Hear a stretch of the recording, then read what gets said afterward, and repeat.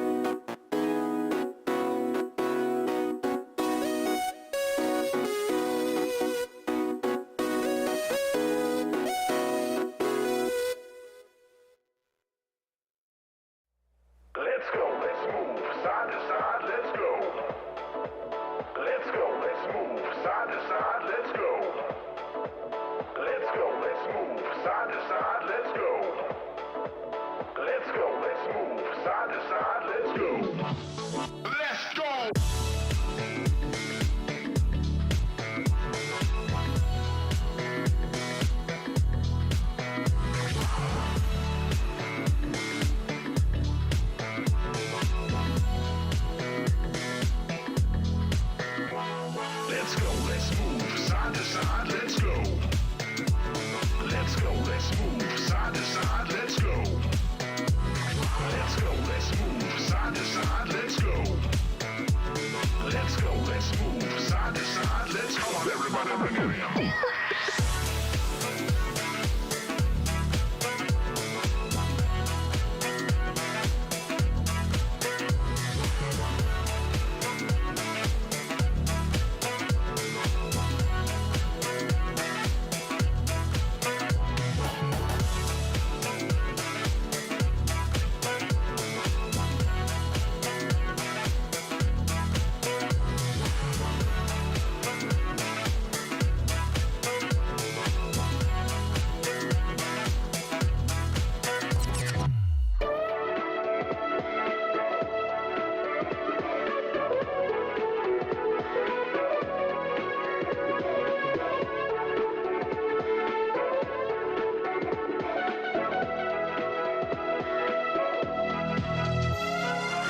Let's move side to side, let's go.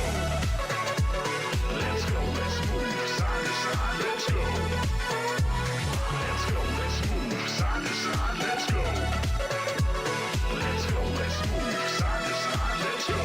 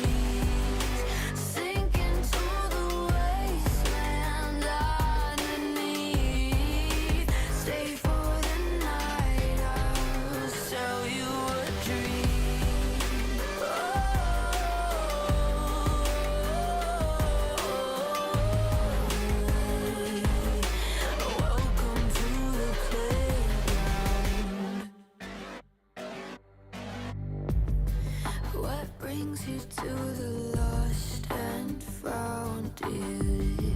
Won't you pull up a seat? Everybody got a prize round here to play. Make me an offer, what will it be? Oh, what will it be? Welcome to the playground, follow me. Tell me your nightmares and fantasies. Sink into the wasteland underneath. Stay for the night, I'll sell you a dream.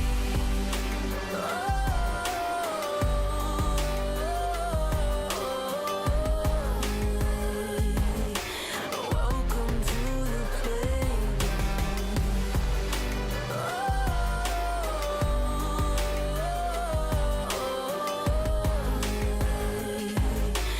Welcome to the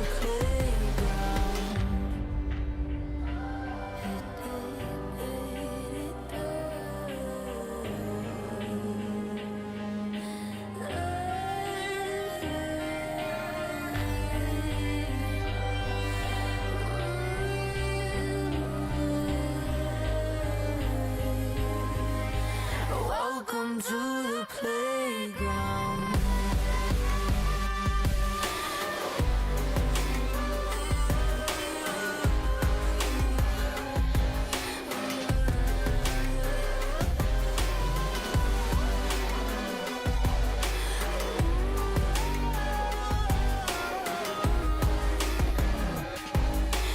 Welcome to the playground. Welcome to the playground. Follow me. Tell me your nightmares and fantasies. Sink into the wasteland underneath. Stay for the night, I'll sell you a dream.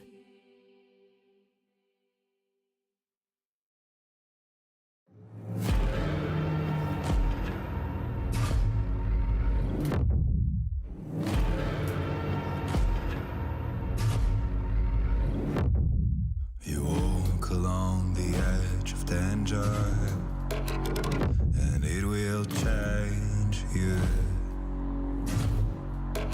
Why would you let this voice set in your head?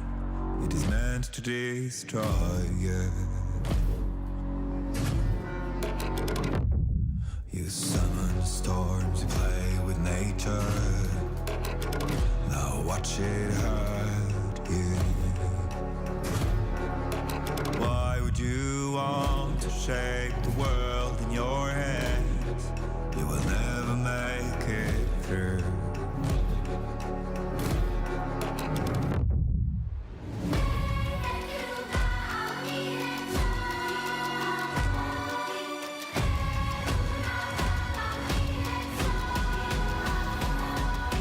Catch the fire.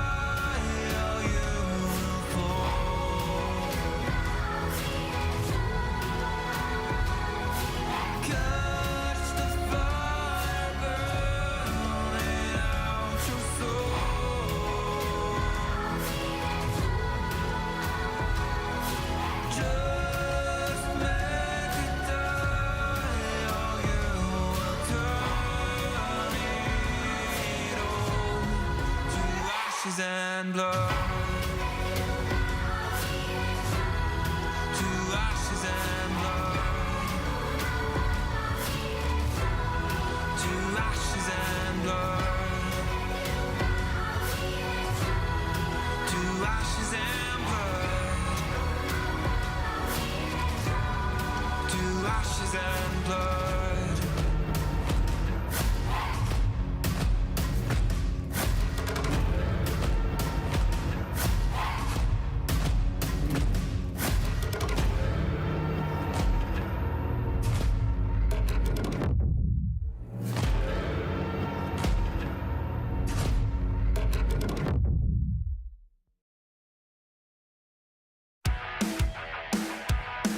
Hey,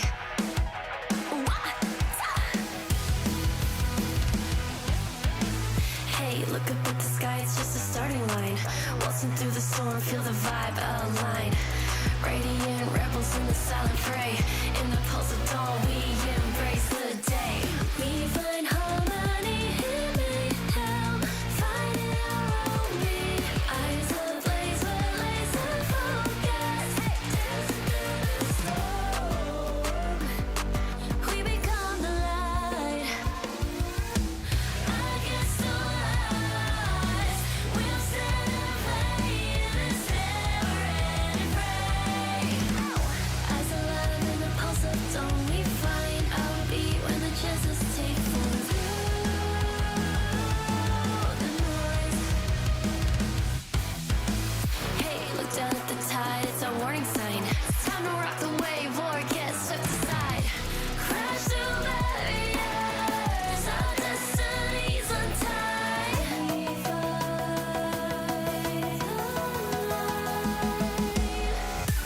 We find harmony in mayhem, finding our own beat. Eyes ablaze with laser focus. We become the light. We become the light. Against the lies, we'll stand and play in this never-ending fray. Eyes alive in the pulse of dawn, we find our beat when the chances take form through the noise. Hey, look up at the sky, it's just a starting line. Hey, look up at the sky, it's just a starting line. Radiant rebels in the silent fray. In the pulse of dawn, we embrace the day.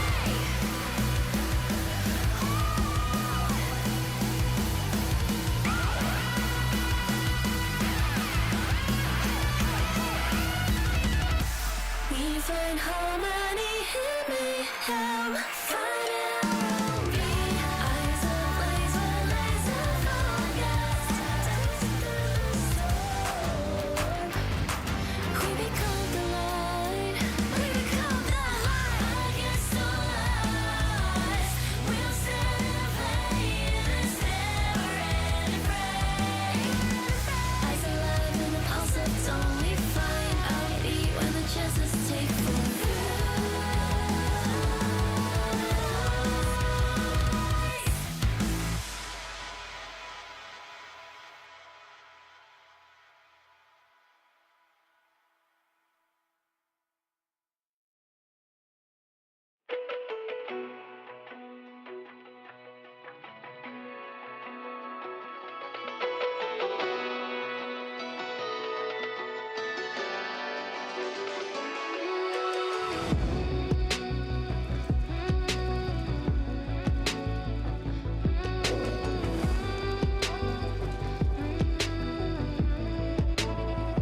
When darkness falls, you are my light. You take my hand and hold it tight. You are my home, I know it now. Don't let me go, we're safe and sound. I see your beauty shine, you radiate with light. Our hearts dancing time, you're one of a kind. Sound on and feel my heart.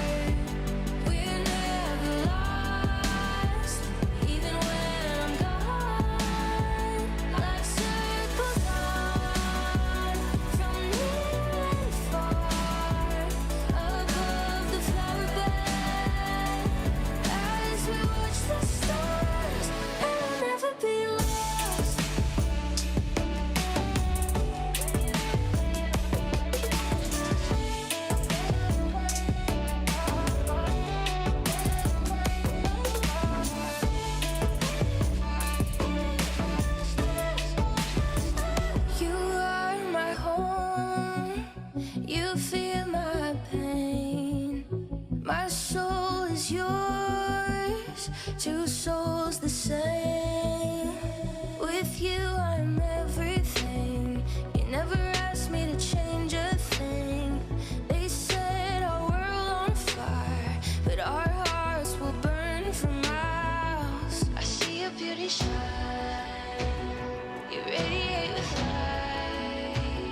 Our hearts dancing time, you're one of a kind. Stars shining with us, your fire is contagious. I feel the moon on our skin. Love glows out, love streams in. Your eyes shining through me. Light the way so that we can see. And feel the warmth of my love. Shine on and feel we're lost. Even when I'm gone, let's circle far from near far above the flower bed as we watch the stars. And we'll never be apart.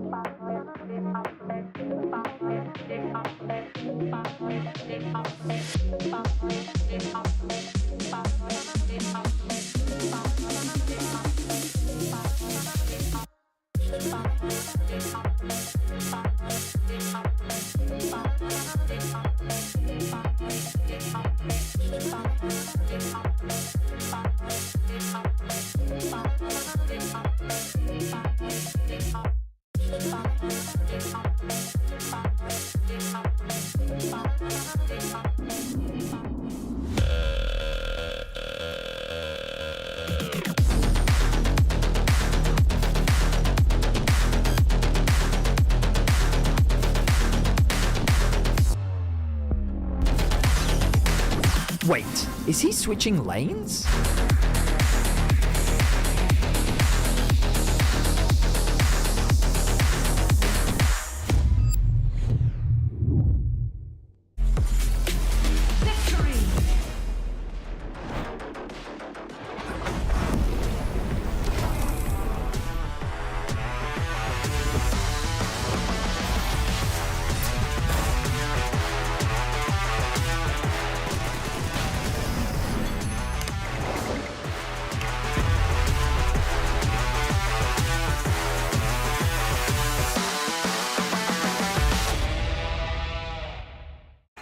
Now approaching the final pick, and what a ride it's been. A moment of hesitation, but we're getting closer to the game changer, and what a legendary journey we've been on. I mean, there's so many excellent options, but one of them has to be a perfect They're about fit. to lock in. Whoa, what a pick! What a way to close things out. Join Marriott Bonvoy for a chance to claim a free Hextech chest and key. Marriott Bonvoy, a check-in at every checkpoint.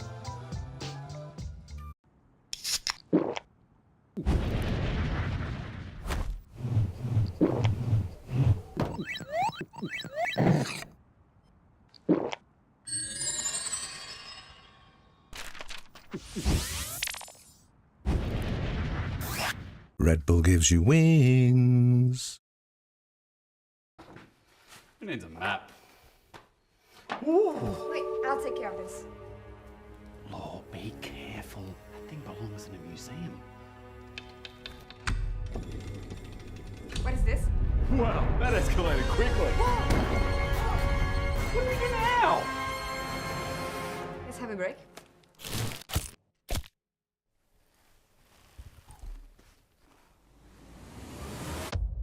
Have a break.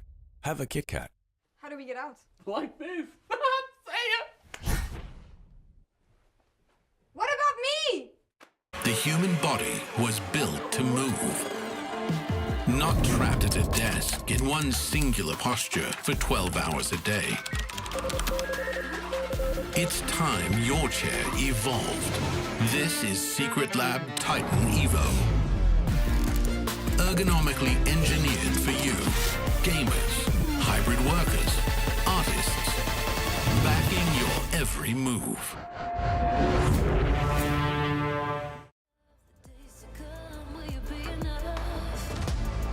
Will you walk away this time?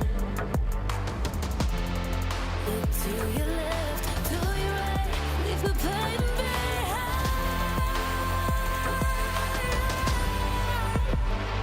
'Cause we all face the fires, and we stray from the light.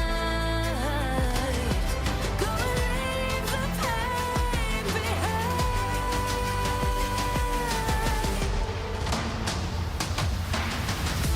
Feel that rush, feel the taste.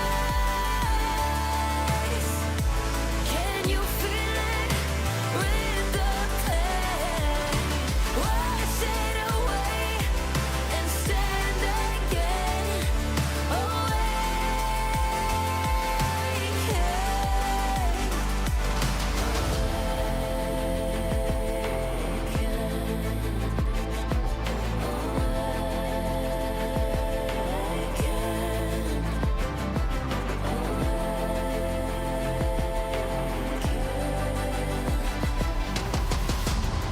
Will you turn and run from what's to come? Will you face it all?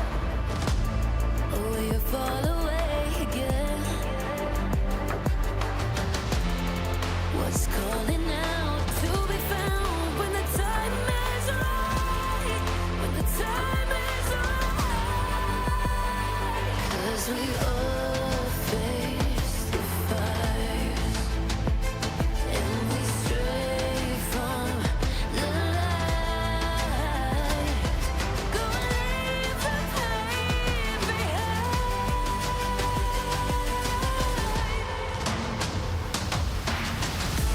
Feel that rush, feel the taste.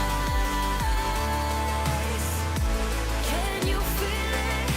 With the pain, wash it away and stand again.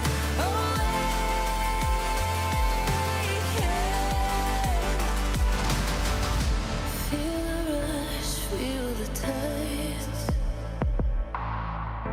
Wash away what used to be. Will you make your stand? The world in your hands again. 'Cause we all face the fires, and we stray from the light. Turn the page and make it right.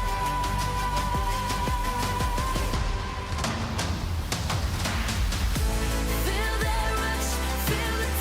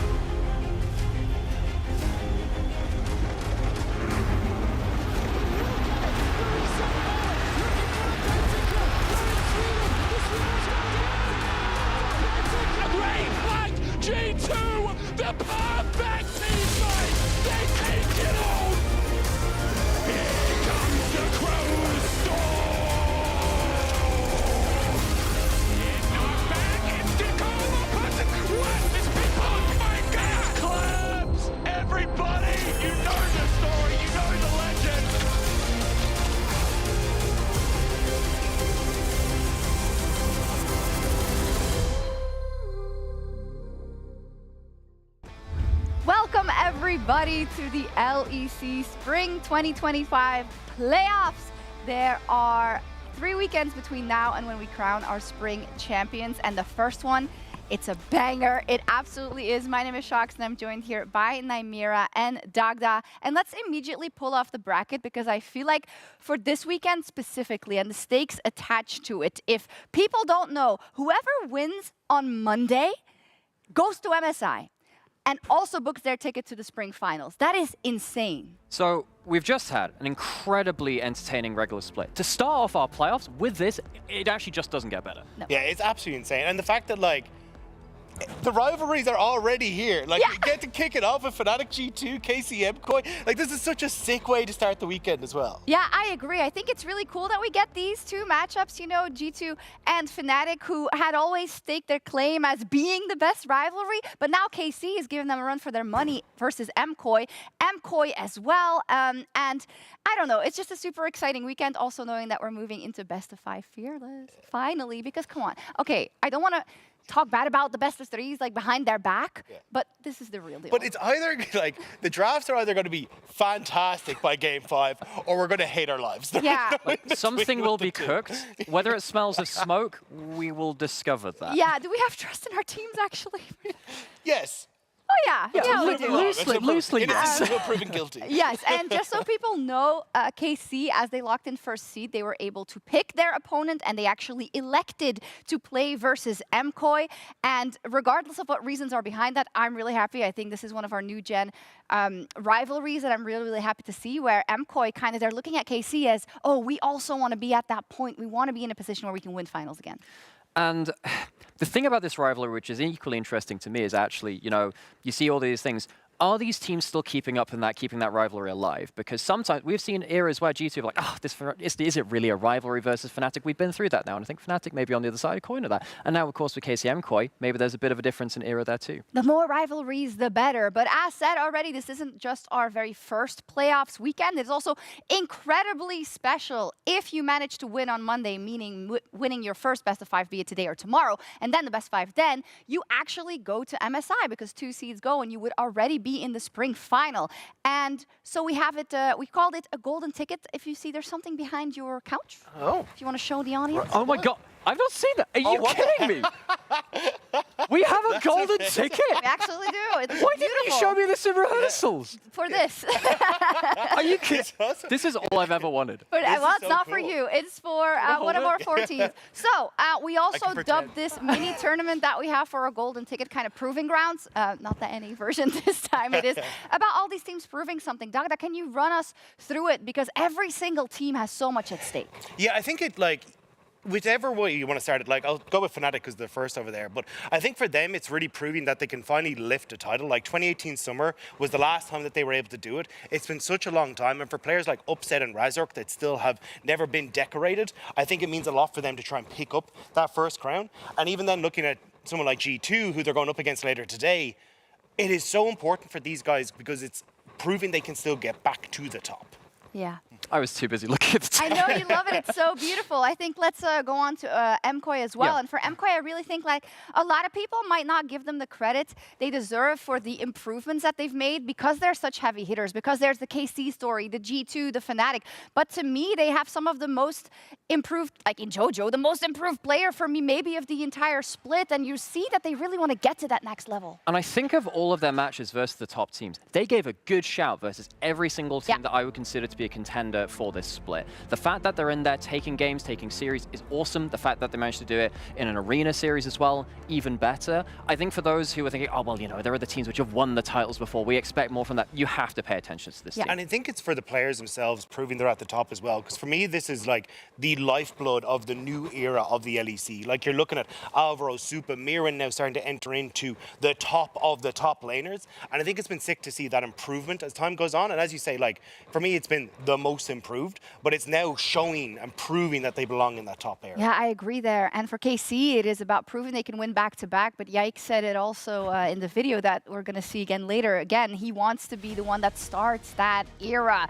He kind of stopped G2's era, but it was not, I mean, he got kicked, but then he stopped it anyway. It's crazy because he now holds that record for like 7 titles in a row, the most of any player in the LEC. And like, obviously G2 gutting to take that away from him, but it's so cool to see also a newer player in the LEC now being the one to hold that title. Yeah, and I think particularly for Yike, it's proving that it wasn't just a G2 thing. He was a huge part of that. Yeah. So many players buy into that too, Casey. They want to show they're a step above. Yeah, and it seems like that byline goes for another team as well, because Mickey is, of course, now on Fnatic, and it took them, they lost Caps, right? And then they had all the issues and weren't able to win the title again. Is this maybe the sign that they needed? The fact that Mickey is now swapped from G2 into Fnatic, also some of their coaching staff.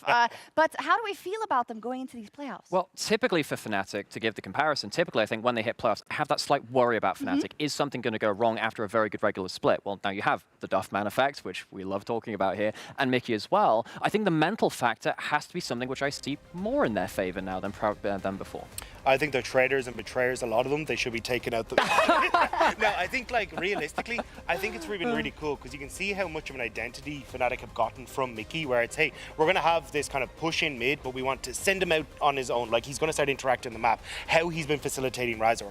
Like, he really has become such a big part of that identity. And I do think it's guys like Duffman who have come in and help the team understand what that role is and how Mickey can facilitate that. But I think for him, it's obviously, he wants to do what Yike has done, is step away from G2, and when he didn't find that success in the past when he moved to Excel, now trying to see if he can finally find that success out of the G2 house on Fnatic. Yeah, it's hard to bounce back when you've been in that situation. I think on the other side of the coin, you also have Caps, and I think Nymera will be looking closely at him these playoffs. Yes. I personally don't think he was a top 3 mid throughout the regular season, and while there are differing opinions on that, the fact that he is not definitively the best mid laner in the league and not definitively the best player in the league is a departure from what we know he can do. Definitely is. And lucky us, Ginny is now sitting by with Caps and Mickey in our Marriott Bonvoy pregame check-in. Thank you, Aethia. Welcome, everyone, to the pregame interview with G2 Caps and Fnatic Mickey. You know, you've been on Fnatic now for this year, and it's going pretty well. I thought it would be really fun to have both of you sit here, considering, you know, you used to be on Fnatic, now you're on G2, you used to be on G2, now you're on Fnatic. We have the Fnatic G2 rivalry. So heading into this game, Mickey, how are you feeling? I feel pretty good. Usually this matchup is the most hype, for me especially, but just historically as well, Fnatic G2 always pretty hype matchup. So yeah, that's the one I was looking forward to the most. And it's a best of 5 as well, so that's even more fun than just, you know, 1 or 2 games. So yeah, looking forward to it. Usually it goes the way of G2. Are you feeling confident today, Caps? Yeah, I mean, definitely very confident. I believe I never lost the best of 5 against Mickey, so... Really? I think so. Yeah. Maybe I made it up right now. Probably. Maybe we played 1 best of 5. I only remember the Vayne game, of course, the Vayne instant where you went for a bad engage with me. So I'm probably gonna look to bait you again today. I guess so.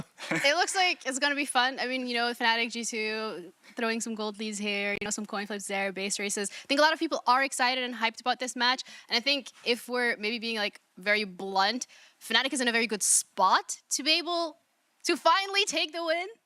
Would you agree with that? Yeah, I would say we're in a good spot. It has to do as well with the competition being a bit worse. Oh, but you're just gonna let him say that? It's definitely. I mean, he can say what he wants. Of course, it's a new patch for us. We're like not entirely undefeated on the patch, but pretty much undefeated. so I would be very surprised if we even drop a game today. I would say that for winter playoffs, you were just lucky there wasn't the best of 5. Otherwise, you would have got reverse swept. Just saying. So you're saying we're going to be 2-0 today? Yeah, and then you're going to reverse swept. All right. Does it being fearless make it even more exciting? Yeah, I think so. I would say as well. I agree. It makes it. Can we then? I know you guys don't want to leak too much out of the game, obviously, but could we potentially expect something a little more exciting from G2 this time around when it comes to the drafts? Yeah, I mean, definitely we have been cooking up some strategies. Some Gragas. Maybe some Gragas. Of course, Gragas in Madrid, so. And they lost. Of course, knowing Mickey as well, I know all of his cheese picks. So. Oh yeah, I'm sure Drigo has been on it, looking through my solo queues and finding all the spicy picks I've been preparing. Never know what I'm gonna pull out in the given situation, but I would say our prep is actually like close to perfect. So we have a pretty good read of what you guys will play like every game. But it has to be perfect to beat us. And so we already like prepared every draft. So I don't want to say it on broadcast, but I have a pretty good. But you are on broadcast. Yeah, I don't want to say which exact champions, but I have a pretty good idea of what he will actually play. Game 5 as well, and Game 4, like how the draft will look.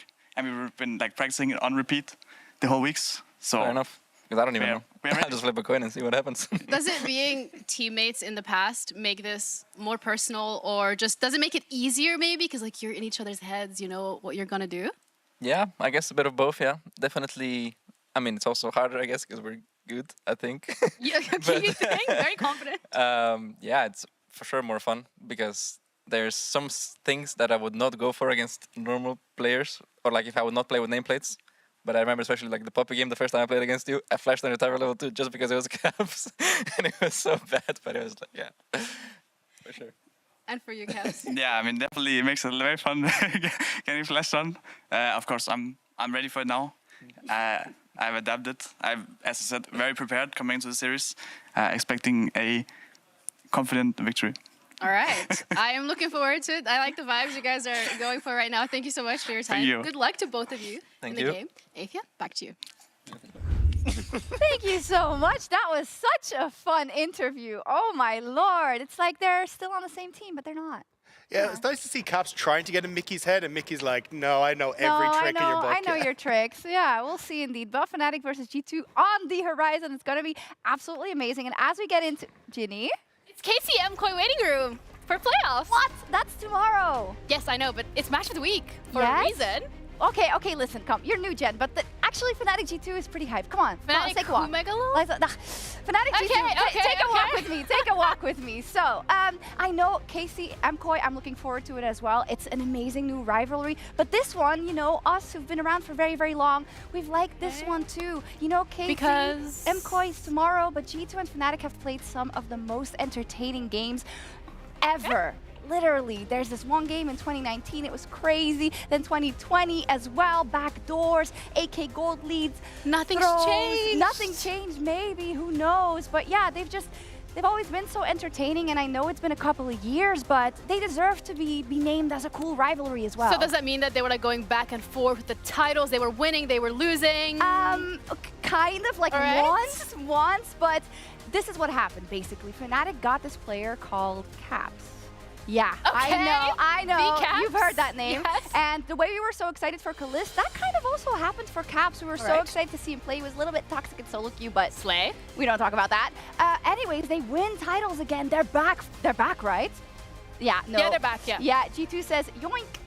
Yeah. No way. Yes, they grabbed Caps. They stole it from under Fnatic's noses, and then G2 just went on a tear. They kept winning until winter, of course, and a couple of Mad Lions victories. Yeah, here, sorry, not on the graphic for some reason, but in winter, of course, KC won. And I think, Ginny, that's what makes this so exciting to me specifically, because when we're fighting for this trophy, KC is now standing there saying to everyone else, what are you going to do about it, right? But Fnatic and G2, they have a chip on their shoulder. I would say specifically so for Fnatic then, because if you steal their mid laner, but now they stole your support and they're actually doing really well, that means that Fnatic, like, they have a chance, like 2018. Maybe they're back. It's almost like 10 years, because it's 2025, it's not that. But it's not that long, okay? No, it is, though. So are you getting more excited about it? Yeah, I'm getting there. Okay. I understand where we're going with this. I love that you brought up Mickey as well, and that's what it is. I think make the rivalry great again. Make G2 Fnatic great again. And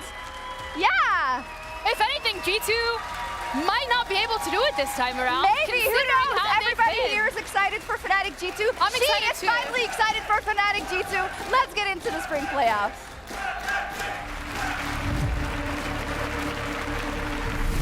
In the end, we still made it in top 4. I think that we've made some mistakes that we'll not make again in playoffs. KC look for the dive. This is the final layer of the Good Night chapter. KC are doing it once again. We beat them in Madrid. I think maybe they have a mental block against us now, since they have been doing worse than expectations. Fnatic in Madrid take down G2. Me and Lavrov, since we joined G2, the pressure in our shoulders has been really strong. G2 basically won every split except one. And yeah, first split we already lost the final, which is like, should not be a good sign, right? We maybe need like that little sparkle to be the best duo in the league. And obviously, like right now, we are not, because we are not consistent enough. We have won in this part of the bracket many times, only to lose in the end. So it's the time where we can actually win. For Blade will flash in, but 2v1 just ain't fair. A counter-strike through, Kalist gets jumped on, cleansed immediately, Broken Blade! Ulti back from Humanoid, breathing light into G2. Fnatic holding on, Gatling gun, pushing in, looking for a few more rockets, dashes into the midst of the fight, but might just give his life. Hansama taking out, he can't get the auto down, Skewmon burned! I think we are stronger than them. Mickey, but perhaps too late. Oh, it's a perfect predict! He's living in his head! Oh my god! This playoffs will be a good chance to show to everyone that this shows that G2 wasn't the wrong one. This is my legacy.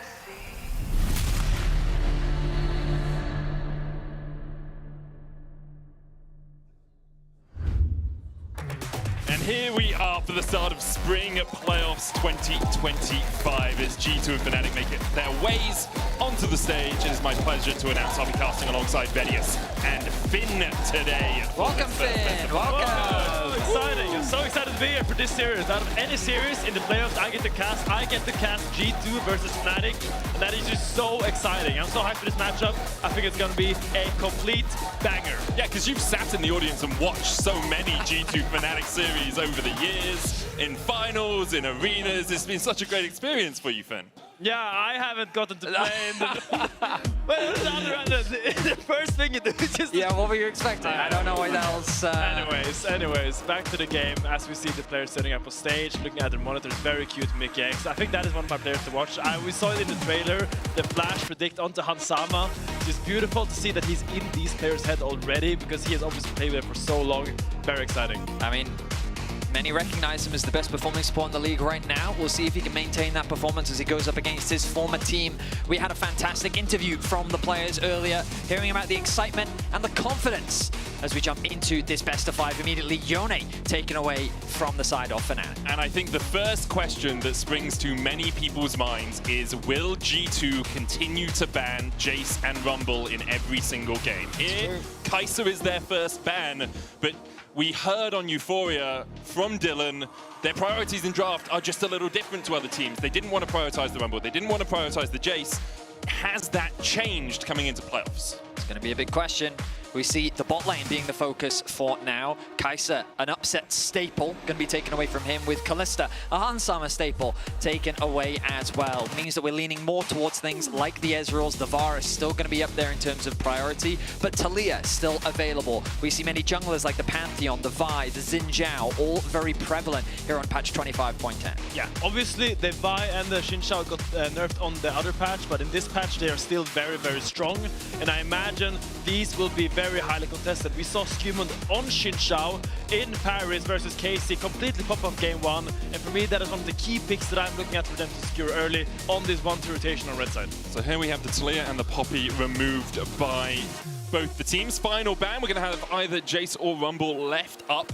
We'll see where G2 decide to go. Obviously, leaving both of them up means that they'll definitely get one of them. We still have the Maokai, we still have Vi as two very powerful junglers as well. Yeah, crucially, a lot of the junglers are being left up in this game 1. So we're probably going to see a nice trade of to power picks here. You can either choose take the one you really like, or knowing you're going to get one of the strong junglers anyway, you can choose to put your priorities somewhere else. Let's see it. Being the first lock-in for Fnatic means that G2 have the pick of the litter with a number of strong top laners. Jace is available, the Rumble is also up. Maokai has been something we've seen a decent amount from Skewmon throughout the regular split. So many very powerful picks still available in the meta. I wonder what direction Caps will be thinking. Will he look for something like a control mage, or will he be thinking of something like the Akali, which he's been known to bring out in this matchup in the past? As the AD carry seems to be the priority for G2 for now. The only time Humanoids won on Azir this split was actually against G2. He lost the other 2 games he played against MKOI and KC. There's the Varus, still one of the most powerful AD carries in the meta when you get rid of Kalista for the early game. Varus just gives you so much flexibility. You can go on hit if you want, or you can just look for a poking lane to get that push priority in bot side. Yeah, I mean, crucially, that is the thing you say, the push priority. Varus being picked almost guarantees you to have that. But as we see that Akali, for, I assume, Caps, that obviously could go into either solo lane, but that's a very strong pick to pick against Azir, and very early, and I wonder if Fnatic can kind of respond to this Akali pick with some kind of lockdown. So we were talking about the Vine nerfs coming into this week, and you were the one that said to me, I do not think that these nerfs are enough to knock her out of pro play, and Razork immediately seems to agree with you. They want that lockdown capabilities for the Akali. I think it can also be good against low mobility AD carries like the Varus, as the Rumble paired alongside it already. Fnatic have a very strong top side with a lot of lockdown and pick potential. Yeah, I mean, crucially, having that buy, cease, and desist on top of the equalizer makes it so hard to survive unless you have some kind of really strong peak potential against it. So it's going to be very important now to see how Hansama positions in the team fights regarding this, because it makes him very hard for him to ever step up if these tools are available. And G2 rounding out their first set of 3 with the Ornn here. Long range engage, great tank in the top lane as well, can kind of neutralize the Rumble to a small degree. You are still going to get pushed in early game. Yeah. After all the Rumble Q damage nerfs, the laning phase is not really that big of an issue anymore for the Ornn. So having that is also great, because that means you have great gank setup onto the Rumble. If the Rumble ever tries to play aggressive and Ornn has his jungle behind him, he's just so much CC and it becomes an easy kill for the Rumble. So I imagine top lane is going to be a bit of a snooze fest while both players try to farm, and the action will happen somewhere else.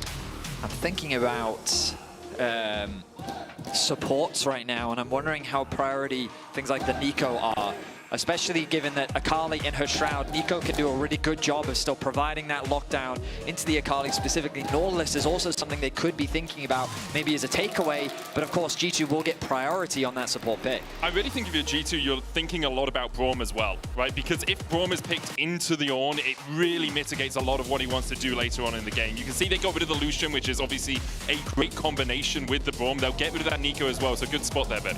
Yeah, and I wonder if actually they're trying to bait the Braum here, because knowing that they have the last pick with the Varus, if you blind pick the Braum into a Varus lane, you can actually end up with a really, really difficult bot lane matchup for your bot lane. That's probably why we saw the Renata ban as well in the event that Fnatic do want to go defensive. My concern for Fnatic is how much lockdown do they have for the Akali? Of course, Vi is really good at threatening that backline. You've then got Azir and you've got the Rumble in terms of follow-up. There's the Xin Zhao that we kind of expected. But I'm expecting Fnatic to go for a little bit more utility, and it looks like Rel will be the direction, and Labrov will be able to get his most played of the regular split with Alistair. These last 4 picks, very quick, very clean. Both teams very much know what they want. But Fnatic rounding out with a decent amount of team fighting. You can see the front to back, decent poke provided with both the Corki and the Azir, with the potential backline threat of the Rumble and the Vi. And I gotta say, last time these two teams played, Labrov's Alistar was crucial in the first victory against Fnatic. He had so many great pulverize attempts onto the bot lane of Fnatic, and I really like this pick for him. I think it's one of his standout picks for me, and I love that they're putting Labrov on comfort first game in the playoffs. And what we are looking at, crucially, is can Labrov and Skewmont finally find their footing as a support jungle duo? Because I think that's been one of the main criticisms towards G2, and I want to see if they've actually worked on this in this 2-week break. 100% agree with that, and I think the part of that people are seeing as the slightly weaker half is Labrov. Skewmont has had actually a relatively good spring as a jungler, but the synergy between them and Labrov's individual play, I think, has not been up to par. And when you're playing up against a support like Mickey, who has so much experience on the stage, who has had an exceptional split so far, there's a lot of weight on Labrov's shoulders in this series and in Game 1 in particular. We were denied a best of 5 of G2 versus Fnatic in winter, but here in spring, it will be our first on the docket. An intense matchup between two long-standing rivals. We're going to get to see Caps on Akali in Game 1 going up against Humanoid's Azir. Let's get into game. I actually looked up some stats on Caps playing Akali for G2 versus Fnatic. He has played it 5 times before today and only won 1 of those times. And that's during like G2's golden eras. That's during 2019. That's during the time that G2 ruled the roost here in Europe. We'll see if Humanoid on his Azir can put this Akali in its place. Yeah, and we see he has went for the Electrocute rune, which I really enjoy, because usually we see Akalis, sometimes there is a certain player who went for the triple mask build, but Caps actually went for Electrocute, and to me that is very telling that he's going to be going into a full damage Akali build. None of that Leandri's kind of bruiser-ish Akali. He's gonna go for the full damage with those buffed AP items and really try to to assassinate the backline of Fnatic. Yeah, I mean, a lot of eggs are going to be in the Caps basket, but he's going to be playing up against a champion that has kind of only known success in the league, which is this Rumble. You can see how dominant it has been here in the LEC, and this is why the first thing Medic brought up is, what will G2's priority be on the champion? They had a rotation to grab it for themselves. They chose to respond with the Ornn. So a lot of pressure is going to be on Broken Blade to mitigate the impact of Oscar on this Rumble, just because of how generically powerful the champion is. I will say I really do like the Ornn into the Rumble. I think it's one of the classic counters that did not really work for a lot of time, just because Rumble's lane prowess was that strong. But after the nerfs to the Rumble Q damage, I think right now the Ornn is going to be able to neutralize the Rumble and kind of find his footing in those team fights when Caps is diving onto the backline with the backup of that Ornn ultimate. I will say it is a bit of an EU classic that when playoffs rolls round, lock in the Ornn, keep it stock standard. And I mean, Ornn really does simplify the games in many ways. Yeah, it's a classic, and every top laner in Europe, at least when I played, knew how to play Ornn. I think maybe now with all these rookies coming in, maybe it's not as known, but this champion was a staple from the year 2018 to 2022 at least. I think it was played every single playoffs. Let's see what Broken Blade can do on it in this game. Fnatic coming in as the heavy favorites to this series, but we've talked a lot about how when the teams met up in winter, it was G2 who were able to come out victorious in 2-0 fashion. A best-of-5 Fearless changes things a lot. We will see a lot more champions played. We will see things like the Rumble now. If it doesn't work in game one, well, you don't even get to use it for the rest of the series. Caps trying to trade with Humanoid in mid lane, lands the Shuriken flip, but obviously isn't going to follow up on that. Yeah, I mean, as you rightly said, Fnatic very much should be considered heavy favorites based on what we've seen of the regular season. But G2 have this tendency of when the playoffs roll around, they tend to recognize a lot of their issues and they are able to fix those issues. And you can see in terms of the all-time head-to-head, it is very much G2 favored throughout the years. Yeah, and I think one of the main concerns for G2 has been the drafts. I think there's been a lot of criticism to their tendencies to pick very weird place champions, and I really like that game one, while they have some spikes with Akali and the Ornn, is still a very solid, classic, foundationalized draft from G2. Good one, Jack. No, but I will say, I love it that in modern League of Legends, we talk about Ornn as adding some spice into the draft. This stock standard tank. Skewmond, after clearing bot top, is looking for Oscar on the top side. You talked about the CC potential, the follow-up potential of this Ornn, but it looks like Skewmond instead is just going to go across and secure his first Scuttle Crab. Yeah, and crucial that all that gank setup comes from that Ornn Q ability. If you land that pillar, the fact that it's going to slow you means it is always going to be able to land the dash into the knockup. But as long as Oscar can kind of dodge that Q ability, it's going to be very hard for Broken Blade to have any sort of proactive trades onto him. Rob going in onto Mickey here. We'll have the trample stun. Mickey crashes down, gets the shield back up, Upset the new target. Heal coming out from Lobov. The stun lands, the cleanse away. Upset has to flash as well. I thought the stun had timed out there from LeBron, but he got it off on the last second. Broken Blade and Oscar trading in the top lane, but there's no one here to help them out. Very nice trading from the G2 bottom lane.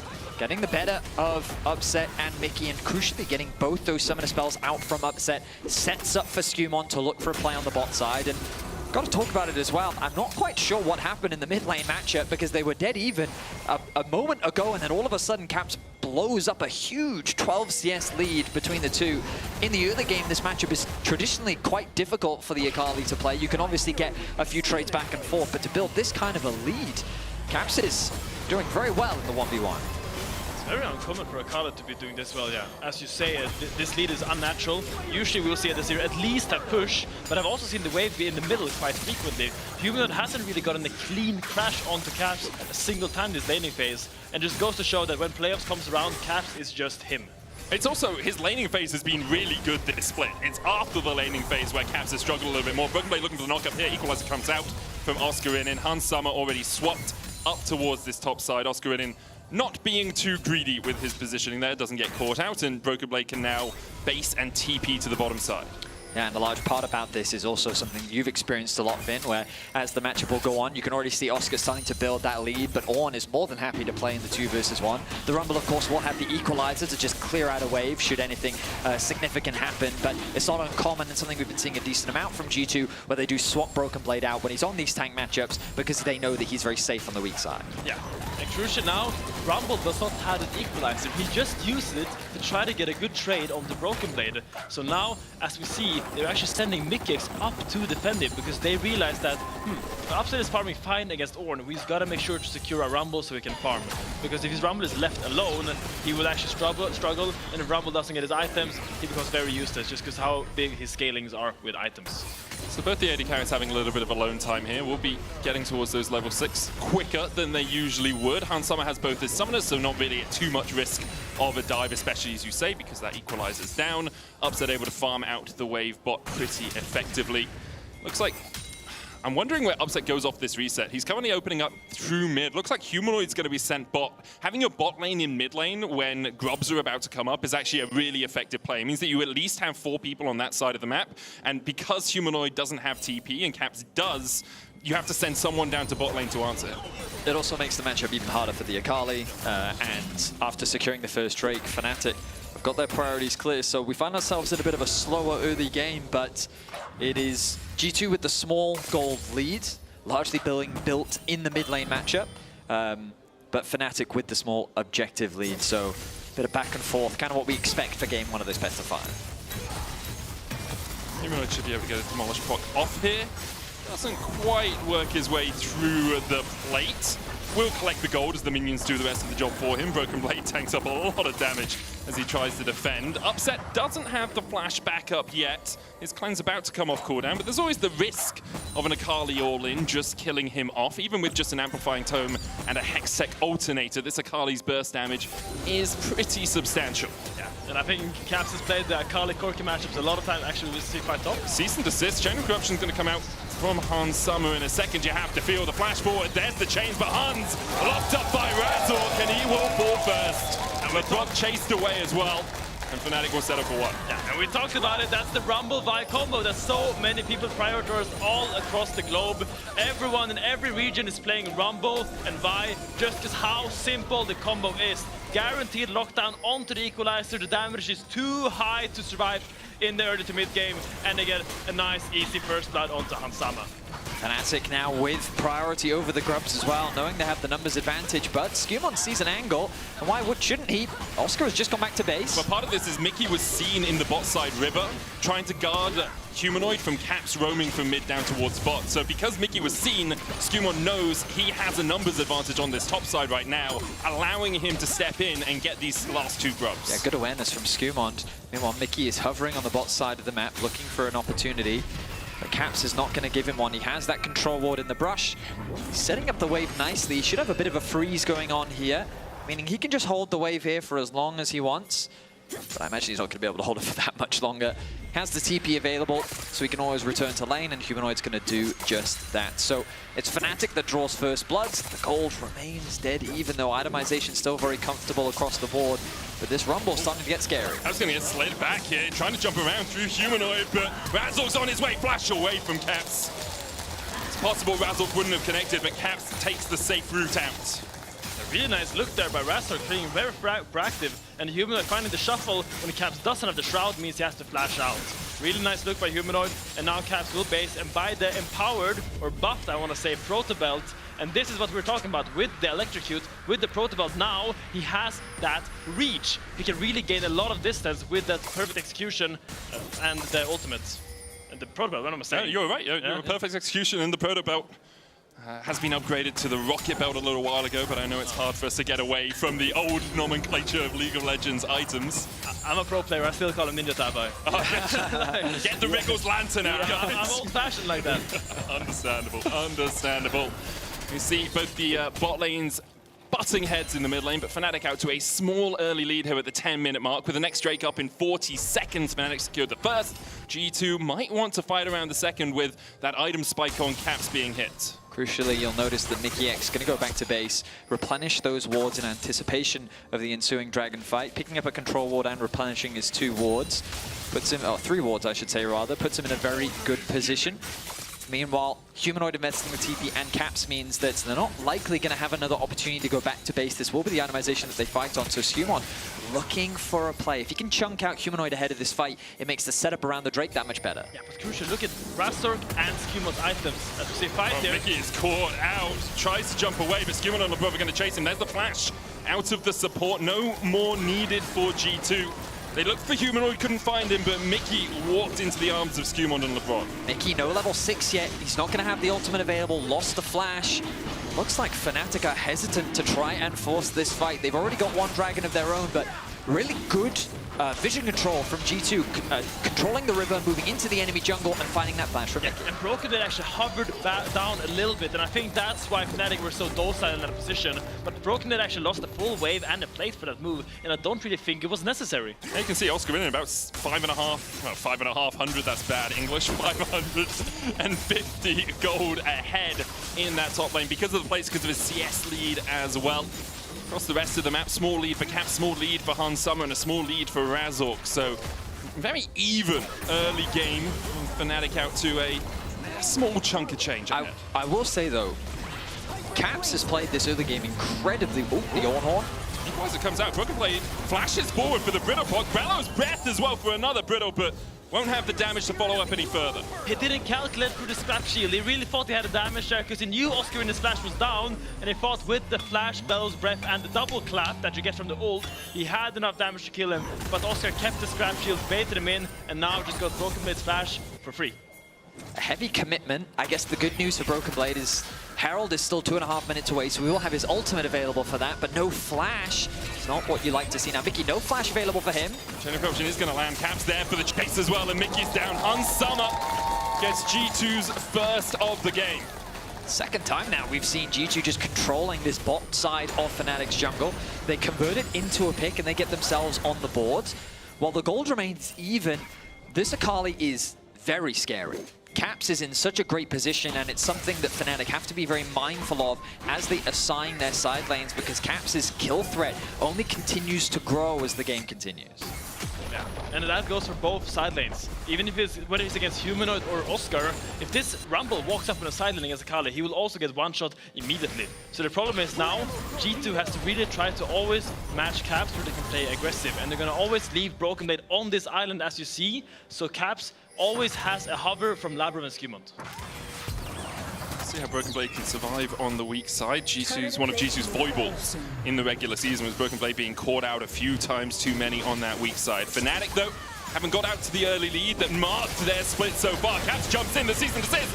Caps dives into his demise. The CC knock-up chain from Fnatic was absolutely flipping perfect. Chase continues as Razzle goes in with a Vault Breaker. Skewmon's going to try and jump his way away to the Gromp. Hans Summer here to shadow. G2 need to walk away. They should be able to escape. Hans Summer, though, does still have the flash and the cleanse. Won't need to expend either to get out of Fnatic's clutches. A beautiful response from Fnatic. Caps, this ever-looming side lane threat, is shut down so quickly. We talked in the draft about having that chain CC, the Vi plus the Rel combo, and my goodness, was it lethal. Caps didn't even get a chance to flash away as Fnatic find themselves another pick. I gotta say, I'm a bit disappointed here that when Caps does this, Alistar is nowhere to be seen.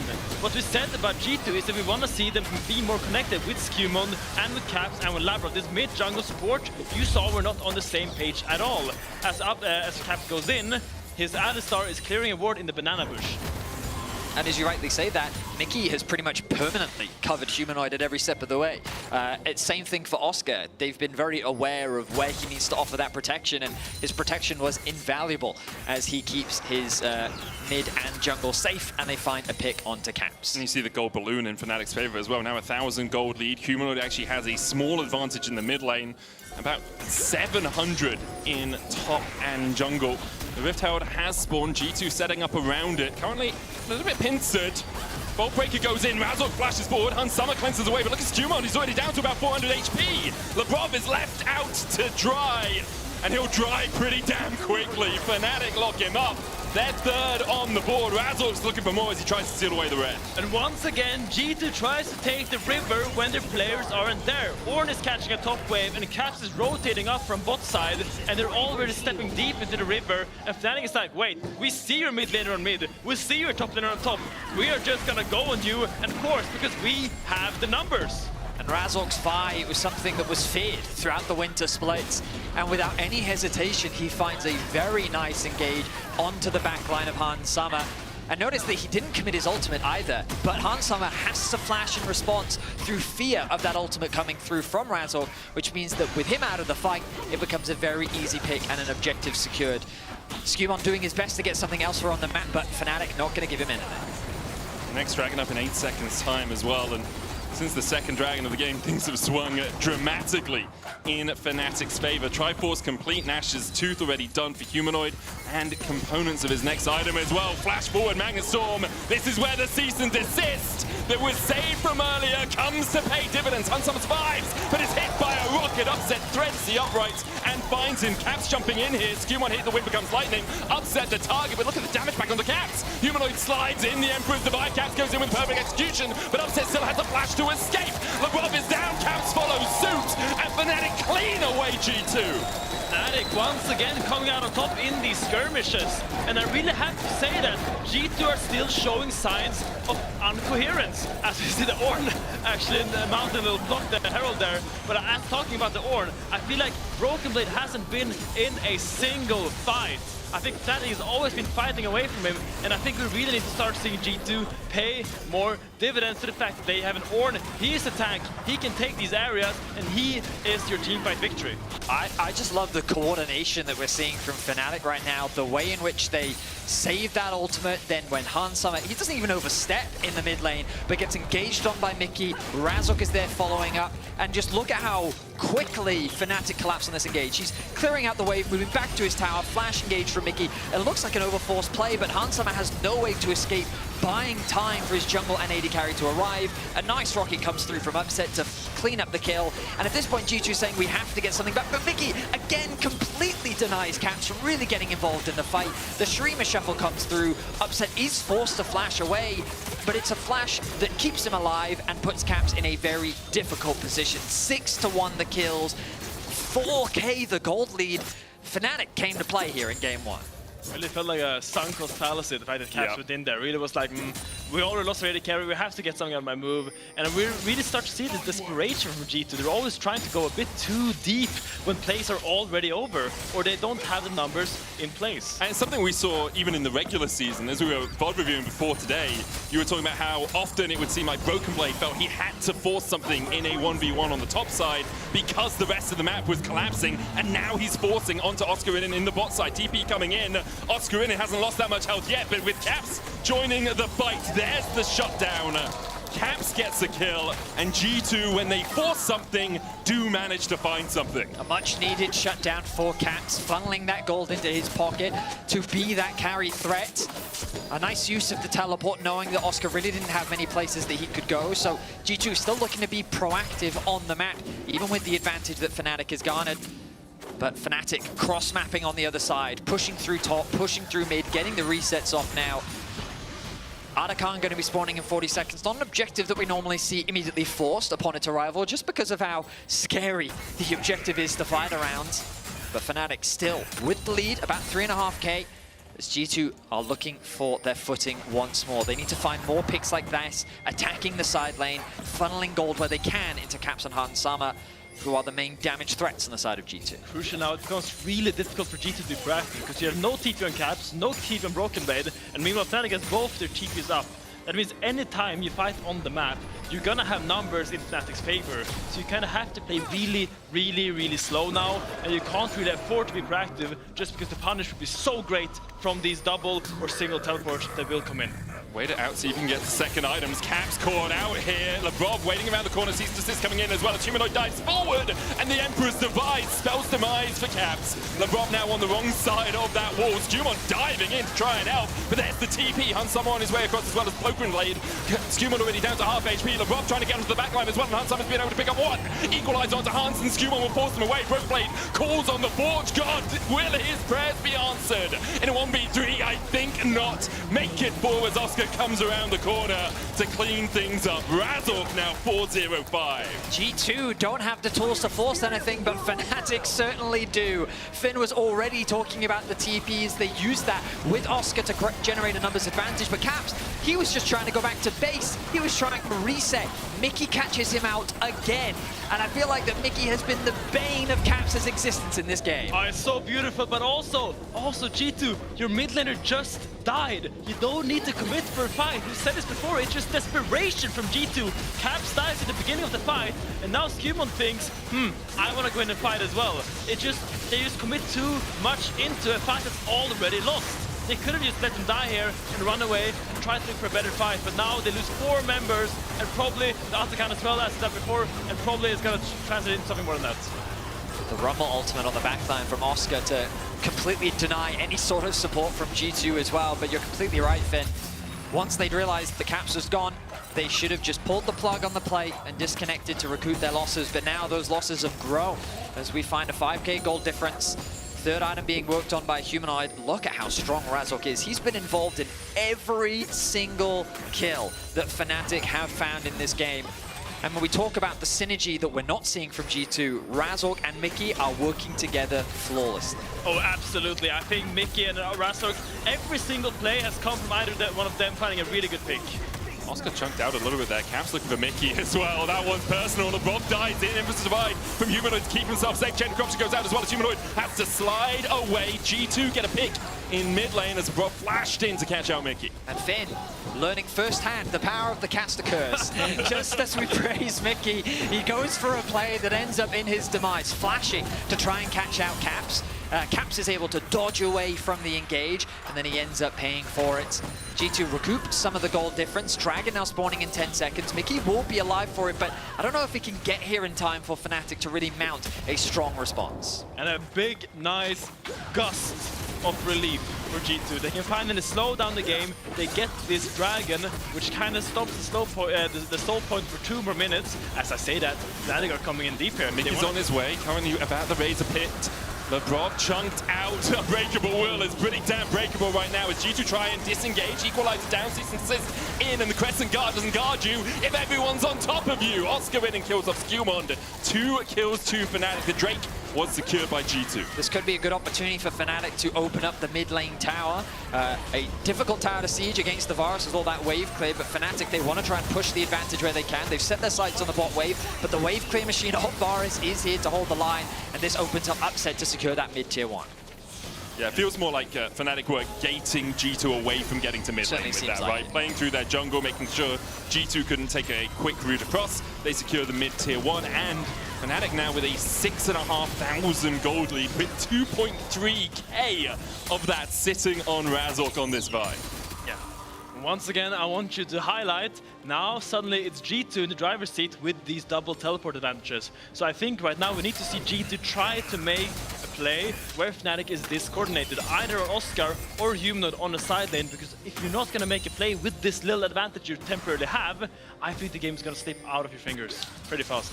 So what would you do? How would you, if you're in this game, make a call to say, this is the play we make to get back in? Well, I would say that Alistar, our man Alistar, has to go and look to put some deep wards. Probably you have to do it where the enemy team is going to siege or where someone is going to push up deep. And I think that person will be the Azir, but also the Rumble, as I say here, is very easy to kill. Call of Fortune coming out from Broken Blade. There's the TP immediately in from Caps. There were a couple of deep wards behind Oscar in here, but Broken Blade just trading in. Equalizer down, Broken Blade tanky enough, but Caps will be here to secure the kill. Broken Blade should survive, and he will do so. Meanwhile, in the top side, you can see Humanoid and Razork pushing in towards that tier 2.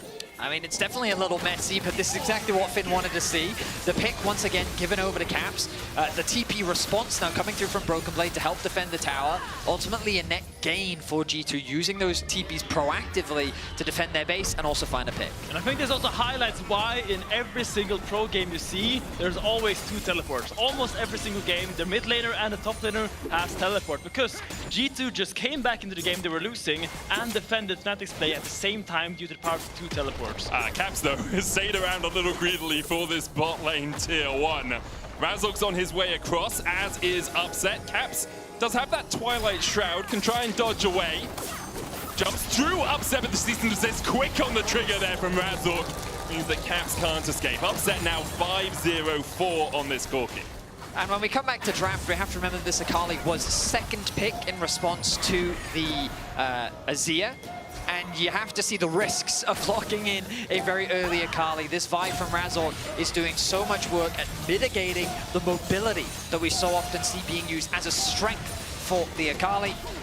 That is now resulting in Caps once again dying in a side lane, and Fnatic now setting their sights on G2's jungle. It really has been Razork's game so far. Oh, We're talking about Skumon Xinshao, but it's been a pretty quiet game from him. We haven't really seen the impact that we're talking about in Champions League of this pick. And I feel like it's really due to the fact that Razork's proactiveness is something else. Flash away from Hans Sommer as Mickey jumped in with the Magnus Storm. The follow-up as well from Humanoid, but he's stopped in his tracks. Humanoid down, Broken Blade escapes the equalizer, just for a bit of chip damage more than anything else. And so the red buff will be secured by Razork. Look at the damage from Hans Sommer. 3 items on that Varus. Now his poke is gonna hurt. Robbery from G2. They were 4 versus 5 in that fight, and they managed to kill Humanoid and get out. That's a great play from G2, and really, really crucial to actually find it back into the game here. I want to see exactly the positioning of Humanoids. Obviously, he's already at about 60% HP. He's looking for the slap. Oh, it's the call of the Forge God. Yeah, I wondered what knocked him up. Yeah, that definitely was a misplay from Humanoid. He did not see the call of the Forge God, and he ends up getting punished for it. So now Dragon spawning in about 50 seconds time. Neither team on soul point, but this Dragon would put them there.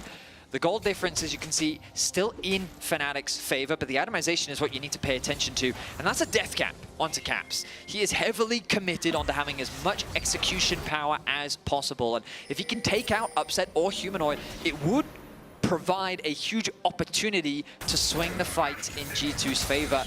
But Fnatic is aware of that, and as you've already seen a lot in this game, Mickey has deliberately been making sure it's hard as possible for Caps to play. Yeah. And crucially, Unit open up to push out here, and that means G2 are now going to be 5-man strong in this river first, which means that it's going to be on Fnatic to phase check into the zone control that G2 has now obtained in this river zone. And that is really difficult against champions like the Alistar, like the Ornn, like the Varus, with so many easy ways to pick off individual members with CC. Hans doesn't have his flash, nor does Broken Blade. Mickey does have the flash Magnet Storm. Humanoid hit level 16 after pushing through that top side, highest level in the game right now. And G2 seed their position in the river. They give up that vision control that they had. Fnatic able to push them out. I don't get it. You had the river control, you only need to catch the mid wave towards the bot side river, but instead you let Fnatic walk up and push you out of your own zone. I really, really dislike what G2 did there, because I feel like this was your zone to hold, this was your area of control, and this is where you could find the lead. I think G2 has decided to give up the Drake quite a while ago. They're going to try and set up vision towards that top side. Mickey stepping in onto Lebrov. Will land the knockup, will land the stun, but where's the follow-up for the rest of the team? Mickey dives forward, knocked back by Lebrov. Razork coming in as well. That equalizer not doing much as Caps gets onto Oscar in, and Humanoid flashing forward, looking for the Emperor's Divide. Hans Sommer somehow survives. Razork low. Hans Sommer Upset, able to take him out. Valkyrie in forward. Caps down as well. Somehow Fnatic have won the fight after G2 engaged it 4-0. They take 4 members of G2 out of the game, and they may very well set their sights on the Nexus. There's only Broken Blade left standing in their way as Fnatic dominating here in game 1. A lot of skill shots went by that fight. I think the Varus ult didn't really connect onto anyone, and I think the Corki was just really, really strong. Humanoid found a great shuffle onto Hans, but in the end, I don't think it's enough. Fnatic pushing in. Broken Blade dies under his Nexus tower. It's not tanky enough to survive the Fnatic onslaught. And in a statement game, Fnatic go 1-0 up in the series. Coordination issues coming through from the side of G2. But my goodness, Mickey and Razork, their coordination was on point. They made it so difficult for Caps to play the game. Razork was everywhere on the map. Mickey was covering where he needed to. And Fnatic, I mean, with a few mistakes here and there for sure, overall, a very clean game. Well, gonna get the positives. G2 won't have to ban Rumble every single game now. They can actually, it's actually not gonna be in the pool anymore. Really well played, I think, by Razork, but also I think Oscarina had a lot of impact with his equalizers. Sure, it got picked up a little bit here and there, but those equalizers really, really were powerful. They did. We'll hear more about how that game went down from Mickey, who's standing by with Ginny. Okay, you're ahead, 1 win right now, but that wasn't very personal. I thought I was gonna see some flashing level 2 trying to get onto Caps. What happened? No, he just like made it personal by just running into me, like especially in the bot lane where he died for like I think the second time. That was a bit, ambitious. And I think my team just played very well, so there was no need for me to go a step out of my comfort zone and just go for Caps, because we were just winning naturally. So yeah, props. Maybe he just missed you. Maybe, yeah. Well, thank you so much. I'm going to let you head back. We're going to be heading over to a break, and we'll be back shortly with the second game of the series.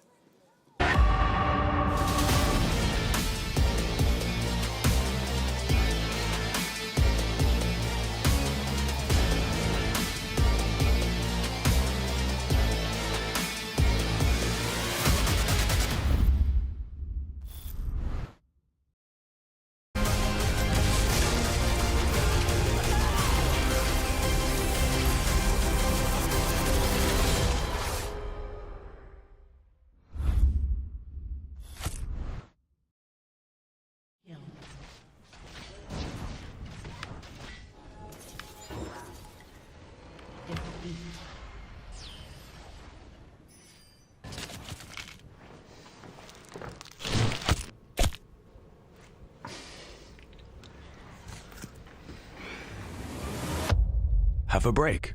Have a Kit Kat.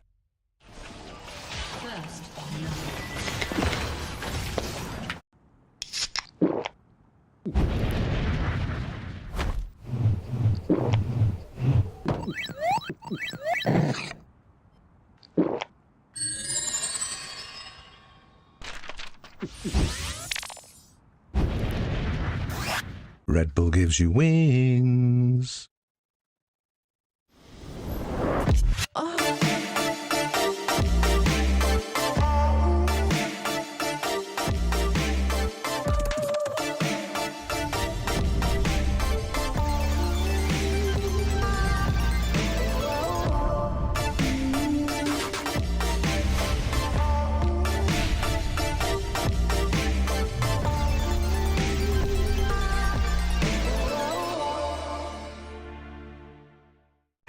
Now approaching the final pick, and what a ride it's been. A moment of hesitation, but we're getting closer to the game changer. And what a legendary journey we've been on. I mean, there's so many excellent options, but one of them has to be a perfect They're about fit. to lock in. Oh, what a pick!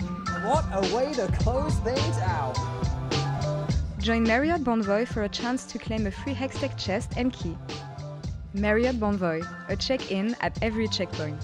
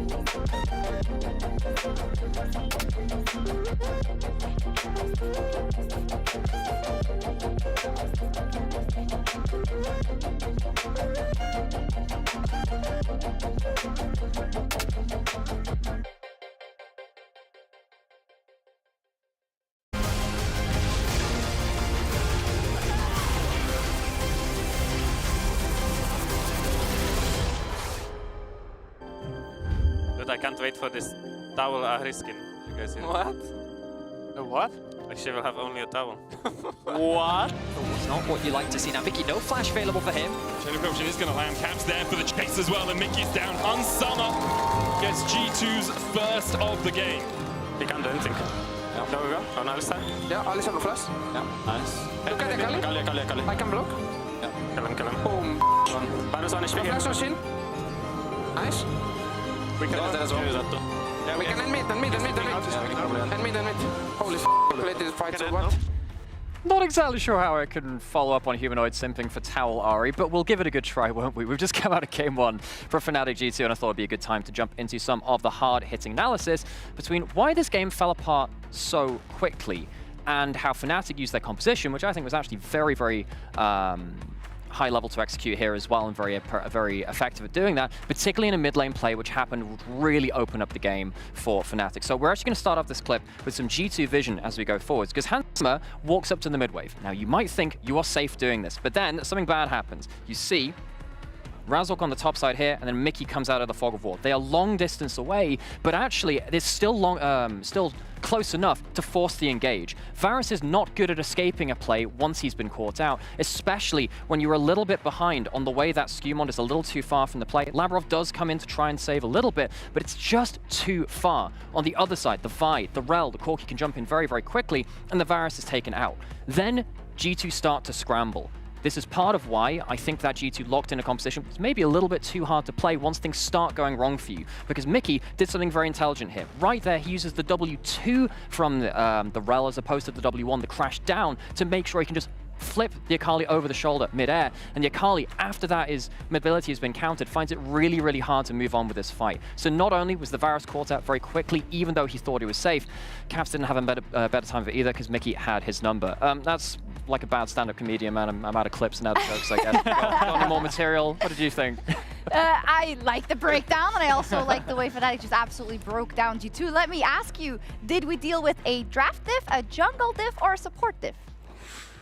I mean, I for sure think that Fnatic's draft was better coming into it. I think G2's was playable, but for some of the reason that Alex broke down, and also clips we'll talk about later as well, G2's have a really hard time playing into it. But I think it's like that mid-jungle support synergy that you see from Razork, Humanoid, and Mickey, massive diff, from my opinion. Yeah, especially when we were looking at some of the, well, we don't have them in the clips, but when we were watching earlier on, it was the way that we see... Let's just watch the clips then. Yeah, we can hop into the clips. You guys keep mentioning these clips. Yeah. Well, I thought Alex was going to do one about airplane food, so we'll save that one for later. Okay. but I think for some of these, it's like the fact that Mickey's roaming around the map, covering a lot of the plays on the bottom side, then enables them to set up for a relatively good early game. And as you were saying, then it does become this trio just taking over the map in this unit. Yeah, because I think the brighter from G2 was some of their early game. Caps had a really good time with the Akali into the Asir, and isolated, you can outperform that matchup. But the thing with an Akali is you can't just pick it as a counter into Asir. You need to pick it where the composition allows you to do it. And when you're picking it into Vi and Vrel, where there's no follow-up where you go in, you're just going to get pinned down immediately, and you're not going to be able to play the game. And that was the mistake in draft from G2 with that Akali. I see. We could really use some clips. Do I ask again? But yeah, I think the like GB's already kind of gone into the depths of it, but I do think it's kind of alluded to a lot of what has made Fnatic very successful, which is how they try and use the upset having pressure in mid into covering for sides and then setting up for this three-man play. And I think that's what really kind of is the focal point for Fnatic for a lot of what G2 want to try and achieve. Yeah. Can I just say, because as I do, I go on Twitter and I go on Reddit and I read, and like the Fnatic fans, they didn't like the Corki. They were like, why are you playing Corki? The way that guy plays Corki, that's it. Yeah, that's crazy. It's so simple as well, because Corki is so bad when he's playing into the control mages that we see. He's too short range to play the game. Here, Varus was the only one that's going to stop you from that. We have a composition built to shut down an Akali and a Varus. It is on Xin Zhao and Akali. You can actually play the game as a Corki, and that's why I don't think it was as egregious as I normally would think when I actually hate the champion to myself. You hate it? I do. Also, I wasn't the biggest fan of G2's draft in general. Like, I think on R4, you could have ended up taking the Braum instead. Would have set you up for basically Fnatic wanting to secure some sort of secondary engage, so you would have been fine. The only other option was maybe they went for something like a Karma, which could have been a bit of a nuisance, but I think you would have set up for good disengage for the Vi, prevent a lot of that follow-up, and then also being able to still have your engage through that Ornn. So it felt like you had tools to look for the disengage, and Fnatic were aware of this. They went for the Renata ban, knowing, hey, disengage is good for what G2 are going for, but it felt like G2 just didn't go for it. It makes sense. We also saw the Rumble. It was left open. It was picked by Fnatic eventually, and there's been a lot of talk about G2 and the Rumble specifically. I wonder if they're like, let's leave it open. Let's see. I'm sure we can beat it, and now they don't have to worry about it anymore. They don't have to worry about banning it, about not picking it, about people saying anything about the Rumble. Yeah, No? I think the Rumble is just one of those things we can never play into it. Like, even if you're weak on it, he'll just drop that equalizer, but you're right about them not having to worry about it now. I still think giving away game one with a perfect composition that he gave Fnatic, I don't think that's a good enough excuse of just giving Rumble like that. It makes sense. But we still have to see other things, like the Jace was the other big one, right, as well. So that is still open available. And I think as well for G2, a lot of the success that I've seen through G2 drafts has been with things like a Xin Zhao and a Varus, where they can go, hey, we have pressure with Varus, let's play for invades. But that just wasn't capable of this kind of game. Yeah, but you know what? The funny thing with Fnatic is, actually, I felt it before coming into this series, and I felt it even more after this first game in the series, is that I actually believe in them now. Like, I actually think that they will actually conquer the demons, and they will be able to beat G2 this time around. I think they're the favorites coming into this. I think they're going to continue to play extremely well against G2. I don't think they're going to throw. I think they're going to have mastered their Aracans. I think the early rotations that I'm seeing around drops as well have been phenomenal. You can clearly see the effect that Doffmanning is bringing to this team. And I also just think that when you're looking at the mid to late game, they have some of the best way of gaining leads. So I'm extremely excited to see what Fnatic will do in this game too. A few of us have been around long enough that we know you just don't trust Fnatic till they win it all. Okay? It's just a Fnatic thing. Aethia will come on, she'll do a monologue after game 2, and they'll just go 2-3. It's been so many years, yet the monologue will never go. Here's the funny thing. There are probably players playing League of Legends that were born after Fnatic last won a title. Because it's 7 years, right? Like, you can definitely play League at 7. True. I mean, some of my junglers in solo queue are for sure 7-year-olds. Like, there's no way. Wow, of course, the title is still far away. Right now, we find ourselves in a series with Fnatic 1-0 up. Once again, they will remove the Kalista from the hands of Hansama. The Yone now moves over to the G2 side as a ban with the Gwen alongside it. Of course, the Jace is now available. When I think about Fnatic, no, they're not really a huge Jace team themselves. So I wonder where it will fall on the priority ladder here in this match. Yeah, not a Jace team at all. Really, Oscar hasn't brought it out once. Humanoid hasn't brought it out at all in the mid lane. Obviously, we've only seen it in mid lane from G2 as well. So it's possible Jace might just fall all the way through the draft. I mean, it depends if G2 really wants to play an AP jungler or not. I think if you want the AP junglers, then the Jace becomes that crucial AD mid lane that you can pair with it. True. But if you actually don't want to play the AP junglers, and you want to stick to the bruiser kind of style champions like the Pantheon, etc. Yeah, if you're Kana, it doesn't really matter what you're doing. Yeah. If your passport is Korean, you're allowed. Otherwise, with an AP jungler as a mid laner, possibly, but yeah, we haven't seen a lot of it. Well, you can see Fnatic already getting rid of the Lilia to reduce that AP jungler pool. Zyra's still there, but has kind of fallen out of the meta a little bit. Senna will be the first pick. Senna was buffed on 25.10. The crit you get from her passive is increased a little bit, and also when you're playing AD Senna, importantly carry Senna, you have a higher drop rate of souls when you last hit minions. Certainly do, and we've seen it popping up globally as well. Meanwhile, on the side of Fnatic, well, they're staying true to their style. Taliyah, Pantheon, these are very quintessential Fnatic picks. It gives them an incredibly powerful mid-jungle duo that allows them to attack the side lanes. They're likely going to have something like the Rakan paired alongside it, or maybe even the Leona, so that they have that additional lockdown, but aggression and picks is the name of the game. I mean, so quintessential that Razork has not lost a game on this Pantheon this split. He's played it 6 times. He has won in every single one of those games. Wukong and Nautilus, the answers here for G2. They are leaving their mid lane for the second rotation. Yeah, and we see the Nautilus also being picked up, one of the most quintessential blind picks we have in the league right now. I think it's just really nice to get some kind of lockdown, because this Wukong is really good as a follow-up engage. You run into the Renata counter pick, which will be difficult in lane, but if you can make it to those team fights, still having that Nautilus hook is really easy, because that means people just can't step up and face check you anymore. Yeah, also depth charge, just long range, non-committal engage if you want it, right? You walk up to someone, hook onto some terrain, press the depth charge on them, and it follows them all the way home. It's difficult to play into Taliyah, it's difficult to play into Renata because of their abilities to disengage. Let's get into the second set of bans. Orianna, the first pick from Fnatic. Want to get rid of that Orianna-Wukong combination. They may even ban the Hui, a more preferred mid lane choice over the Victor for Caps, but of course I think both mid lane mages are a viable pick for him. They may even consider Ahri. I don't love it, but just throwing it out there as a possibility if they want a little bit more mobility, someone who can also comfortably match on the side lanes, that can play for themselves a little bit more. The Jace now going to be banned away from the side of G2, so that kind of answers that question of what's going to happen to it. But yeah, it definitely seems that G2's priority is still moving away from that Jace Rumble, but of course it will be Fnatic that gets that first pick, and we imagine AD carry is going to be the priority. Yeah, and I feel like with the Senna, you kind of want to damage mid laner, but I don't think there's a lot of really good control mages up and available. With the Orianna being taken out, the Zera and the Wei are out.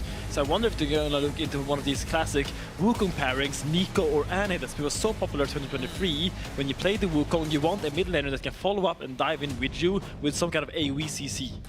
I will put a very small point in people's heads. I've seen some Nautilus mid from Caps in solo queue recently. He's not going to bring it out, but it has happened. I have seen it. It is always a possibility. We could go back to that MSI when he kind of baited everyone into picking it and went really bully. Zeri is the lock for Fnatic. Upset bringing that out for the first time this split, leaving their top laner for last. No real surprises there. Things like Jax are still available for Broken Blade. He's undefeated on that this split as well. So if you do want something that's relatively okay blind in the top lane, you can go towards that. But Gnar is a little bit safer blind in top. There's the lock. Ahri alongside it for Caps. So the reason why I don't love Ahri is I don't love the matchup into Taliyah, just because, I mean, Taliyah has a way of punishing her dashes on her own. Yes! Yes! Oh, we get the Yorick.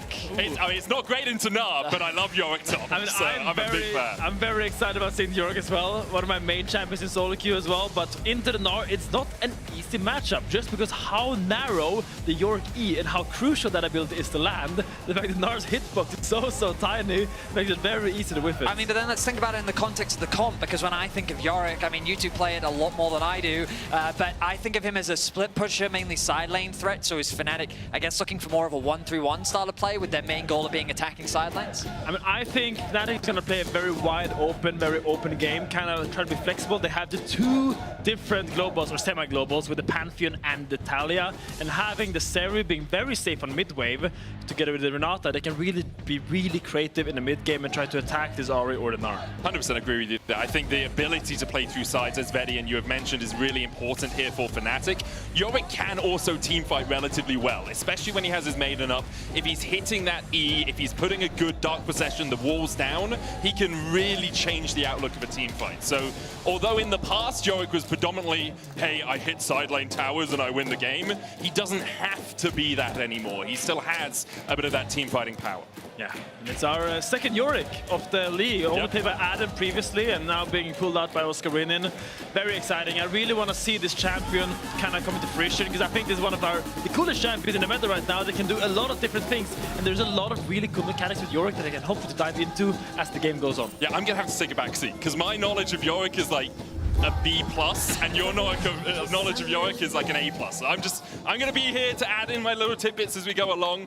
It is interesting that it's Oscar Rinin bringing out the more unique pick in this top lane matchup because Broken Blade has kind of made his name over the last couple of years for things like the Zac, the Warwick, sometimes the Yasuo top as well, being that guy that invents a little bit in the top lane for G2. I mean, Dylan on the podcast did say that sometimes when things are a little bit shaky, the best approach is to just stick to simple, make the win condition very simple, straightforward. And I think that when you look at the draft, it is quite straightforward. They have tools to match the side lane pushing that Fnatic has brought out. Ahri and Gnar, both very solid side lane wave clear champions. They have pick potential, they have solid team fighting, and they have good scaling thanks to the Senna. So it makes sense that it's a little well-rounded. How things will execute, though, I do prefer what Fnatic have brought to the table.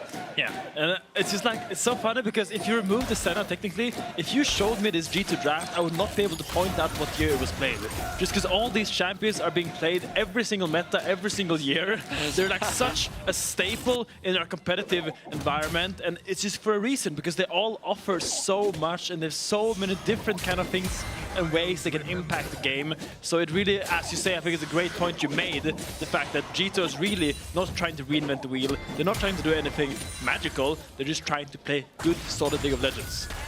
Now, of course, that does open itself up to a greater conversation, but for now, let's focus on the matchup as LeBron lands a nice hook, but I know you guys want to talk about the top lane matchup. I want to talk about the Senna before we get to that. Oh, yeah. You already mentioned the changes that happened to her on this patch. They wanted to bring her back into the AD carry fold by basically making it easier for her to generate stacks when she is played in that AD carry role. The game that I watched of her being played was from Gumayushi. I believe it also came out from Viper. I forget which game it was, but I think we've seen it a few times now over in the LCK. And the stacking, I mean, usually I think the sweet spot is about like 80 around 20 minutes. But of course, in order to get that, you need to be aggressive and you need to stay in the lane. And one of the big problems that you run into in this meta is the swaps that you often see. Yeah, great point. I mean, the swaps are really the crucial point because the classic meta or the classic matchup used to actually be, as we see, fighting Modern on top of it. Oh, lots of risk going down. Upset ignited as well. Has to try and dash away. LeBron looking for a couple of extra orders, but doesn't have enough. Upset burning the Ghost to escape. Yeah, and it looks like the Nautilus line pick actually working out really well, even in the individual 2v2 matchup. The Renata doesn't really have that high impact in the lane when you compare the Seri to the Senna. The Senna being so powerful, as we see Oscar being very, very... what are those? Are those pandas? Yeah, little pandas, man. Yeah. Oscar wants to go to Worlds this year. Killed with cuteness! He's also very cute. Look at little Lar. But that's part of the power of the Yorick. You can have all of these ghouls ready to spawn, all of these tombstones in the lane, and then you hit your Morning Mist, and all of them will spawn and jump onto the champion that you've hit that Morning Mist on. Or Azork. He's fine. No way he gets caught here. He's not fine. No way! Oh, he has to flash. Okay, maybe he does get caught here. There's the charm follow-up. Aegis Assault not going to block any damage. Skewmon on the board for G2. That ward on the entrance to G2's jungle, our observers highlighting it for us now, is what spotted that out for G2. The collapse comes through them from Lebrov, and we are seeing his impact here in Game 2, doing very well in the bot lane trades and catching Razork out into his first blood to G2. Cheeky by Razork trying to go for that, and here we see another attempt. Oh, Broken Blade about to go Mega. This is going to be really difficult for Oscar to escape. Dark Possession goes out, but Skewmon's able to dodge to the side of it. Broken Blade goes Mega, jumps forward, doesn't have any follow-up. Oscar has to burn the flash, and G2 will take that summoner off the Fnatic top. Yeah, look, he has Doran Shield, he has second wind, he has the biscuits, and he has the cloth armor. that man is not dying. When he goes low, he has so much regen, and also crucially, the Yorick Q gives you 10% missing health when you use it. So the lower you are, the more healing you get from you use it. And it means it makes Yorick deceptively tanky in the early laning phases, but just because how much regen he has when he's low. And the wave state's not too bad for him either. That wave is pushing into him. He's already level 5 as well. In an ideal world, he can set up a bit of a freeze, but here's Razzle. Razzle looking for Broken Blade. Would try and get the double jump, didn't quite land it. Dark Possession not able to keep Broken Blade close, far enough away from the wall to stop the flash. Very narrow window there where if he'd flashed, he would have just flashed into the wall. But he gets the spacing right, and now both top laners find themselves without a flash. Razzle looking for Caps in the mid lane. Caps still has his flash, but just burnt his teleport with the wave pushing in. Should be able to catch it. Labrov was roaming up towards mid and is caught out by all of Fnatic. Upset. Gets Fnatic's first of game 2. And looks like Labrov walked into... Oh my god, nice charm. Never stops. Nice charm. Humanoid bailout into the shield. Mickey saving his mid laner with that shield. You have to feel Humanoid able to walk away.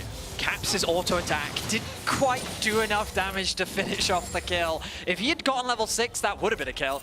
But luckily for Humanoid, he gets away just barely with his life. Now, we talked about wave states. Broken Blade's found himself with a very good one in the top lane. Oscar will likely be forced to stick around to try and fix this wave.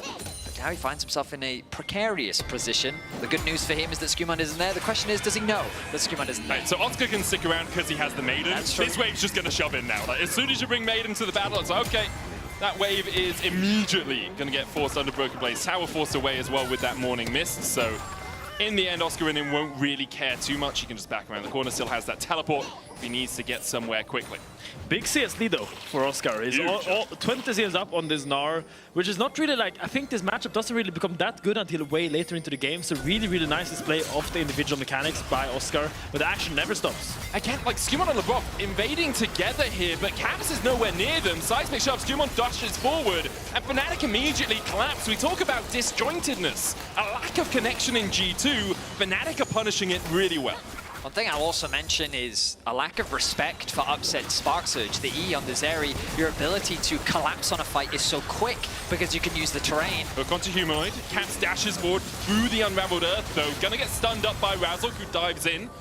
But Spirit Rush away from Caps will get him to relative safety. You'll notice how in game 1, it was very timid. Both teams very slow, patient, not overforcing. Game 2, all right, warmed up now, the rust is off, everyone's feeling the confident on the stage, and now there's a lot more scrappiness. But it is Fnatic that is overall coming out ahead. In the mid lane matchup, Cap finds himself with another advantage over Humanoid, but the rest of the map is very much going in the favor of Fnatic, especially as Razzle and the Fnatic bot side collapse quickly onto Skumon and Labrov. Han's currently sitting on 22 stacks on the Senna. In case it's been a while since you've seen a Senna, I've accidentally covered it up with my circles. I'm sorry, I'm not used to drawing circles on this.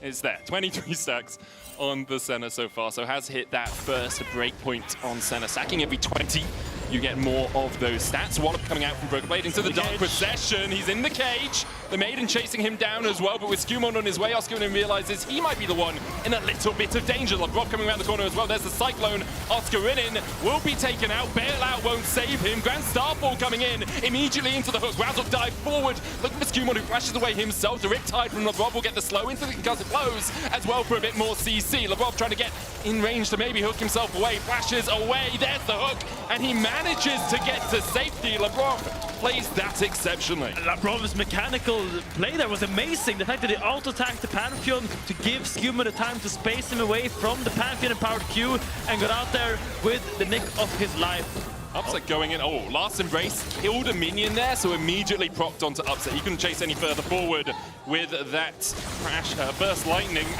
Caps now going in onto Humanoid. Seismic shove going to try and get him away. Humanoid does still have flash here. Will he use it? The answer is a definitive no. G2 claim the feat of warfare with their third kill of the game, but for it, they lose 3 grubs on top. So it's G2 that are finding picks across the board. They find a pick onto Oscar in top lane.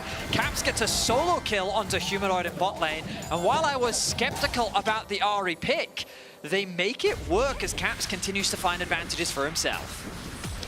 It's a nice little solo bolo as we see the top side fight. Now, crucially, Yorick does not have the Maiden.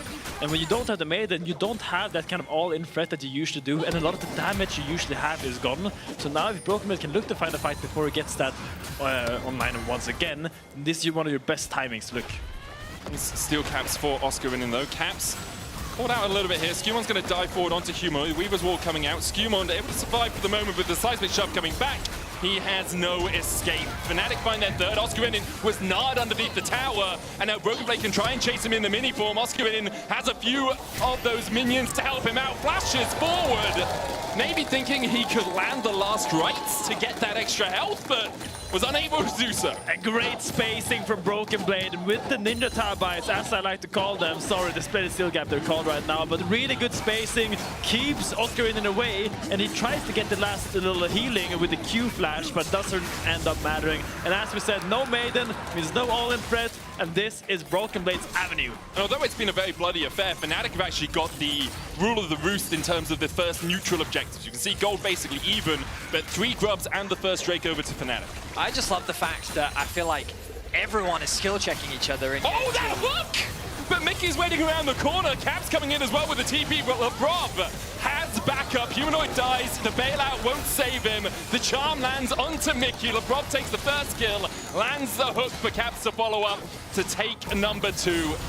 There's the assist for Skumond, there's the kill for Caps. Bend it like Beckham. It is action across the rift right now, but it is G2 that continue to find the picks. 6-3 now the kill score. This Ahri is getting very strong very quickly on a side lane, and something that we saw in the previous game, Finn, that you were alluding to was this idea that G2 like to try and play through Caps on side, and they're continuing to find success with it. And if there's one Ahri I don't want to be fed, it's Caps. When he plays Ahri, he makes magic happen. And here we see the win rate not looking that good, but Caps tries to make his best to change that. Have another look at this play. It's a bit of lollipopping there onto Humanoid, let's say, as LeBron goes in while the TP finishes from Caps. Makes the play happen. Skumond is a little bit further away, but Caps has more than enough damage, and of course the Senna ultimate to provide that additional bit of safety. The flash from Broken Blade. Into the Gnar, into the ward. There's the follow-up with the Cyclone, but the Dark Possession locks them both in place. Broken Blade, Goomba stomps his way towards Oscar in, and second Cyclone hits, and that's the Maiden lost again for Oscar. And the Maiden is widowed, and it's Yorick falls down now. They actually don't have the grubs, but still this is really nice for Broken Blade. He's gonna look to get some plates there with the Demolish Proc with the Grasp, and when he gets there, Trinity Force, this Gnar's gonna become a menace. Also, takeover lands with the Berserk. Razzle going in for a little bit more CC. Caps has no flash, no Spirit Rush, but maybe the charm's enough for him. Aegis Assault from Razzle will get the shutdown. Meanwhile, the Bob caught underneath the tower. Mickey and Humanoid healthy enough to keep chasing in. Upset with the Lightning Crash, looking for a bit more damage on Hansama. He has to flash away. The Bob looking for the CC on Mickey, but he can't find it. Humanoid takes the tower, and Upset manages to escape. We've got 12 kills in 12 minutes. Let's go! The gold remains even, but Fnatic and G2 are going for each other's throats here in game 2. The tower looking to fall. There will be no response from G2, and that's going to be first tower blood secured by Fnatic. What a great game so far, honestly. Like, I love the action so far. I love that even Upset is going for the individual play. Look on Hansama. Hansama sidesteps all of the Seri bullets, but it all starts with this pick onto Caps. How crazy is it that Mickey just walks at him? He doesn't even try to sidestep the charm. Mickey's sidestepping everything, throws out the ultimate. Caps realizes that he has to flash away, but it's still not enough to stop Razzle chasing him down. Meanwhile, underneath the tower, they're just picking apart at Lebrov, setting him up for the inevitable dive. And then meanwhile, in the jungle, you've got Upset stopping the roam coming through. It means that there's no protection here. Upset's forced to flash away and use his summoner spells, but he did his job of keeping Skumond out of the bot lane play. I just want to say, it's a really small thing that I noticed in that fight. The bailout on Razzle, like, he's never going to die in that situation, but it gives you movement speed traveling towards enemy champions. So he wouldn't have killed with that Aegis Assault unless he gets bailout from Mickey as he walks towards Caps. Just very small little bits of play that Mickey is doing at the moment that is getting his team back into this game. About 300 gold ahead right now. We haven't checked in on Hansama's stacks for a little while. He's only at 37, 14 minutes in. He's struggled to really get as many as he'd like, mostly because like, he can't walk through the jungle because Upset keeps stopping him. So he can't get those extra absolutions from his jungler farming camps, which is one of the ways on Senna that you really start to explode those. I mean, often I think of support Senna being able to just freely roam, right? And so you can just move around the map, you can chip away, look for ganks, kind of work with your jungler to not only work with camps, but also pick apart your opponent HP. But when you're just sitting in mid lane like this, like Upset's not giving him any avenue to go anywhere near him or really build those stacks. But of course, the difference is Hansama is still farming, so he's still getting a lot of items. Yeah, and crucially, the fact that he has no flash means that he can't even step up and play aggressive to get those stacks. Because usually when you have flash, you can kind of afford to kind of step up a little bit more. But now he just has to play really, really slow because either there's going to be a Talia wall, a Pantheon ult, or a Mickey X flank that is going to catch him without his flash like it happened in game 1, and he's going to die. So it's really tough right now for him. It's that collapsibility you both talked about in draft, the ability for the Talia and the Pantheon to be in a lot of places on the map really quickly. Next Drake up in 7 seconds time. Razork and Mickey once again teaming up to invade this bot side jungle, maybe looking to see if Skumon goes towards his Krugs. Instead, Skumon's looking towards the mid lane. Will be spotted out with that Scryer's Bloom. G2 don't have control of that river right now. They're trying to get control of the mid wave. LeBron hooks forward, shaking back with the handshake. There's the hostile takeover as well, but it doesn't really find anything. Flash hook! The spark surge not enough. There's a death charge follow-up bailout on Upset, but no one's low enough for him to really utilize it. Mickey has to flash away. Razork now in the midst of 3. Another good handshake onto Skumon. Another good hook from LeBron. These Qs aren't missing. Humanoid dies to Caps in a 1v1 on the bot side. And it's LeBron James with a slam dunk on mid lane. What a crazy hook. 2 in a row, finding Upset with flash up. He did not expect that. We don't expect that. No one expected that. And LeBron actually really stepping up in his game too. I love the individual plays we see from him, and it's really in the zone right now. Meanwhile, Caps is making it impossible for Humanoid in the side lane as he finds another solo kill. You're seeing Oscar trying to put pressure down on the side lane, but he's also starting to struggle. Caps, though... Caps is dead. Yeah, there's no real escape from that. Not much that he can do about that one. Razork using his ultimate to find that. Oscar has a flashback. TP behind him as Broken Blade looks for the Gnar. We'll have the one-up follow-up, so we'll get the one for nil so far. Humanoid coming in. Broken Blade doesn't really have any tools to escape this. Humanoid looking for the chase. I think he has the fights. Wallops forward. There's the seismic sharp, and Broken Blade has his jump back up, crunches his way to safety. It's the solo laners of G2 stepping up. We have Broken Blade with a solo kill, Caps with a solo kill. Mickey has no flash. Like, there's no way Mickey survives this. It will be Hansama who secures the kill. Oh, it's Skumon actually that gets it. Now 5-2-1 on this Wukong. I mean, where do we even break the game down? It feels like a scrim right now with how these teams are just constantly fighting one another. The pick will allow G2 to set up for the Herald. I don't think Fnatic's in a position to contest, but when we really think about the game state, on a side lane, Humanoid cannot approach Caps. He needs help in order to actually deal with this Ahri on side. Pantheon is monstrous in the skirmishes, but admittedly, Skumon is not that far behind him. Yes, he's a full level down, but with the Trinity Force completed, this Wukong is going to be offering a lot in the team fights, and all of that doesn't factor in the scaling of the 280 carries. Of course, Upset is slowly ramping up into the game, but as Hansama does the same, the stacking souls is always going to make your late game that much scarier. So overall, I think that G2's just in the better map position right now, given how things are playing out.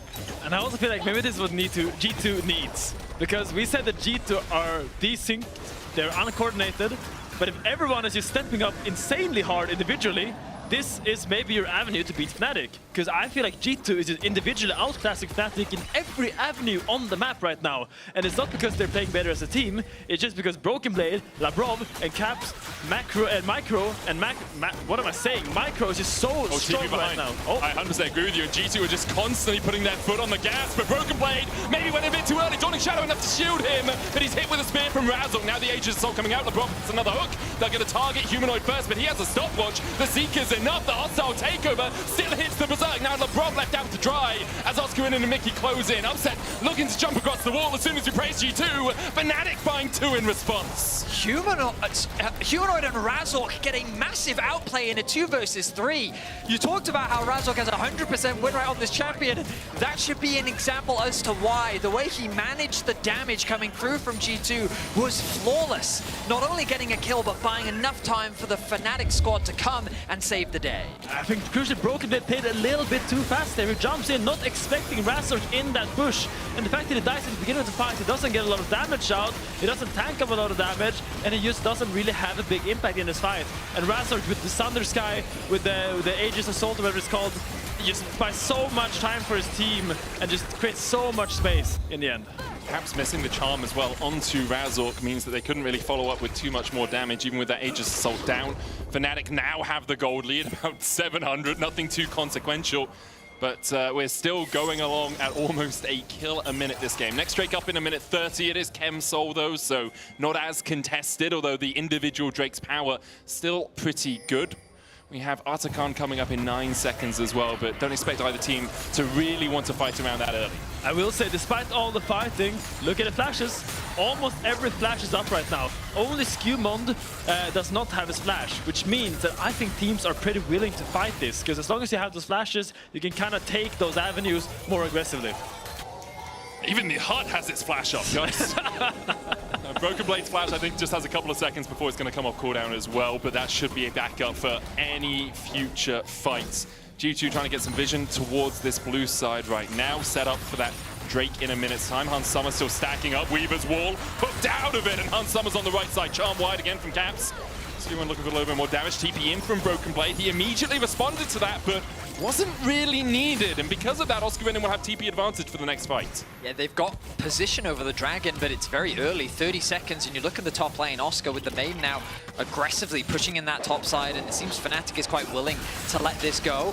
I mean, Razork's keeping him at bay as well, right? So Broken Blade can't get across here. That tower's going to fall. Broken Blade was trying to farm up Mega from the Wolves, couldn't get there in time. So it's a tier 2 in the top lane for Fnatic.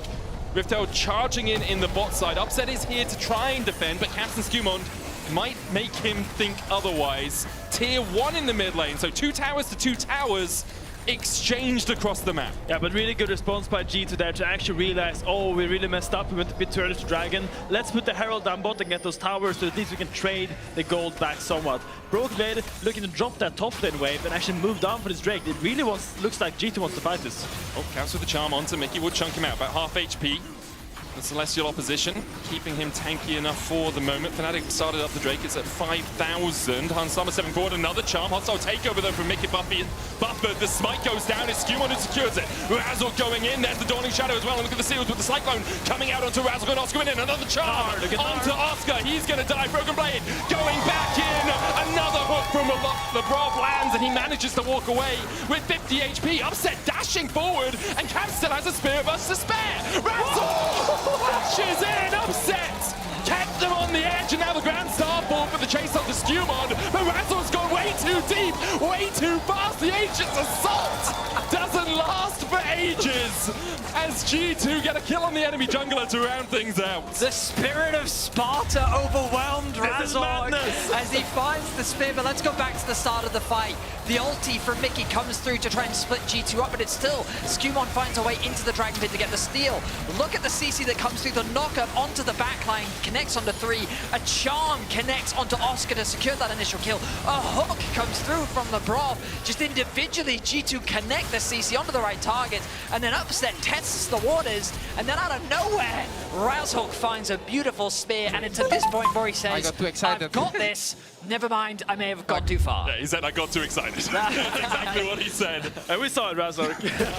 He'd get the double with a spear, which is pretty impressive, though.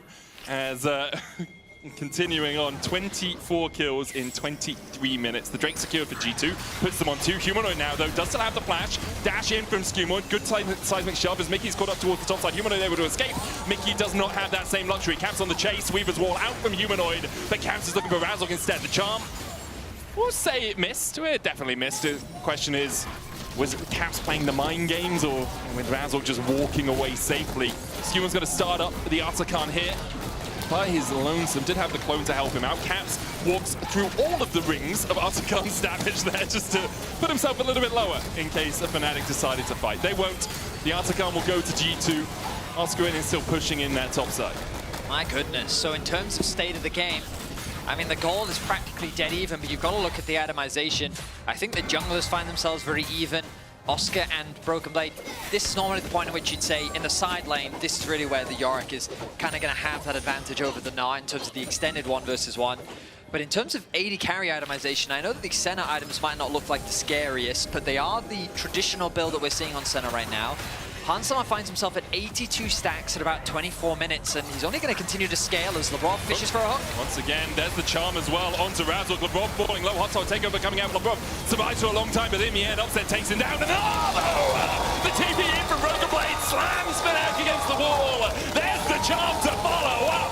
G2 just obliterate Fnatic. It's a beautiful team fight from G2 as they get themselves the ace. Another hook from Labrov. Yes, he's died 5 times, but he has made those deaths worth it, setting up his team for success and starting off by finding a nice hook on the Mickey. Yeah, and look at this fight. Look how Skewmon finds the deep angle, goes around the Shattered Earth, and goes deep onto Upset, finds a massive cyclone on all the players, and really helps Broken Blind find this Gnar, because they're all knocked up in the air, and they're all stuck together, and it's just a really, really clean up from the Gnar. And Baron on spawn for G2 out of it. A clean fight from G2 leads to them ballooning this gold lead. 4K ahead right now. Caps will have a Zhonya's as he recalls. The tower in the top side falls. No one there to hear it, but it definitely did go down. Caps finishes his 3rd item and immediately teleports down towards that bottom side. There's a blue buff there with his name on it that Labrov has already scouted out. Oh yeah, G2 wants to play fast with his Baron. The fact that Caps TP is down means that they're gonna leave Broken Blade on mid to push down here, and probably gonna look to play really deep in this jungle and get all the control to make it really, really, really difficult for Fnatic to ever enter that zone.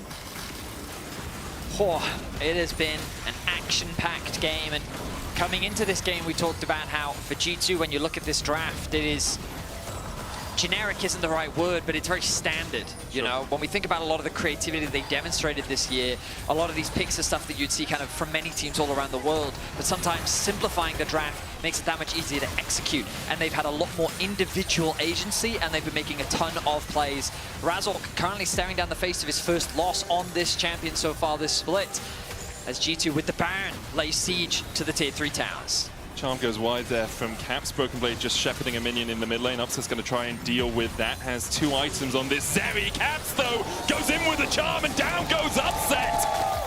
Had the opportunity to flash, but didn't use it. Perhaps didn't see over that wall as Caps finds his mark, and Labrov says anything you can do, I can do too. Flash hook on Humanoid. He'll fall as well. Hansama pushing in here. The Maiden will keep them at bay for the moment, but Oscar's now slowed with a piercing darkness, and G2 are adding another name to the list. Oscar falls. It's all on Razork and Mickey to try and defend. They have the hostile takeover, that Renata ultimate may be enough to buy them a few seconds, but they need 15 before Upset respawns. So only the Nexus Towers left standing. Razork, I don't think he can defend this. He was charmed, he was walloped, he was gnarred into the wall. The handshake on Broken Blade will cause him to fall. Mickey finds one, gets that shut down, gets the gold. Mickey still holding on, looking for it. The burst lightning coming out from Upset won't be enough. G2 will even out the series 1-1. And G2 fight back in game 2. They find so many crucial individual highlights. You can make a montage now of G2 in this entire game. So many crucial moments coming down by Labrov, by Caps, by Broken Blade, even by Skum and Hansama had great games all across the board. Really, really solid play from G2, and very excited to see going to game 3. I just hope we get that many kills in the rest of the series. We're going to go to a short break. We'll be right back. See you after this.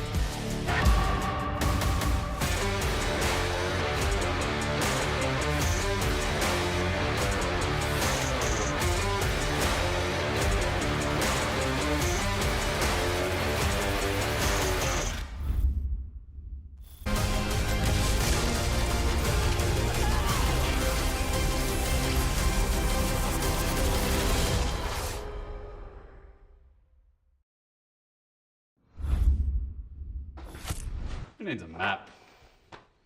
Ooh. Wait, I'll take care of this.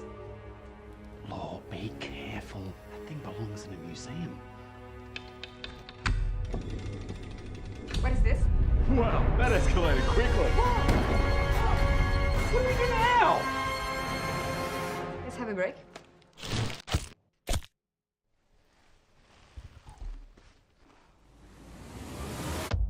Have a break. Have a Kit Kat.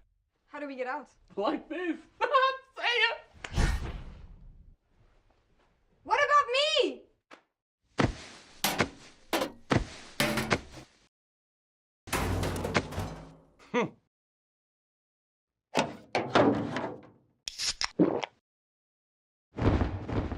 Red Bull gives you wings.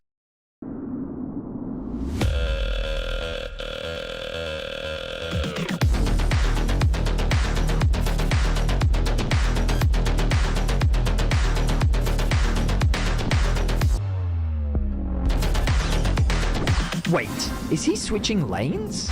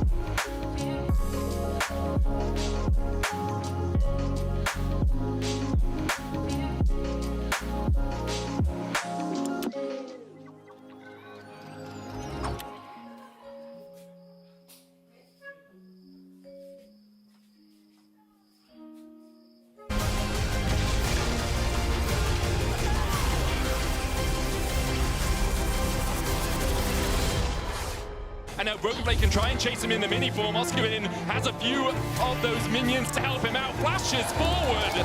Maybe thinking he could land the last rights to get that extra health, but... Look ready? No flash, no flash, no flash. I'm finally Ari. I'm running Ari. Is that dead? I win Ari. Next. Next. No flash. Hook two. With 50 HP, Upset dashing forward, and Cap still has a spear of us to spare. Rattle flashes in, Upset! There is no flash. Nice, huge. I'm going more fast. Nice. Oh my god, nice. Mid. G2 says, not today. They fight back in Game 2. Shout out to Jeremy, who makes those videos you just saw, and that soundtrack. I felt like I was in Bridgerton, but they were killing each other or something. It was great. The vibes were great, and the vibes were great for G2. This game was a banger. Yeah. So we have to message people to organize stuff today. Yeah. And it's like every 3 seconds I look at my phone, I look back up 2 more deaths. And I'm like, what's happening? It was so fast paced. It was insane. There was a point where it's like, oh, we got 12 kills in 12 minutes. Okay, fine. We've woken up nice and early today. That's good to see. It's awesome. It's really, really great to see when it's so back and forth. And I want to call out a couple of specific things because it wasn't starting out in the best manner for Skewmond and Lebrov. And the reason I want to bring that up is because Skewmond in the trailer also said, yes, Lebrov and I do feel feel like it's kind of on us because G2 was winning everything before we came around. And then the second game when you're down 0-1 starts like this. And this is also something that happened in that first game. This is now 2 games where we've seen actually they're second to the play. And having a play like this against Fnatic, who does snowball very well, it's not easy to come back from. And I think especially I can understand what they're trying to achieve. I think the best version of G2 is when they're able to play around Skewmond. And even the last time we saw these two teams face up, game 1, it was Skewmond looking for invades, setting up with this team, trying to look to get into the face of Fnatic and win out the game. But it just wasn't happening. They didn't have control over the lanes. They didn't have the support that they needed. And Fnatic punished really well for a time. For a time. And I wouldn't bring it up just to flame them if there wasn't any accompanying replays that could redeem them, Alex, because they did make up for it. And how? They did. I think a lot of it was just when they got their cooldowns online, they knew really well how to play around them. But of course, even without that, when it wasn't about the jungle support, just individually, we could see Labrov, fantastic hooks. They did manage to get good vision down.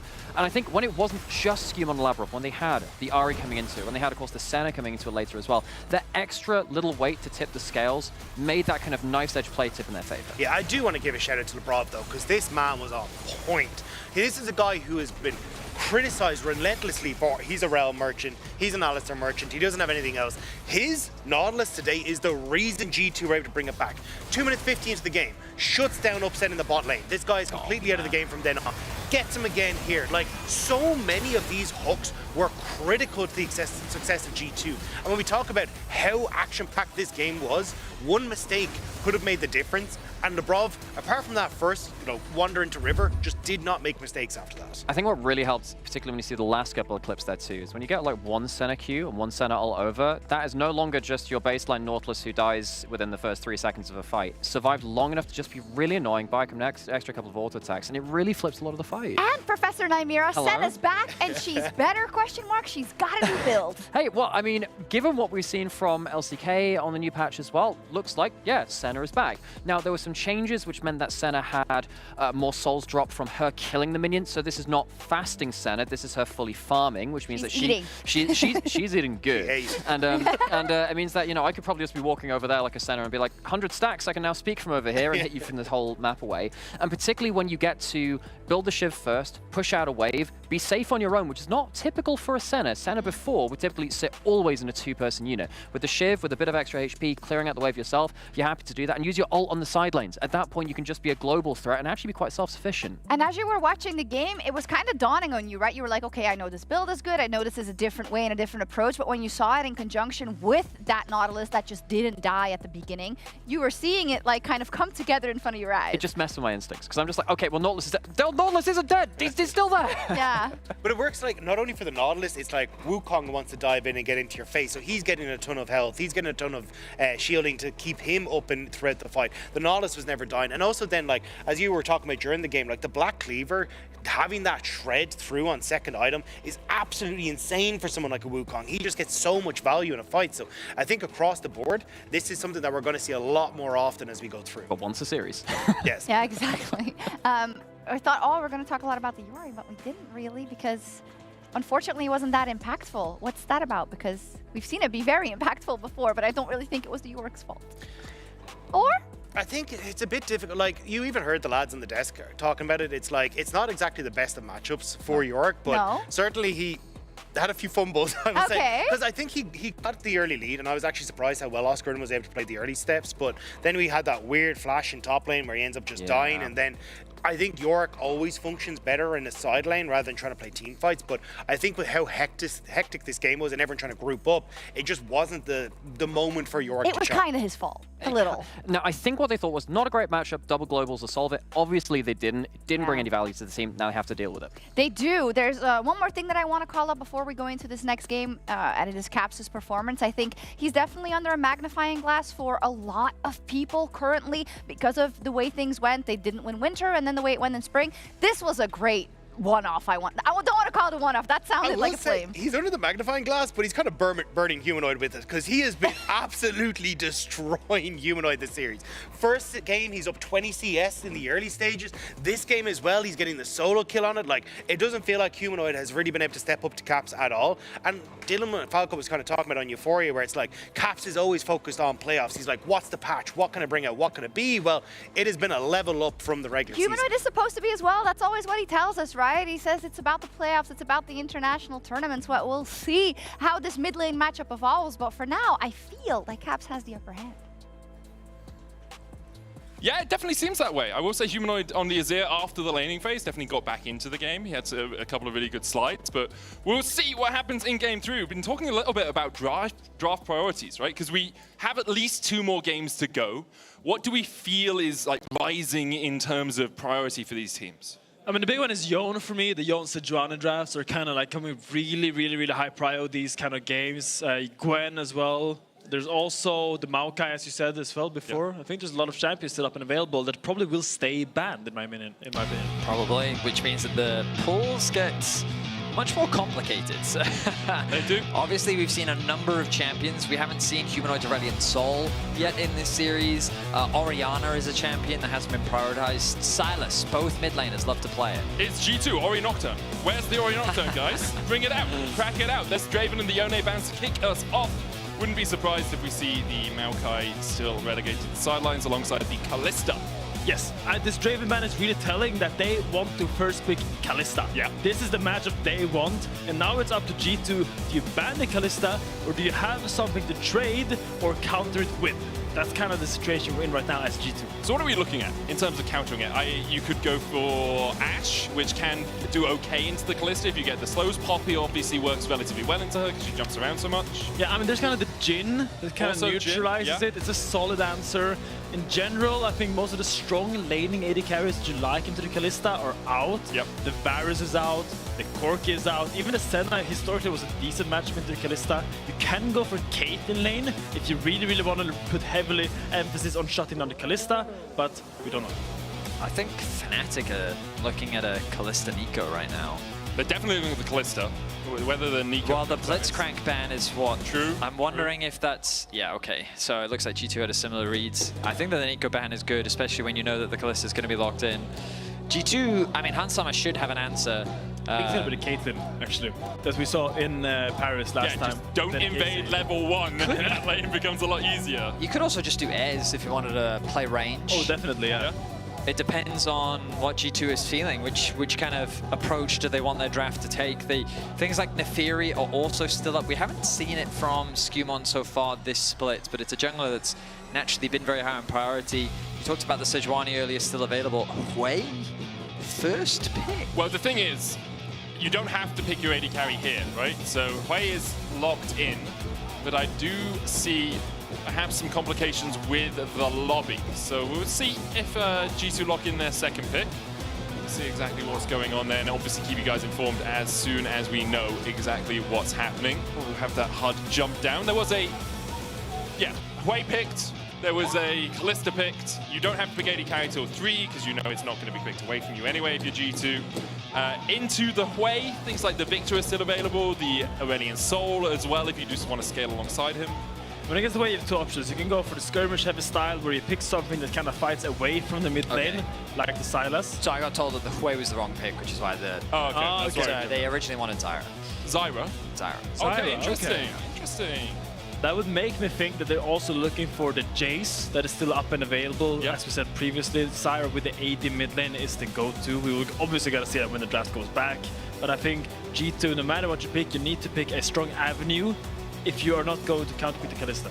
Yone wasn't banned, was it? Yes, it was. It was by G2? Yeah. Okay, so then if you're playing Zyra, you kind of want an AD mid, right? So Tristana is the one that jumps up. Lucian was banned away. But he was also just talking about the Jace. Yeah, Jace is also an option, right? I'm wondering then if Fnatic go for the Mundo into it. It's a known jungle Mundo is good into the Zyra. You avoid the initial grasping roots. You can just kind of run through them because obviously that first bit of CC doesn't. But I feel like Razork's more likely to pick a Sejuani into Zyra. True. Is my instinct. Yeah. Not necessarily because of the clear speed, but I'm trying to just remember all the I just, for some reason in my head, I have it that was what he normally picked into Zyra, rather than he has, you know how normally Skumon picks Mundo into AP junglers? Yeah. That's kind of just Razork's behavior. Xayah is very... I heard Xayah, not Sorry, Zyra. my bad. Okay. Someone in my ear said Zyra. Yeah, and 100%, that's no worries. My bad. There's the Poppy into it as well, so that is kind of one of those counters we were talking about when we said if you're going to leave the Kalista open, maybe you go for the Poppy. Zyra also gives herself self-peel, has a root, like she has enough tools to deal with the Kalista. Yeah, Xayah is crucially very good anti-dive as an AD carry. Yeah. And I think this kind of G2 calling out Fnatic, oh, you're gonna look to build a dive cup against us, and now we're gonna pick the Xayah early to kind of stop that. That's really good against all these low-range champions that might end up coming their way. Fnatic fans going wild for that Gwen pick as well. Did see Doran go 7-0 on earlier today. Taric Kalista. Oh, yeah. Oh, okay. Mickey. Now I'm vibing. Now I am vibing. First Taric of the split. Was this originally an old school Mad Lion spot lane? I want to say it was Kazi. You know what it was? It was old Rogue with Woolite and Vander. No, Woolite and Vander. Do you remember that play? How good am I? How good am I? It was Vander brought the Taric back in today. Yes. That is old school. Oh, and we're going to get Broken Blades undefeated Jax. So far, undefeated champions don't have the best track record today. But I do like the direction that G2 have gone for. Like, they've just responded to all of Fnatic's picks. I think both Xayah and Poppy are great into the Kalista, and then they've decided to pick up the Jax as a skill matchup into the Gwen. So Taric, I'm going back to the Taric because I'm really excited about this. 3 picks so far in major regions this year. 0-3. It's been played by On, Lehens, and Life, and none of them have managed to win with it. See, Mickey, give me the first to do so. But I wonder if it's because they thought that Poppy was a support. Because I think if this Poppy goes into the jungle and you counterpick this Taric with something like a Rakan maybe together with Xayah, I think you can end up with a really strong bot-side matchup. Because I think into the Poppy the Taric makes perfect sense, but against something else, a blind pick Taric is not something we usually see at all ever. It's usually almost a counterpick against heavy dive comps. Now what's really interesting is how the mid lane has become the focus. Orianna gets taken away by G2, and then they ban the Aurelion Sol. Of course, even though Caps hasn't played Aurelion Sol this split, it's easy to forget that he was one of the OG Aurelion Sol players, and he was a big fan of the rework. The Victor now follows through. So we're getting very deep into this mid lane pool, given that Azir, Akali, Talia, and Ahri are already gone, and now we've gotten 4 more added to the pool with Yone there as well. And crucially, both teams are drafting very heavy anti-dive, which kind of makes the only mid laner that I think is still meta, Sylas, kind of unappetizing to pick right now, because you don't want to pick Sylas against something like a Kalista, Taric, Gwen, or a Poppy, Xayah, Jax. You really want that range champions. Like the Jace, to me, is like probably the strongest pick around in the mid lane right now, but we're going to have to see what these people want to prioritize, because that means you need an AP jungler. Interestingly, Mickey actually played a lot of Taric Kalista on G2 last year. He won against BDS with it, playing into a Rel Varus as well. So it is a combination we've seen from Mickey plus his bot lane. There's the Rakan, the Poppy flex, great call on that. Skarner now locked in. Fnatic looking for the Hui as well. So where will G2 answer? Or how will G2 answer that Hui? As you say, Betty, a lot of mid laners already banned out. Looking for a bit of magic damage if you can find it for G2. It might just be Sylas. I mean, Aurora isn't good. Is it a Galio angle, maybe? Let's see it, Caps. What do you have for us? Ooh, bit of an LPL call out. The Annie hover. The Annie lock in. Okay, so snap, fast, burst engage, primarily played around the flash on the Annie. Your ability to just kind of force that engages. I know that recently some changes were made to her where they tried to take some power out of Tibbers and put it elsewhere into her kit to give her more upfront and early game power. As a champion into Hui, she's probably not going to do that much, primarily just farm and kind of just accept the fact that she gets a little bit outranged in terms of the straight up 1v1. But in terms of the composition, I think G2 have a lot of great team fighting tools with both the Jax, the Xayah, and the Rakan engage to set it for the Annie follow-up or be the initiator. To me, this Annie kind of strikes me as a champion where he doesn't want to fight in mid. He wants to fight anywhere that's not mid lane. He wants to either fight in the river or try to kind of hard force that mid lane push and go to the side lanes, because this way will take time to scale up. Sure, he's gonna have kind of control in the lane, but he also has to respect the flashing edge of the Annie, so hopefully Caps can try to impact the map more, because in the mid lane 1v1 matchup, it's not really gonna be his place to be. I mean, when we saw Annie mid a lot at MSI 2023. It was about put tippers down, clear the wave, go somewhere else, get to another lane, roam around. It's something we actually saw a lot at the start of this year as well, and even in the middle of like going into spring, was roaming mid laners, getting to other places. Symbiotic Souls was a big thing in mid for a little while because it was how quickly can you influence the rest of the map. For Fnatic, the composition a little bit more standard. Lots of damage from top, lots of damage from mid, and an AD carry that can dominate lane. For G2, a few little spanners in the works. The question is, who will take the lead in this best of 5? Now, I may be overthinking it. Oh, here we go. But the moment we got into game, the first thing Hans Sama does is ping Mickey, and then he emotes with a bit of a laughing. I mean, they played it together. I mean, that's the thing. So I'm wondering if that's a bit of a call out, because of course they do have that history together. Upset now the one piloting this Kalista. It's exciting to see former bot lane brothers going up against one another. So far, I will admit, Hans Sama and Labrov have been getting the better. Ooh, upset.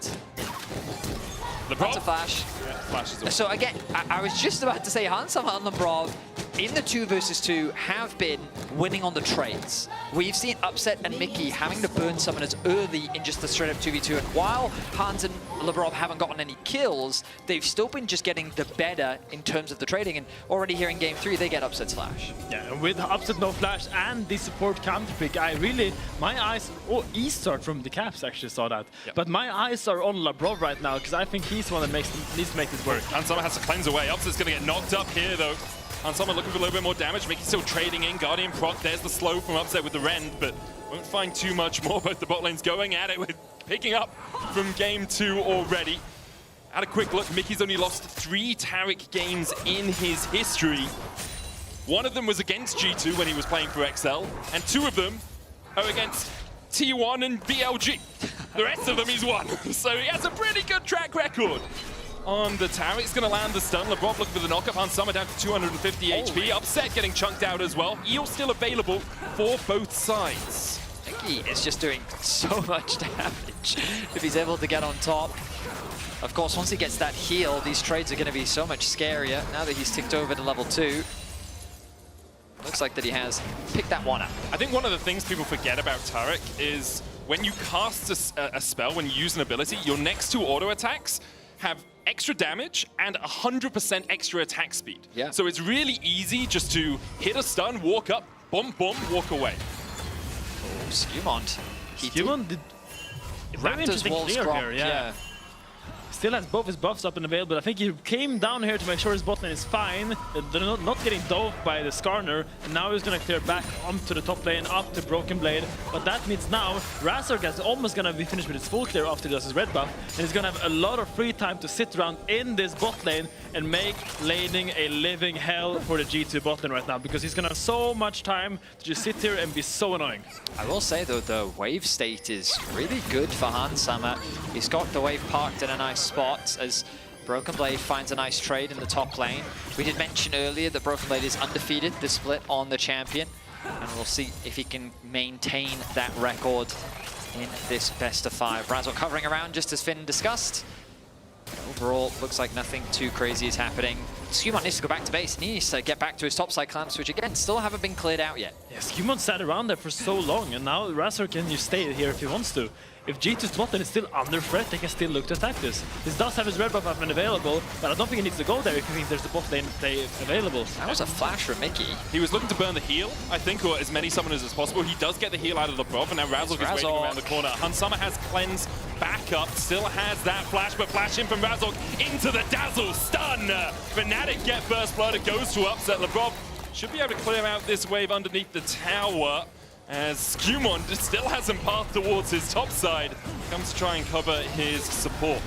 Well, that really stings. That really stings for G2, because Skewmont came down here to defend the dive, skipping his top side camps, but the dive happened before he made it, and now he has to do the walk of shame towards top lane and get all his camps. He's 16 minions to 25, and now the matchup becomes really difficult for the G2 bot lane, because now Fnatic, I assume, is going to look to bounce this wave and set up a nasty freeze. Yeah, I mean, Finn, everything went the way that you expected, and Razork punished appropriately. He's still left his red buff up, but he's moved back towards his topside camps. He's now going to start clearing them out. Meanwhile, Skumon only just now getting back onto his Raptors respawn, and he still hasn't even cleared either his red or his Croaks yet. Yeah, and we see actually Fnatic, just like they did game 1, initiating a swap.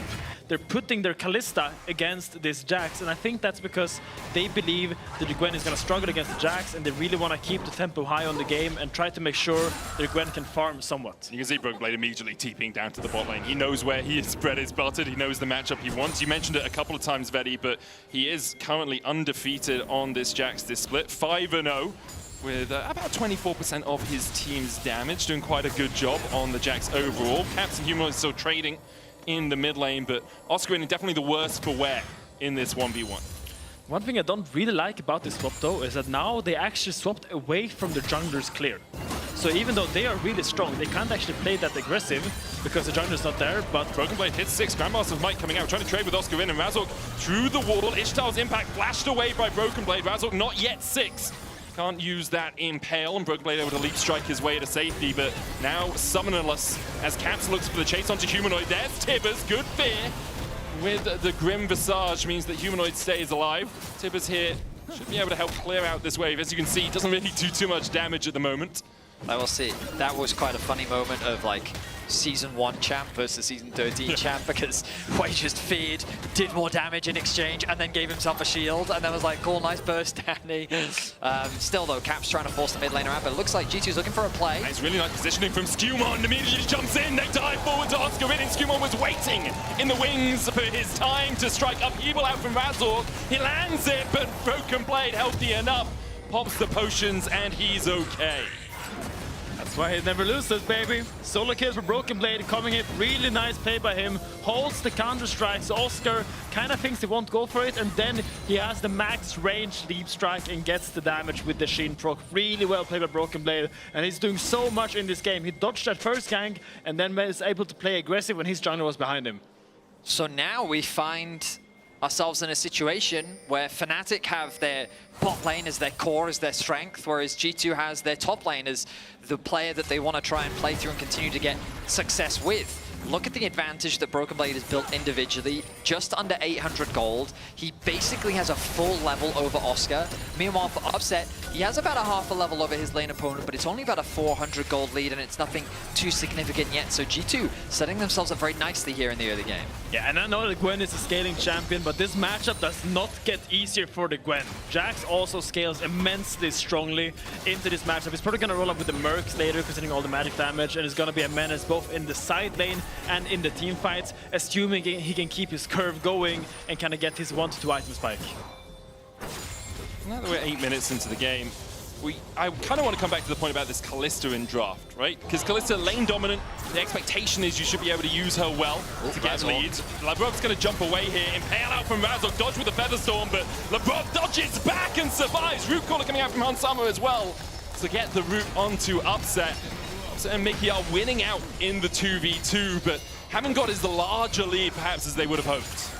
Labrov just barely getting away with his life as Caps drops another burst in mid lane.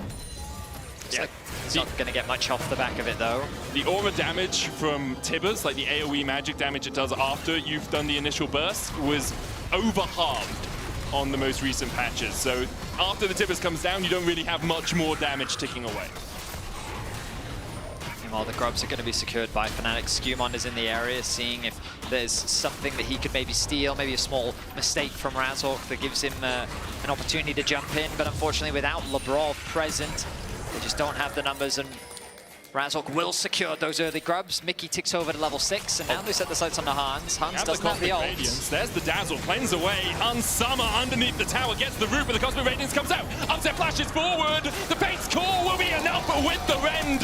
Flash away from Labrov, but the follow-up from Mickey. Labrov will fall to kills, and just as I doubted them, the Fnatic bot lane comes to life. And they've constantly whiffed gank after gank, but this bot lane really steps up now, showing why they first with this Kalista, showing why the priority is so high, and showing why Upset thinks you should always ban Kalista against him. The Draven is out, the Lucian is out, he gets the Kalista, and he makes it work. Really nice play by both Mickey and Upset, and really taking charge of this game that was slowly slipping out of their fingers. Ansama just overstayed. He's played this matchup before with Mickey, and he knows that without his ultimate, he has to respect the dive. Mickey's got his ulti available, he connects the stun, immediately throws out the ulti, but then they also have the Kalista ultimate to reset the tower aggro as well. So they go for the dive, they find the execution onto Hansama. I mean, it's a flawless dive from the Fnatic bot lane. And the Brother 6 is a very different state of affairs. Double Charm gets them away from his AD carry, the Rend not in range. Would have changed things immensely. 8,400 the lead for Upset now on this Kalista. And I'd be remiss to not talk about what a split this guy is having. Upset topping the All-Pro, having the absolute time of his life on Fnatic here in Spring. Oh, it certainly is a phenomenal split from him. I think one of the biggest conversations we've had about Upset is his aggression. Right, something that in the past he was criticized for. He has been ruthless with how often he follows up on the engages that we've seen from Razork, and I think we see another demonstration of if he has trust in his team that the play is a good one, then he is not afraid to make it. But of course, on the side of G2, while bot lane isn't going well, Broken Blade is having the time of his life. A 900 gold lead individually for him, a 24 CS lead. Oh, Caps! He just TP'd into the top lane. The rest of his team's nowhere near. Upset cleanses away. Caps! He perhaps thought the rest of his team would be close enough to follow this up, but he's going to get chased out by Upset. Mickey gives him vision in the bush, and there's the Rend. Tibbers on the chase. LeBron coming in as well, but he doesn't manage to land the knock-up. Skewmon eventually will find it for him. Mickey now chasing in. LeBron hits 6, lands the quickness onto Mickey and Humanoid. Razork on his way across the spiraling despair. It's agony for G2. They manage to pick up another, but they lose 3 for it.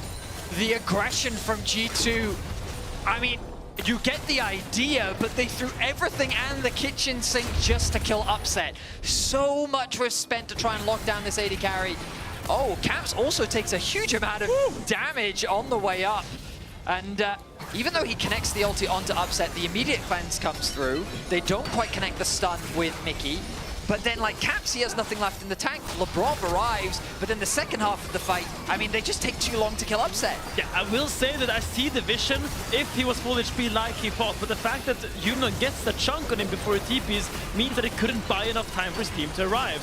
So I really like the idea, but the fact that he did it on vision in front of Humanoid was maybe not the best decision. Really good punisher by Fnatic, getting so much needed gold, and they keep snowballing this game. And now it's not just Upset who's ahead. Humanoid is 1.5k ahead in the mid lane as well. Upset did die, but he is still an absolute mountain. Even Broken Blade, who has had such a strong early game, can't really deal with him. Looks like he's going to recall. Expect him to have his Triforce on this base. Does have that teleport as well. LeBron with no quickness has to dash away from the Dazzle.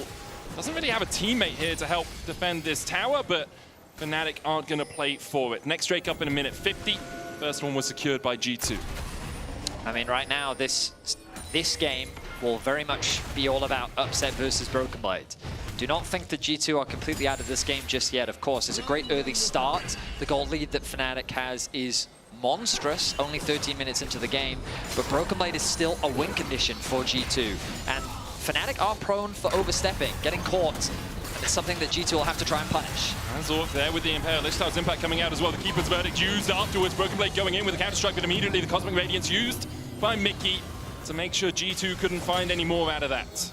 Poppy ultimate coming in clutch there, and that's another factor when it comes to the team fights. Sumon's ability to just remove people from the fight is very valuable as Broken Blade, he jumps in. He jumps in. There's the counter-strike quickness for the follow-up. They're looking for the damage. The charm onto Razzle means the Ishtar's impact won't connect.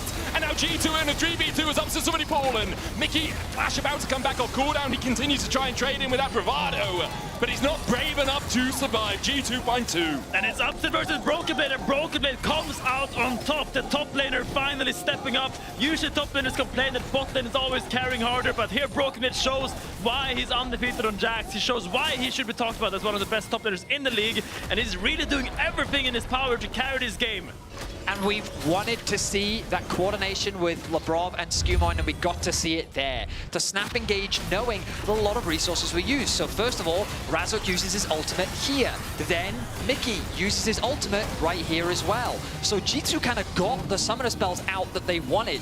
Now, if Fnatic overstay, G2's saying, hey, we can play this. They don't have anything left. It looks overkill, but Skewmon keeps Razork out of the fight. A flash stun into double knocker. Just the coordination is flawless, and they get that initial kill onto Upset. With him gone, the damage is gone, meaning the Broken Blade can get himself another kill. Yeah, and a big gold influx here for the Broken Blade. He's gonna look towards getting that Sundered Sky really, really soon. And when he gets those two items, that's when he becomes so unkillable in these team fights. Constantly getting those grass procs and those Sundered Sky procs out, sustaining for so long. But my big eyes are still on Caps. He has TP available, and I feel like he's had a pretty quiet game. And I would love to see him try to include himself more in these plays, because the Annie is not really one of those late game scaling champions. You really want to see her make use of that flash cooldown, which is now up and available. Yeah, as much as G2 won the last fight, Humanoid still managed to take the tier 1 in the mid lane. They still have a 2k lead on Humanoid and on Upset. Like, Fnatic are still in a really strong position. It's just Broken Blade they have to worry about. If he gets on your backline unabated, obviously that's going to be an issue, but you have a few tools to abate him. You have Oscarinin diving in response. You have Humanoid with the Grim Visage, that fear, instantaneous to cast. If you jump forward into it, you're just going to be knocked back immediately. I mean, this is also why we say so much of the responsibility falls on Broken Blade's shoulders, because look at how removed from the game Hansam is. That's the ulti onto Labrov. He's going to dash across, and you can see Humanoid was waiting for it, but Labrov chunked out massively there. And this is the thing, right?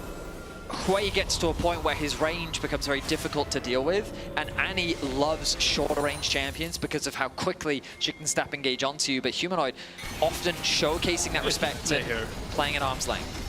Or not. I'm still looking at Caps TP and Broken Blade's TP because now they're both up and available, and I really do feel like what is important for G2 to win these fights is flanks. They can't play front to back, they can't go from the normal angles, so they need to get really creative with dodging vision, getting from 2 different or 3 different angles together with Rakan, and getting onto Upset. Either one-shotting him or forcing out that Taric ultimate. Also, the Blighted Duel coming out from Caps, just because there's 3 Merc Treads already on the side of Fnatic. They are very respectful of the CC that's coming through from G2. With the Dragon, of course, gone, Rift Herald becomes the next big objective, and already Labrov is investing vision on the top side of the map. Mickey now making his way up to try and contest some of this vision. It's a bit of supportal combat that we are on our way towards. Severing Bolt is going to land on Labrov. Ishtar's impact coming in from Razork, but Labrov can just dash away. 2 items already for Humanoid. Has the Horizon Focus and that Balefire Torch. Well, I guess it's depending on your perspective. AP, it's supposed to do a lot more damage now. Oh, yes. It does quite a lot. But the problem for G2 is, even though Broken Blade has been in this really strong position, he trades up here with the Grandmaster's Might, the Camp Strike coming out as well. There's the stun, but doesn't really want to follow up. Oscarinin dashes forward. Skewmon coming around the side. Broken Blade will look for it. Oscarinin flashes. Meanwhile, in the bot lane, Caps still pushing in. Broken Blade almost down. Counter Strike again. Oscarinin might fall first as Humanoid can't kill Broken Blade in time. Will get the kill in the end. The rest of Fnatic begins to collapse. The Impel flashed away by Skewmon. Camps continues to push through bot. Rift Held now summoned for Fnatic. They want an extra member to replace Oscarinin. Fnatic, I mean, I think that was an overstep from Oscar trying to go for the fight. Stun comes through from Mickey. The Herald will crash down, and it's looking to be towers traded. Upset dashes in. Ishtar's impact from Razork.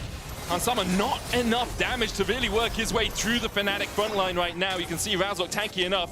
Back coming out from Caps, now he TPs in. Broken Blade 4 seconds before he's able to join the fight. Skewmon looking for that flank position onto Humanoid as well with no vision in the bush. The counter TP comes out. Caps goes in. There's Tibbers. Humanoid falls low. Ishtar's impact. Cosmic Radiance as well. They need to kill Humanoid before he comes down, but now he's invulnerable. Caps forced down towards the bottom side of the fight. Humanoid forced away. Caps falling low. Upset stunned up. Mickey the next target as Broken Blade dives forward again with a lead strike. Labrov going in. Flash from Broken Blade. He's going to kill him. Upset. No, he's not. Snip from Oscarinin. He keeps Upset alive. G2 begins to collapse as Oscarinin now needs to run for his life. should be able to escape. Lebrov's still chasing forward, but Oscar can skip and slash his way away. Flash forward from Lebrov. Caps has the stun lined up. Hallowed Miss will buy him a second, but he's still stunned up. Skewmon slams him into the wall and sends him to meet his maker. And it's a 3-for-1 for G2. Finally finding that flank tape we were talking about. Caps TPing in early. Knowing Broken is coming, gets a 2-man ultimate with Tibbers. And despite Taracle trying to save all of them, Broken Blade buys so much time here with the counter-strike and a 3-man stun. Slightly kiting back, but now suddenly all the CDs are gone, and now G2 can click forward. Really well played there. Broken Blade almost kills Upset. It's so close, but in the end, G2 clean up the fight. A 3-for-1. Really nice find by G2, and a bit of a slight overstep from Fnatic. I will also say that a lot of the skill shots from Humanoid just were not hitting. They were either being dodged away from by G2, or he just wasn't able to connect the severing bolts. This meant that with a lot of that damage gone and Caps just kind of running around, having the threat of the stun always ever present, meant that G2 was able to come out ahead. The kills remain largely even. The gold, of course, largely unchanged. The dragon spawning soon, and that becomes the next objective that our teams set their sights on. Upset completing that second item is a big pickup for him, but the Void Staff finish for Caps is going to give him a lot more burst. Yeah, and look at the summoner spells. We don't have time. They have no happening again. There's the Impale. Broken Blade looking for the counter-strike as well. Doesn't quite land on Humanoid. He's feared away with the Grim Visage. Humanoid able to run away for now. Gleaming Quill will heal the Brother. Broken Blade on that front line. Takes the Spiraling Despair back. Severing bolts enough. Humanoid finds Broken Blade, and now G2 are the ones on the retreat. Lebrov down to 200 HP, has to dodge away from the Severing Bolt. Upset chasing Caps as well. Does have the stun, but with the bait's call, he won't have time to use it. Caps down, Humanoid unstoppable as he claims his second of the fight. This time round, Humanoid was connecting. He did the damage that his team needed, and Arakan is an open objective. G2, they tried really hard to force that fight, but with some nice spell management from Humanoid, they could not quite lock him down. And I was gonna say that Fnatic had no flashes, so there was a really good time for G2 to fight, but they go a little bit too deep. They're a little bit too overzealous, and he can't dive through all that AoE damage from this wave. He got so much damage out there. It's also the position you're fighting in. This is such an easy choke for Humanoid to land spells, right? You can see Broken Blade jumps forward, immediate Grim Visage into him. There's the suppression as well. Spiraling Despair goes out, and now you're stuck with this massive AoE slow ultimate as you're all trying to retreat. Stuck between an Atakan and a Skarner, and I don't know what's more unpleasant, but either way here they chase down Caps. The Timbers don't do enough to stop Upset from pursuing, and it's a 2-for-0 in the favor of Fnatic. And notice how every time G2 find a fight, it feels like the gold barely shifts. Yeah. But Fnatic win one fight, now they've gained 2k more. 4.3 now the difference between them. Third item very close to being completed from Humanoid. The third item being worked on by Upset. Oh, Flash, but the Keeper's Verdict chase him down. This is going to swing the gold a little bit, Betty. 1k into the pockets of Hans Summer. Yeah, that was a pretty good pick. That was a much needed pick as well. Nicely played from G2. And again, like this caster curse, so powerful. So powerful. I mean, credit to Skewmon there as well, predicting the flash with the Keeper's Verdict, so he aims it the right way. Humanoid flashes into it, and G2 get the follow-up. I was going to say as well, part of the reason G2 haven't been able to claw some of that gold back is they've only taken a single tower this game. They've only taken that bot lane tier 1. Top still stands, even though Broken Blade had that dominant early game because of the swap that came out of Fnatic. And Caps has never been able to pressure that mid lane tier 1 either. Yeah, and now Hans Summer opens that with a nice tax return influx of gold. He has the Infinity Edge and the Yuntals looking towards that third item, and now this Saya will really start to shred. Yeah. And this is becoming the moment where Fnatic no longer can dive through her, and they really have to start playing with only the Wei in these team fights, because Wei is now your only avenue to safely harass the team of G2. It's very true. Hans Summer's had a game where he's been put very far behind. Dying in that top lane dive resulted in this massive CS discrepancy and a huge denial of gold, but now getting that 1k shutdown, absolutely massive for him. Baron spawning in about a minute and a half. Fnatic, they've largely left the top side of the map open, allowing Caps to get that push through. Mid lane waves continue to be caught as Fnatic get deeper into G2's bot side jungle. Look at the flank wards, though. There's a couple of wards behind Fnatic there here, are. and double TP available to G2. Oh, as you say, coming around. There's the TP coming out from Caps as Skewmon looks for the chase. Humanoid knocked up, has no flash. The charm onto Humanoid as well. Cosmic Radius comes out just in time to save the Fnatic mid lane. Tim is there as well. Good double stun. The Spiraling Surveyor is going to do a huge amount of work, and Upset begins to open up. Unsummer caught out by Oscar in towards the backside. That Cosmic Radiance perfectly timed. Skewmon will get one in response, but G2 have already lost 4 of their players. Fnatic still chasing Skewmon out. The Ishtar's impact won't catch up. Razork, he wants to kill his enemy jungler. Upheaval goes wide, and now Skewmon should just be able to charge his way away. I mean, you hit the nail on the head, Medic. That Cosmic Radiance from Mickey was a game changer.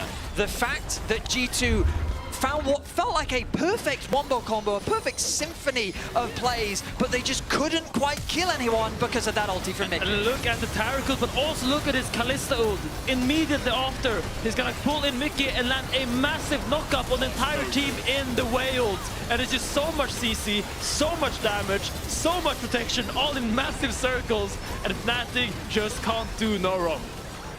And because G2 have gone so deep, Hansama never really gets the opportunity to join the fight. Oscar in and jumps on him immediately, and that shred that we talked about with the Xayah with 2.5 items just wasn't there. Upset at 3 items now. Humanoid on his way to his 4th. They are so strong. Oscar Rinin has taken a gold lead over Broken Blade, about 800 gold ahead right now, and is at 2 items himself as well. Broken Blade now relegated to bot lane duty, 2 levels behind his lane opponent. I'm pretty disappointed that Broken Blade didn't go for the Mercury Threads, as I call out, because I think this game against the Skarner with all the CC and there's so much magic damage, I think he really wants them in those team fights, because it becomes so easy to lock down if that Wei E connects or the Taric stun. It just becomes so hard for him to get out of that stun. So kinda he needs that Witsend now, which gives tenacity, but I don't think he can afford to buy it because he also wants the Sonias. Take a breather as G2 look to rally their forces. Kill a minute again, by the way, guys. Yeah. After we went 1-1 for the first 7 minutes, I didn't feel it was going to be this bloody. Yeah, I mean, G2 have been doing their best to respond to a lot of the plays that Fnatic are making on the map. You recognize the TP well, Medic, and I think that those are the type of plays G2 have to try and force. Give the Annie an angle to connect that CC onto the backline, but there's a reason why Mickey's Taric has such an incredibly high win rate, and it's because of his ability to find ways to protect his team, and he's doing a great job so far. It's the third dragon for Fnatic possibly spawning right now. They're testing mid. Sun onto Mickey, Ishtar's impact onto Lebrov, though. There's the Impale as well, and doesn't get too much out of it. Lebrov steps forward, lands the Gleaming Quill, will heal himself up just a little bit. Next Drake available. Fnatic very happy they took the Articon with how bloody this game's been. You can see they picked up all those extra petals by getting kills. 34-11 at the top of the scoreboard. Broken Blade trying to secure this blue for his team as Fnatic were making their way across towards it. Looks like Oscar Wynn is going to take the dragon by himself. Actually, Humanoid coming across to cover him. Yeah, and I think Fnatic's gonna give this dragon and instead look to make a play on these beautiful deep wards in the top side to put in response. So now what's gonna happen naturally is that while Fnatic now does the dragon, they're then gonna shift their focus towards top side, and that is where G2 will try to punish them. Look at Caps right now. Upset takes the safe-ish route around. Mickey and Razork there to help him out. Skewmon's going to try and steal away this blue. There's control ward in the bush, but Fnatic don't overset. They don't try and gain control of something that is not currently theirs. They'll reset after taking that dragon towards their next items. Razork's reset stopped there. Broken Blade can push out this wave towards the bottom side, but he's building up towards his Seeker's Arm Guard. Often we do see that on the Jax as the 3rd item, just to get yourself a little bit of safety. The problem is Oscar Rinin, 270 gold ahead, has almost got his Rabadons.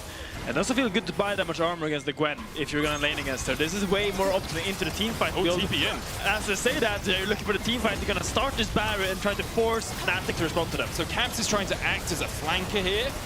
Lebrov is trying to keep his verdict goes down. Humanoid's going to step in here, but as you say, the Baron secured for G2. Fnatic look for a little bit more. They can't get in. G2 able to walk away. Don't take the quick route, Broken Blade. He will. Counter strikes forward. Razork comes in. There's the Impale. Broken Blade on a totally different page to the rest of G2. The Dazzle doesn't proc, Broken Blade will die. Side lane push with the Baron now stymied for G2. I mean, it's definitely a misplay from Broken Blade, but the Baron itself, great awareness from G2. A lot of Fnatic members were resetting, and even if they wanted to, there wasn't really an angle for them to retaliate in response to the Baron being started, and then to add insult to injury, the Poppy ultimate too. Now it's Caps who finds himself in some danger. Dodges away from the Severing Bolt, but here comes Oscar. Tibbers down, Humanoid almost falls alongside it. Tibbers gonna try and chase him out. Caps looking with the stun onto Oscar in as well, but doesn't have the cooldowns. Oh, Tibbers runs away at the inopportune moment. Meanwhile in the mid lane, the Blade Caller coming out. There's Cosmic Radiance as well. LeBron doesn't have the quickness, but does have the flash upset, and Mickey still healthy enough that G2 can't chase any further. Yeah, 3 items on the side, you can't walk through her, but there, as you see, really good play by Fnatic on the side lane, catching Caps off guard. Humanoid almost dying, but actually the feat of strength boots kind of saved him with a little bit of extra shield, and the Gwen cleanly picks up the scraps. I mean, Oscarin is so strong in this game right now. We talked about how weak he was in the early game. Now at 1.2k gold lead, highest level in the game at 17 as well. Really, a lot of it comes down to whether G2 can play through Hans Summer, who seems to be their power point right now. Kalista obviously still does a lot of damage as the game goes on, but doesn't scale as strongly as something like a Xayah in the pure team fights, unless you can position exceptionally well, and that's going to be really hard to do into a Poppy, into an Annie. There's so many tools at G2's disposal to shut down upset, so I feel it's much more about Humanoid and Oscarinin now for Fnatic than it was about upset in the early game. We find ourselves in a slower moment of the game as we wait for these neutrals to spawn. Teams are going to be prioritizing getting that next item ready for the oncoming dragon fight. I say that, but we're just getting another fight. Right, they get the needlework out of Oscarinin. If G2 can get out of this, they dodge the Impale as well. Broken Blade, though, locked into the wall. G2 once again looking for the fight, but really not winning out on it. I mean, it's Mickey that connects the stun onto 2 on the back line. Broken Blade immediately gets targeted and shut down. Again, though, Fnatic can't really convert this into much because we were just saying there's no objectives on the map. All of the out of towers have largely fallen. I mean, they have fallen. And so what is there really for them to play for other than securing that pick?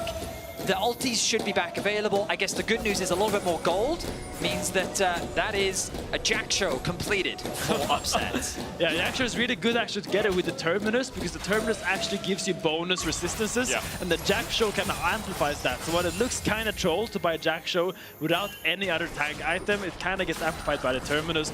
Really good pickup by upset. But the player I'm looking at right now for G2 to make an impact is Skumond. I think his keeper's verdict is the thing that can make or break a team fight that G2 can kind of come back into the game with. And Fnatic definitely in the lead in this game. They have it in the palm of their hands. Next Drake up in 30 seconds would be Ocean Soul for them, which really sways the way a team fight might go. G2, question is, I mean, they've been fighting back since minute 1 in this game, it feels. Only Broken Blade really had that early lead, but they have fought back pretty valiantly. Fnatic, they just want to do things simply. They just want to be able to close it out from here.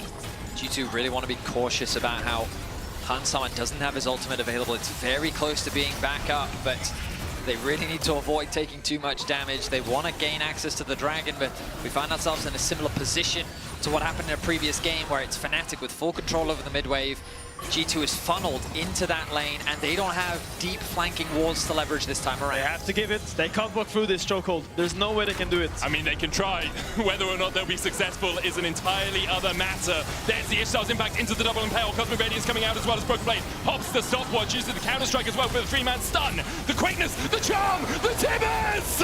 Apparently they can walk through it. Upset's touching away. Razork's on his own in the midst of 4 members as Hans Summer pops the Feather Storm to try and survive. Razork down! You doubt it, Finn!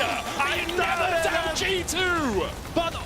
But Skumond found a massive keeper's verdict to gain them access. I say they couldn't walk through it, and I genuinely believed it. But the fact that Skumond removed the key player of their comp means they can just walk through, and Caps find a massive Tibbers. They stop the dragon, and they stall out the game for a little bit longer. My biggest question mark is they just stood around the Jacks. You'll notice that Broken Blade actually gets off in the Zhonya's his counter-strike, and they all just stood there stunning up, grouping up. The keeper's verdict knocks the Taric away, but then the Labrov engage makes it it's so easy for the Wombo combo to come through from Fnatic. I feel like the Fnatic played a little too overconfidently, and they got rightly punished for it. But I also think Fnatic was so desynchronized because they're trying to hold the bush while their Gwen is hitting the dragon. That's true. Either you commit to the dragon or you commit to the turn. But they were so desynchronized, so while all of G2 were walking through, the Gwen was nowhere to be found. She was a screen away, hitting the dragon, using all their spells on it, and she was not in the fight. It was technically a 5v4 for G2, and they found it, and now they have a solid footing once again in this game. It's a banger of a series, lads. This has been so much fun to watch as Skumon tries to steal away the blue, can't do it. Steadfast present for the movement speed to get him away. A little bit of vision for G2 in the Fnatic jungle, but at the start of that last fight, we saw the poke that Humanoid can put down before a fight really begins. He is in an incredibly strong spot on this way. Rabadon's, Void Staff, Horizon Focus, Balefire Torch. He is so powerful, and G2 snap engage not as strong as they would like. It's very much about the Tibbers if you can get in range with that Annie. Razork looking for another Ishtar's Impact, but can't quite get close enough to Skumon to lock him down. Where are we in terms of flashes? Well, Upset has no sums, Humanoid doesn't have his flash, Caps has no flash, and Hans Summer has no flash, but Hans Summer always has that Feather Storm to get himself out of a hairy situation.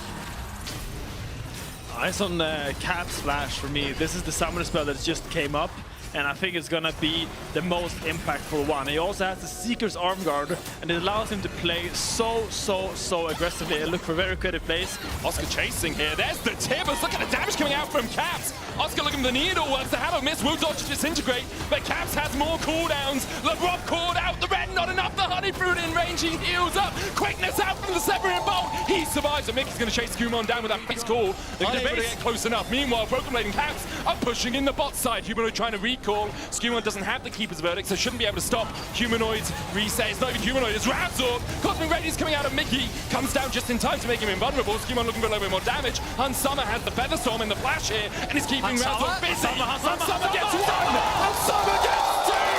Skumon gets the third! And now Fnatic rely on Humanoid to defend the base, but G2 are marching down mid, and Humanoid can only stand and watch as G2 grasp victory out of the jaws of defeat. Humanoid chased out by Tibbers. Broken Blade pops the stopwatch. Nothing left for Humanoid to do. G2-1. What a crazy way for this game to end. Smiles across the faces of G2 because you're right, Medic. This game was not going their way at all. A single mistake from Fnatic cost them so much, and now it's G2 that lead the series. What a game, what a game, what a game. Now we're going back to the break, and then we're gonna get it to the analyst desk. Thank you so much.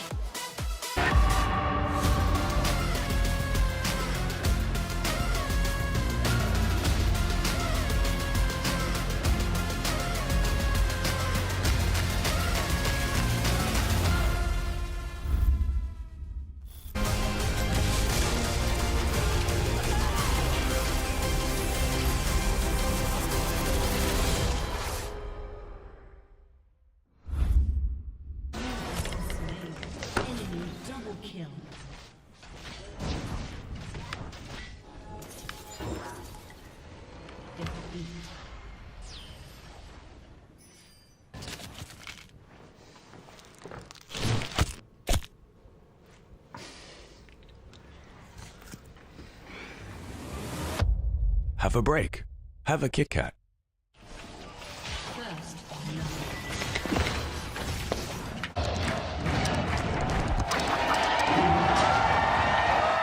Red Bull gives you wings.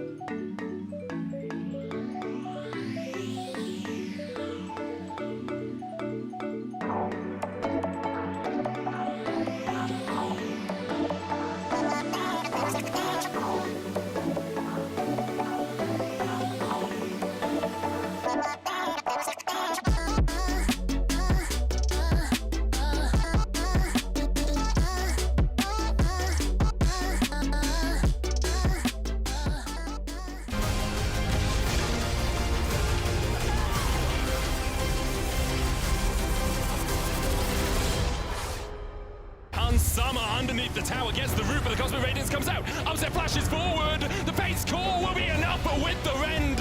Flash away from LeBron, but the follow-up from Mickey. LeBron will fall, 2 kills. Saya is out of the fight, guys. I need help. I can ulti them here. 2 of them ulted. Saya ult.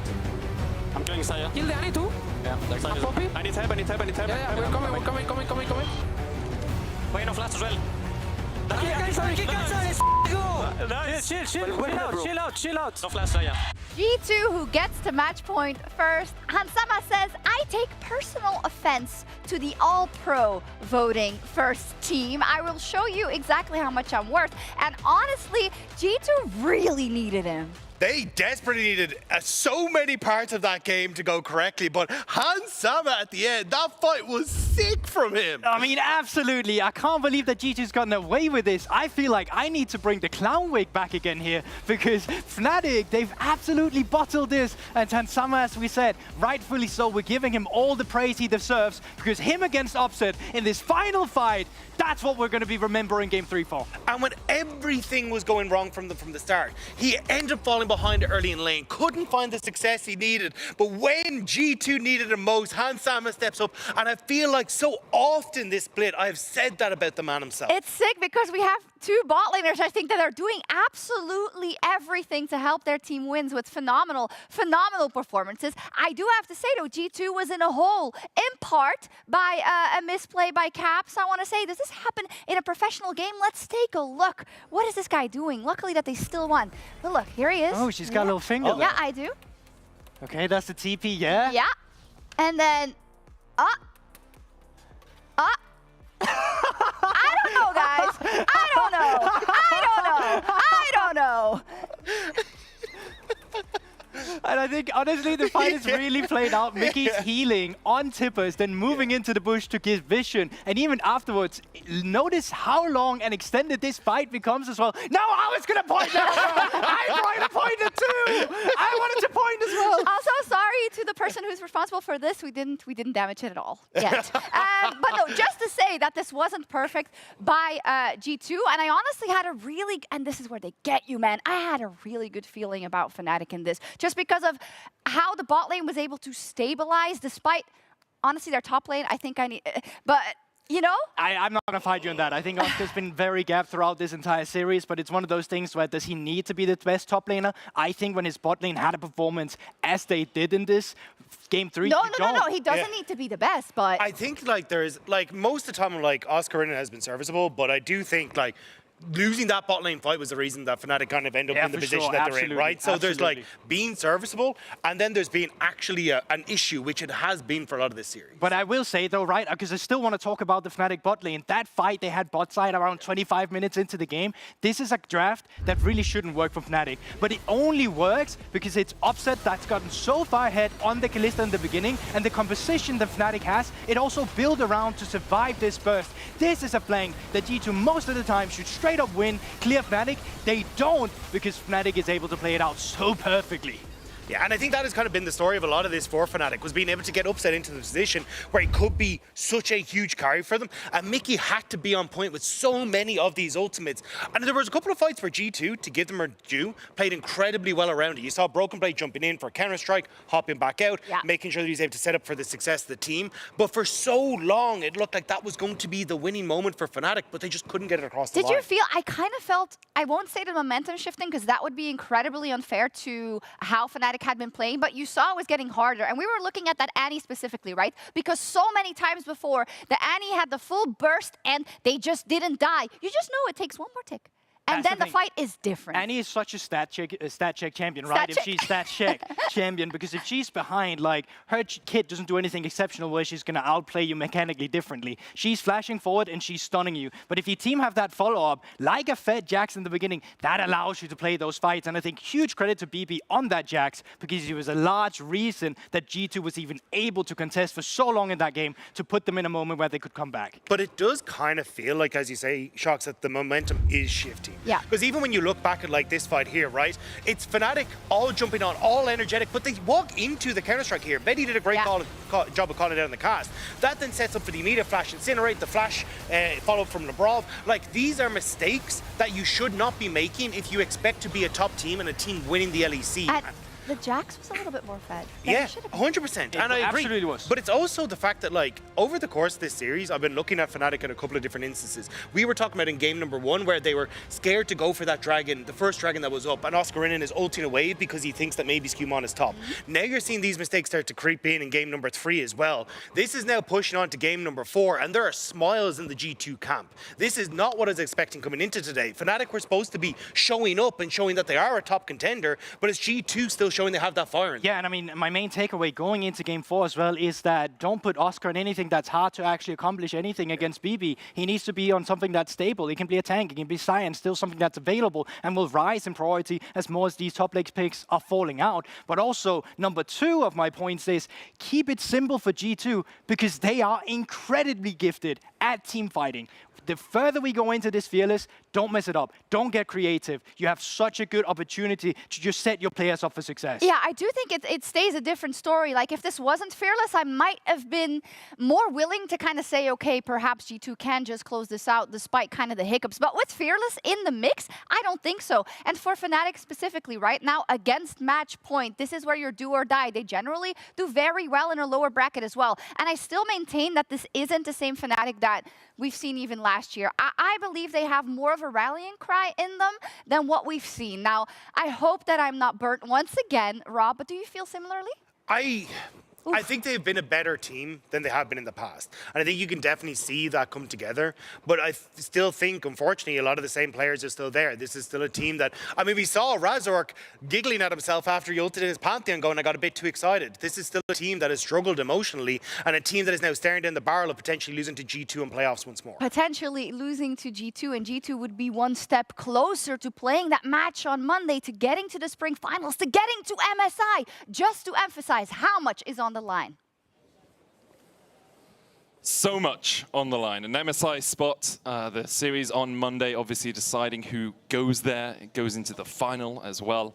For Fnatic as well, an incredible regular season, only to be met with their arch rivals and then getting knocked into the lower bracket. The last 2 times these teams have met in playoffs, season finals last year and obviously in winter playoffs, it has been G2 who have come out on top. For Fnatic, it is a bounce-back game if they have ever needed one. The question is, how much damage did the end of Game 3 do to them as a team?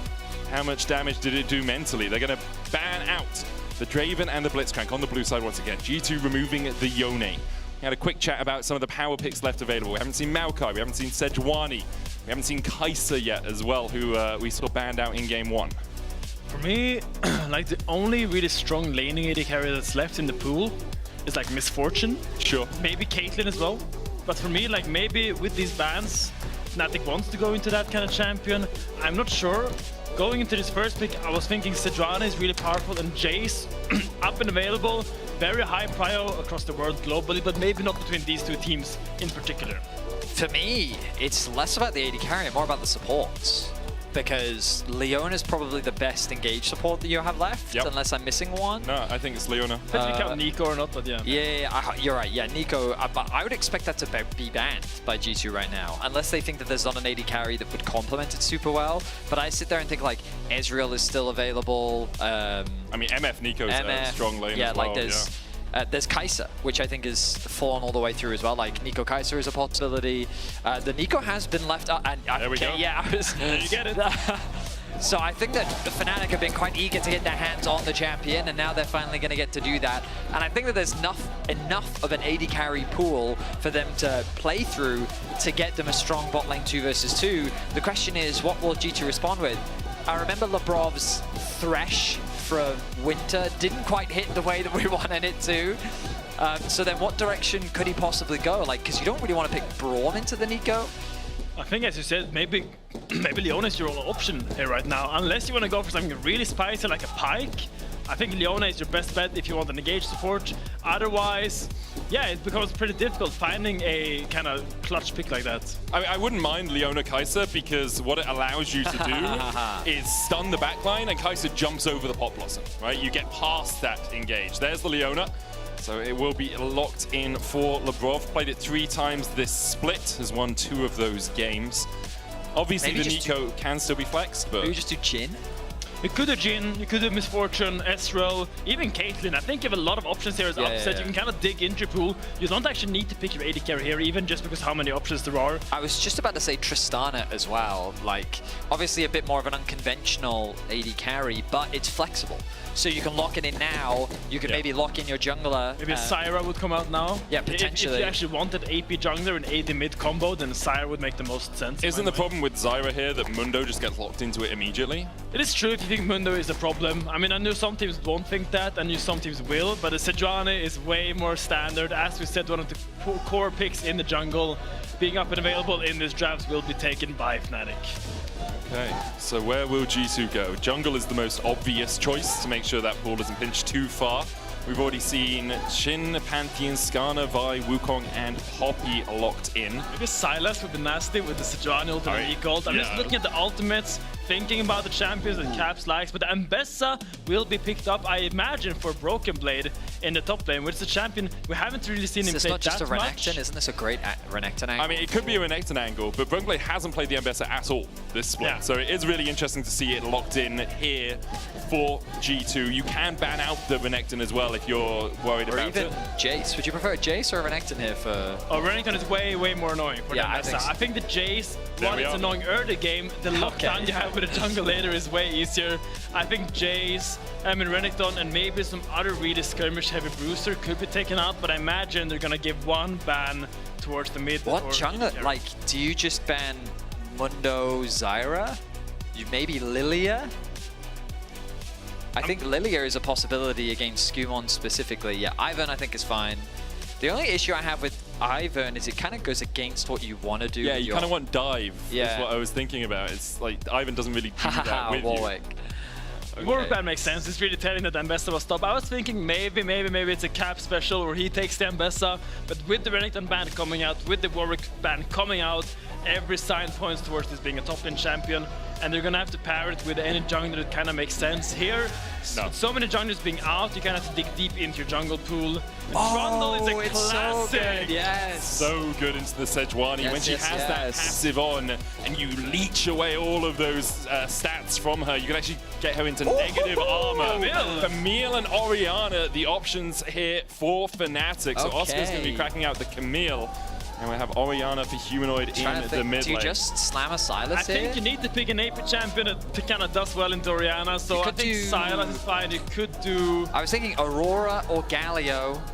Yeah, I mean, I don't think they have enough dive to ward the Galio. Sure, the Camille is there, but the other team is so high range. But it is the Galio being picked, so really good call out by you. I think the Galio pick kind of does make sense if the matchup is fine. But you really need to make sure the Galio and the Trundle plays together. Because this Galio doesn't have a lot of setup, but he has a lot of anti-dive. Well, I guess the idea would be Ambessa ult, Galio ult. Yeah. Like, obviously, it's not the best, but Ambessa, Leona, then maybe the Galio on top. Yeah. The thing with Ambessa is that she doesn't teleport immediately when she ults. Like, she'll ult, lock them down, and then teleport. So Galio can't actually ult you until kind of after the stun is gonna run out. But that's where the Leona would come in, ideally, right? Yeah. Obviously, it's a lot then, though, for a single person. Yeah. But I like the pick. I think Caps did a really good Galio game against Casey in Paris, and I really want to see how we can make this champion work, because, I mean, they're a bit low damage on the Magic side, but they do have the Kai'Sa to kind of compensate, so kind of well-rounded comp all in all. I mean, I love the Trundle into the Sejuani. I think that Fnatic's composition is very team-fighty, so I want to know your thoughts on Camille into this comp. Like, how do you think it fits alongside what seems to be a very standard front-to-back from Fnatic? Yeah, I mean, the thing is, Camille won't really be able to dive that deep in the fights, but where Camille can thrive this game is on the side lane. Right. But you really need to make sure this Camille has a good laning phase, because against the Mesa, it's not an easy matchup. anytime the Camille goes for the sweep, Ambessa can just W forward with the shield and kind of trade into you. So it becomes actually in individual, like in the isolation, this matchup is not that good, but together with the Sejuani, that's where you really start finding those fights. Let's jump into it. Game 4 between G2 and Fnatic. Last time they played a best of 5, it was 3-1 G2 in Montpellier at the end of last year. Was that Montpellier? It was, right? Was it? Wasn't it Munich? Munich. There we go. Montpellier was the year before. So everything got kind of blends into one at some points for Fnatic. A game 3 to be forgotten. And the question is, how quickly can they reset and get into this game 4? They have a relatively traditional draft. Tank jungler, Orianna, mid lane mage, AD carry that does good damage if it left alone in a team fight, and a top lane who can dive onto the back line. So, if you want a bit of a, I don't know, I don't want to call it history lesson, but Hans Sama traditionally wasn't much of a Kai'Sa player. I mean, this year I think he's evolved so much. Like the Ezreal, the Kai'Sa, they've become staples of his pool now, but traditionally you always associated him with being this hyper-aggressive AD carry, Kalista, Draven, basically misfortune, stuff that would kill you in lane was kind of his go-to. In contrast, Humanoid Orianna, we might not see it much now, but it used to be one of his staples. Yeah. It was something that many teams actually feared about giving him. And I think that's one of the coolest things that we've seen with the introduction of Fearless, is that now here in Game 4, with a lot of champions removed, we're seeing some old classics, but also we're seeing players forced into developing their pool to have way more options as we get deeper and deeper into the draft. And with a Trundle coming out, I mean, back when we cast Yufin, like this was the jungle counter matchup thing, right? Sejuani, Poppy, Trundle was just the trio of junglers for a while. Every single time, yeah. And as someone that actually, I love the point you made about Hans Sama, because as someone that actually played with him back in 2020, I remember every single draft meeting would be, oh, Hans Sama wants the strongest laning AD carry. And we would just shape the entire draft to make sure Hans Sama had the winning lane AD carry. And I think that season we got first in regular split because it always worked. We were always happy when he had the laning AD carry, and the fact that he's now so comfortable playing this Kai'Sa, I think it just amazes me so much how far he's come. He's won a title, he's grown so much, and he's just such a force to be reckoned with right now as an AD carry in Europe, and I'm really, really excited to see how he piloted this game. Oscar winning out the early trades in the top lane on that Camille. Last time he won on this pick was back in 2024 at MSI against Top Esports. A really good game on the day. It has been a while since we've seen him bring it out, though. Yeah, you did mention, Finn, the idea is that you use that shield to mitigate the harassment from the poke, but it feels like that Oscar is just kind of walking up and abusing the long cooldowns, so just hitting him in the face with the Q and kind of out-straining in and getting those quicker, shorter trades. Yeah, and I feel like it's, I mean, the fact that Broken Blade went Doran's shield against Doran's Blade makes those early trades a lot weaker for the Ambessa. And I think he's more in the mindset that, okay, I don't want to trade early because we're going to lose 2v2 against Sejuani. And he really wants to get that level 7, level 9 power spike for Ambessa, where she gets those low CDs on the Qs, so she can get multiple rotations off in one fight. Because right now, it's just one rotation of cooldowns every single trade against Camille, and because of the shield and the healing, she's winning out of that. Can we also just talk about how Caps just keeps getting CS leads against Humanoid? I think he's done it in every game. Game 3 was the only one where the Annie really fell behind in the matchup, but aside from that, Caps has been, in terms of laning phase, he's been on a tear today. Skewman looking to burn Humanoid's flash and will do so. Puts down the pillar. It's a soda bottle, I think. Is this esports fan Trundle? Esports fan Trundle. It's the first time I see this skin in my life. It's really cool. Gets the flash out of Humanoid, which makes that Orianna obviously a lot more susceptible to future ganks. Camps flashing forward, landing the taunt, landing the Justice Punch. There's so many options for Humanoid to die if G2 want to continue to focus that mid lane. Yeah, and I think they should. I think that is their place right now where they're strongest. See Oscar in trading in. He has a Ruby Crystal advantage over Broken Blade, but Broken Blade is going to opt in for the base here on a pretty annoying wave. He's probably going to lose a little bit of the bases, so he decides to stay. You try and get this in, but you can see Razork's just around the corner, right? He's on Gromp right now. Broken Blade has enough vision to spot Razork, but it might be too late. As Oscar goes in, gets that adaptive defensive shield, looking for more damage on the Broken Blade, who jumps back in with a repudiation. Manages to trade relatively effectively. Oscar is still sitting on a cookie.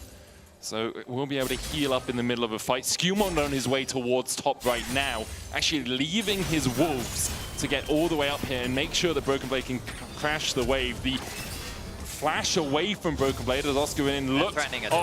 This is a bad position for Oscarinin. He needs 4 minions, 3 more maybe to get that level 6. Flashes away from the public execution, but Skewmon comes across, and there's first blood to G2. I mean, nicely done on the dive in the top lane. Broken Blade, he kind of won that war of attrition. He managed to out-trade Oscarinin in a lot of the short fights. And you talked about getting those extra levels, the additional cooldown really paying off for Broken Blade after getting level 6 and securing first blood for G2. Yeah, I'm a bit surprised Fnatic doesn't really invest more into this top lane matchup, because Broken Blade traded like that because he knew his jungler was coming. But meanwhile, Oscar traded that, but Razork is going the other side of the map. Fnatic don't know that Labrov is behind them. Now they do. Humanoids use the shockwave. Labrov needs to get his way out of here. Does still have the flash, has the aftershock as well for a little bit extra tankiness. Drake goes over to Razork. Tangle Barbs will connect. Labrov. Mickey! He made his hitbox smaller by becoming a minion and dodges the Zenith Blade. He also can't hit a minion with a Zenith Blade. I think he should have taken the hit. I think Humanoid would have just killed him. I did not agree with that re-engage from LeBron, but specifically because he just used his W. Now Hans Summer's the one in a bit of danger. Has to flash away from Razork, goes in with the Arctic Assault. But yeah, a bit greedy there from Hans Summer. Obviously didn't want the wave to be frozen right in front of him, but he is against a Tristana who will naturally counter-freeze, unfreeze waves. That's the word I was looking for. Counter-freeze. Thaw them out, Betty. No, counter-freeze. Yeah, no, that's that is the scientific term, yes. The more you mock me, the more I'm going to mill you with mines the next time we play Magic, man. Broken Blades, I mean, he's just comfortably winning out on these trades now. The pickaxe doing a ton of work, and look at those cooldowns. But still, doesn't really matter. Oscar really struggling in this match, and as Labrov shows up, probably will be the kill. Zenith Blade. Hexagol made him trying to get away, but the Shield of Daybreak won't be enough for the stun. And there's Broken Blade's second of the game. I mean, you talked about it, Finn, in the draft. You wanted to see Fnatic invest in this top side. You brought it up again after pathing towards the bot side of the map. And now it's G2 doing exactly what you wanted Fnatic to do, making sure that this Camille does not get ahead. But that's the problem with this matchup, is that Camille in isolation will not beat Ambessa, but Camille together with Sejuani, especially before Tron has his ultimate, are way stronger in the 2v2. So unless you capitalize on this, it doesn't really make sense to pick something like the Camille, because that means Ambessa will just scale up, get her Eclipse for free, and then it becomes really difficult for Camille, because then she can't contest until she has like 2 items or something, and that is really far into the game. Broken Blade gets the plate about 1,000 gold ahead in that top lane matchup now. Skewmon just bodyguarding Razork here, making sure that he can't step any further, has to Arctic Assault away. The grubs are up, and that's where Skewmon wants to play. Does do them very quickly, obviously, with that frozen domain, and the Chomp can gobble up these grubs. And very healthily as well, because of the King's Tribute. Whenever an enemy dies near him, he gets health back, so we'll never fall low doing grubs. Was it Zanzara that advocated for the W max? Yeah, he liked the healing. Zanzara, famous for his Trundle and his Sejuani. No, Skarner, what I'm saying. Yeah. I remember him flashing over Dragon Pit walls to try and steal buffs quicker. It was a lot of fun watching Zanzara. And there are the grubs. The Glacial Prison going out onto Labrov. He doesn't have a flash and he doesn't have a hope of surviving. Razork gets Fnatic ticking over in game 4. So at the very least, Fnatic get themselves on the kill boards. They would have preferred to have that kill over to Upset, but at the very least getting that kill is something. Grubs exchanged for the Dragon, and Oscar still finds himself in a very difficult lane matchup. That Eclipse item grows ever closer for Broken Blades. Meanwhile, Caps, he's now the target for Fnatic. Tries to get the Winds of War down. Justice Punch buffered really well. Through the Shockwave, gets the range away. Manages to walk out. Well buffered there from Caps to escape the Pop Blossom. Of course, it looked very awkward because Mickey, he thought that the Shockwave would interrupt and then his ulti would connect, but unfortunately for him, Caps was still able to disengage and he walks away with his life. Yeah, still very worried about this top lane matchup. This Ambessa, when she gets that Eclipse, she will be able to take any single fight that she wants into this Camille. And that's going to be a massive hole of pressure in the side of Fnatic. Labrov finds the clone, gets the stop on Mickey's recall, so he'll take that. But in general, now she's gonna get that, and we're gonna see Oscar Rinning get really punished for this Camille pick now when Broken Blade comes back. I will say, kind of how Game 3 started. Broken Blade getting a lead in the top lane. It was only when we got towards level 6, really, that the Fnatic bot lane began to really open up the game. So for Fnatic, shouldn't be too worried yet. Mickey flashing away here. Will land the Tango Bombs onto Skewmond. Able to walk away for the moment. LeBron, though, might be collapsed on as Razzle going to upset him on their way across. Solar Flare goes wide. LeBron in the permafrost, taken out by Humanoid. So a bit of an overstay there from G2, but the collapse from Fnatic was solid. Ultimately, it's unlikely to result in anything significant because there's not really much on the map for them to play for. No Dragon. It will be spawning in about 20 seconds time, but we're seeing in the top lane matchup, I stand corrected. They're setting their sights on Caps. Underneath the tower here, Glacial Prison is going to connect. There's the Shockwave as well, and Caps is just clapped by Fnatic. Oh, and Mickey loves this little trick where you do a tower dive and it becomes the cannon minion. And because of the cannon minion has that increased protection from tower shots, he can tank a lot of them back to back. And the tower dive is so easy because of that. Really well played, really good understanding of Nico mechanics, and really nice play by Fnatic. G2 will be able to secure the Drake, knowing that Fnatic had to back away after getting that kill towards the bottom side. But it will be a Drake apiece, 3 grubs to G2. So they've had a slight advantage on these early neutrals, but nothing too consequential. A 700 gold lead now for Humanoid in the mid lane, who already has his Archangel stacking up towards that Seraph's. Not Hex. What's it called? Heartsteel. That's the one. I was going to say Heartseeker, but it's Viego. But Heartsteel complete for Razork as well. He's in a good spot. Hollow Radiance on Caps and a Triforce now for Skewmond. And very strong on this Trundle, especially if he's meeting up into the Sejuani. So he can steal away those stats with the Subjugate. Lebrov and Mickey on the top side of the map. I'm trying to think if this build is normal for the Trundle. I don't think I've seen Triforce Trundle in the jungle for a long time. Usually you'd see the tanky builds for the Trundle, but I really like this straight into force. It's gonna be very strong in dueling, but also he will be quite squishy now. If that Arctic Prison collides with him, then he might get one shot. Razork able to get away across the wall. Solar Flare coming down. Pop Blossom will land a 3-man knocker, but Mickey's already dead. Upset trying to join the phase. He'll jump across towards Broken Blade, who flashes over the wall towards Gromp.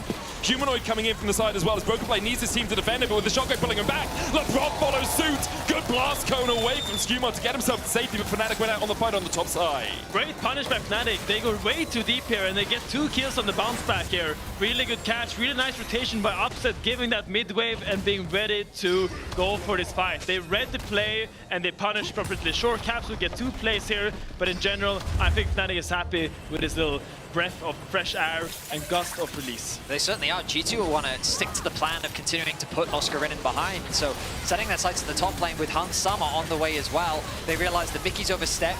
He doesn't have a way to get out of this, and they think, great, we find ourselves a pick, maybe we can even get more. But now Upset arrives, and crucially, Humanoid arrives as well. The Shockwave is going to connect onto 2, and that makes it easy for the return response from Fnatic. And as you rightly said, the only options for G2 in that position is to cross map with Caps, sieging onto that bot tier 1. Had a quick look through some solo queue Trundle builds at least. Skewmond always goes for this Triforce. Triforce into Unending Despair, Spirit Visage, Thornmail tends to be where he goes. A lot of people are still building the Triforce. Some Sundered Skies into Spirit Visage, Dead Man's Plate. So that tanky build does still remain a possibility. It also just, this build melts through towers. Yeah, I was just gonna say, with the grubs, this Trundle, if he ever gets a big tempo lead and can just hit the tower for like 15 seconds, he will destroy any structure that stands in his way. Perhaps trying to survive here with a shooter around, but it's Hans Sama who's locked up in the Hexa Ultimatum. Humanoid will take down the bot lane tower while this is happening, so Fnatic find a tower, find a kill, and they're looking for a little bit more. Justice Pun's away from the Glacial Prison. They won't be able to take down this full tower in mid.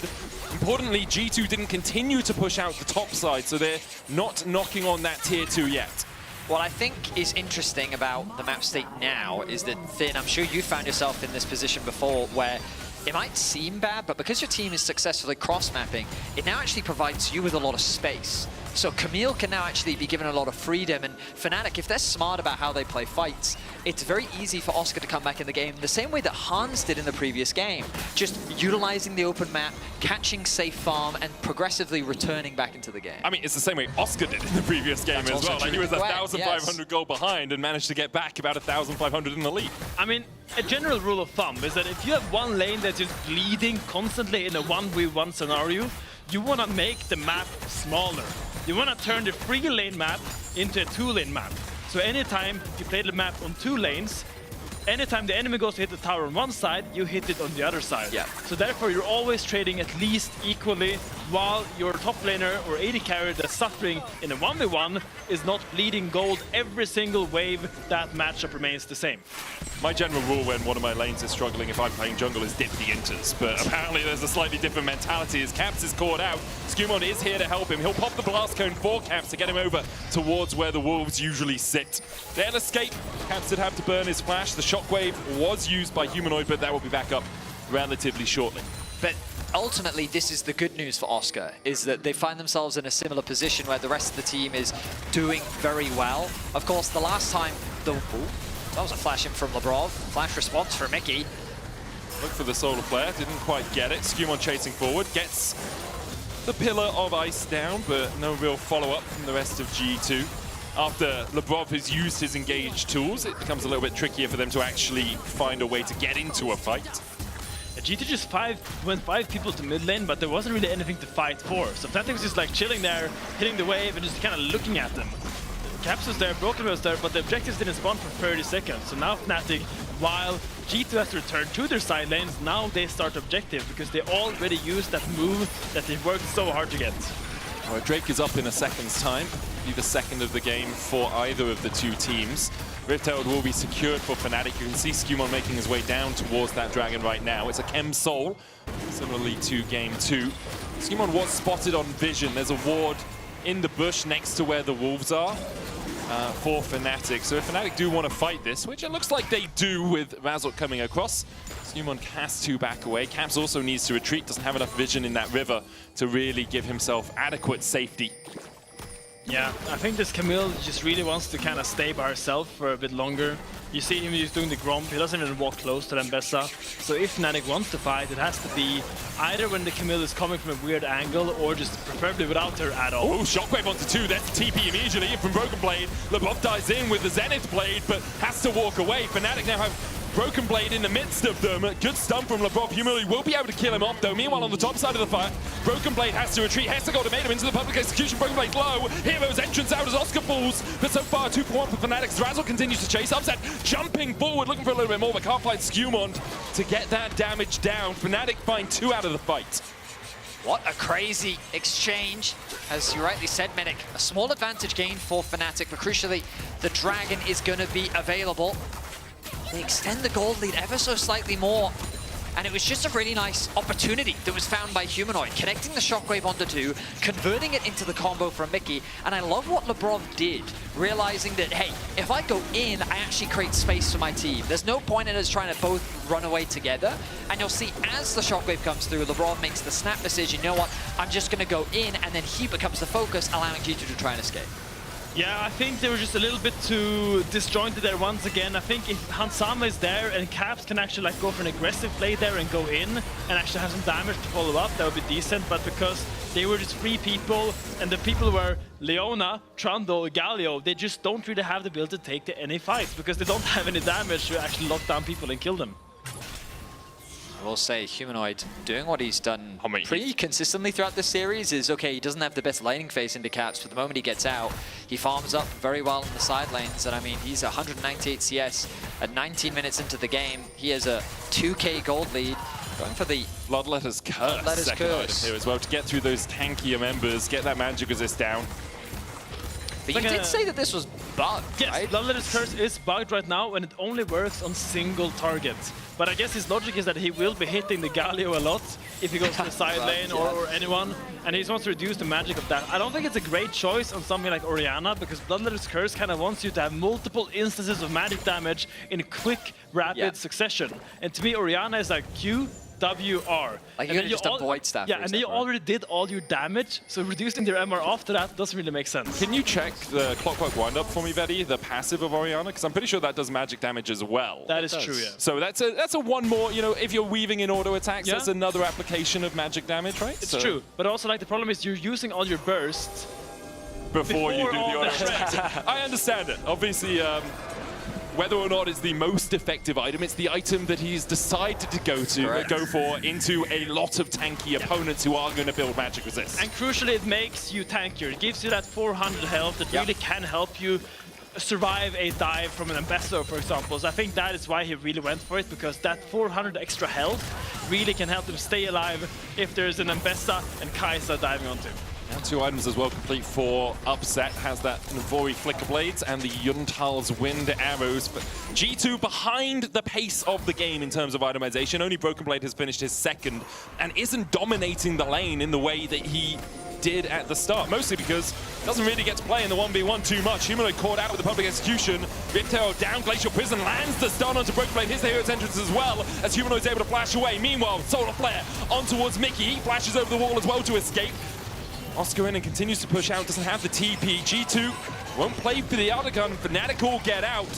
Pretty damaged, but relatively unscathed. I feel like that was a misclick from Razor, because as he was on his way to assist Humanoid, putting the Herald down? Immediately put the Herald down. So some people I've seen recently are doing it deliberately at the start of a fight to give people a way out.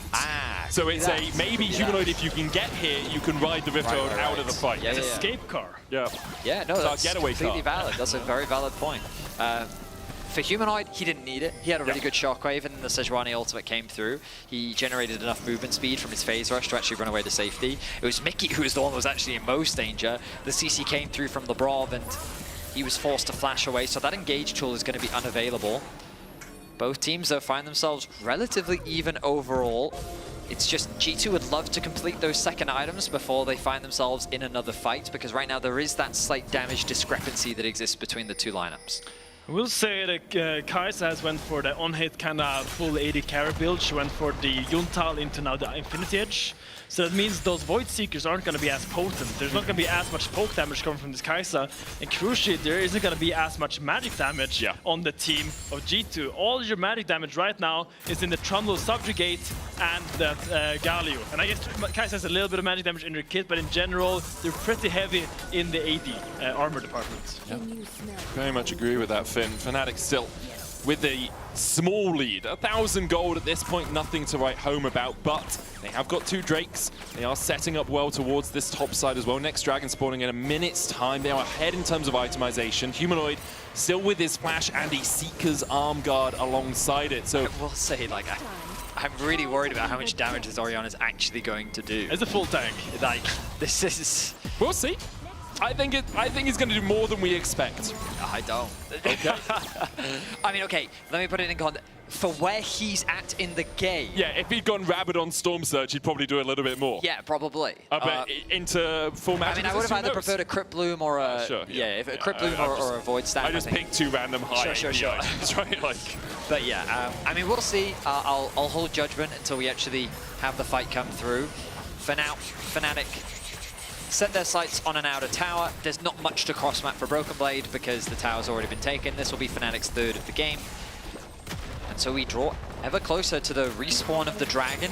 It's G2 that will have prio over this wave. Fnatic can afford to just concede it, especially if they have low priority on this Chem Dragon. Glacial Prison gonna land here. TP coming out from Broken Blade immediately. Skuma looking for the trade back in, and Razork melts! That's a subjugation if I've ever seen one. Broken Blade looking for a little bit more. It's Mickey going in for that flank pop. Blossom only onto 2 and onto 2 tanks at that.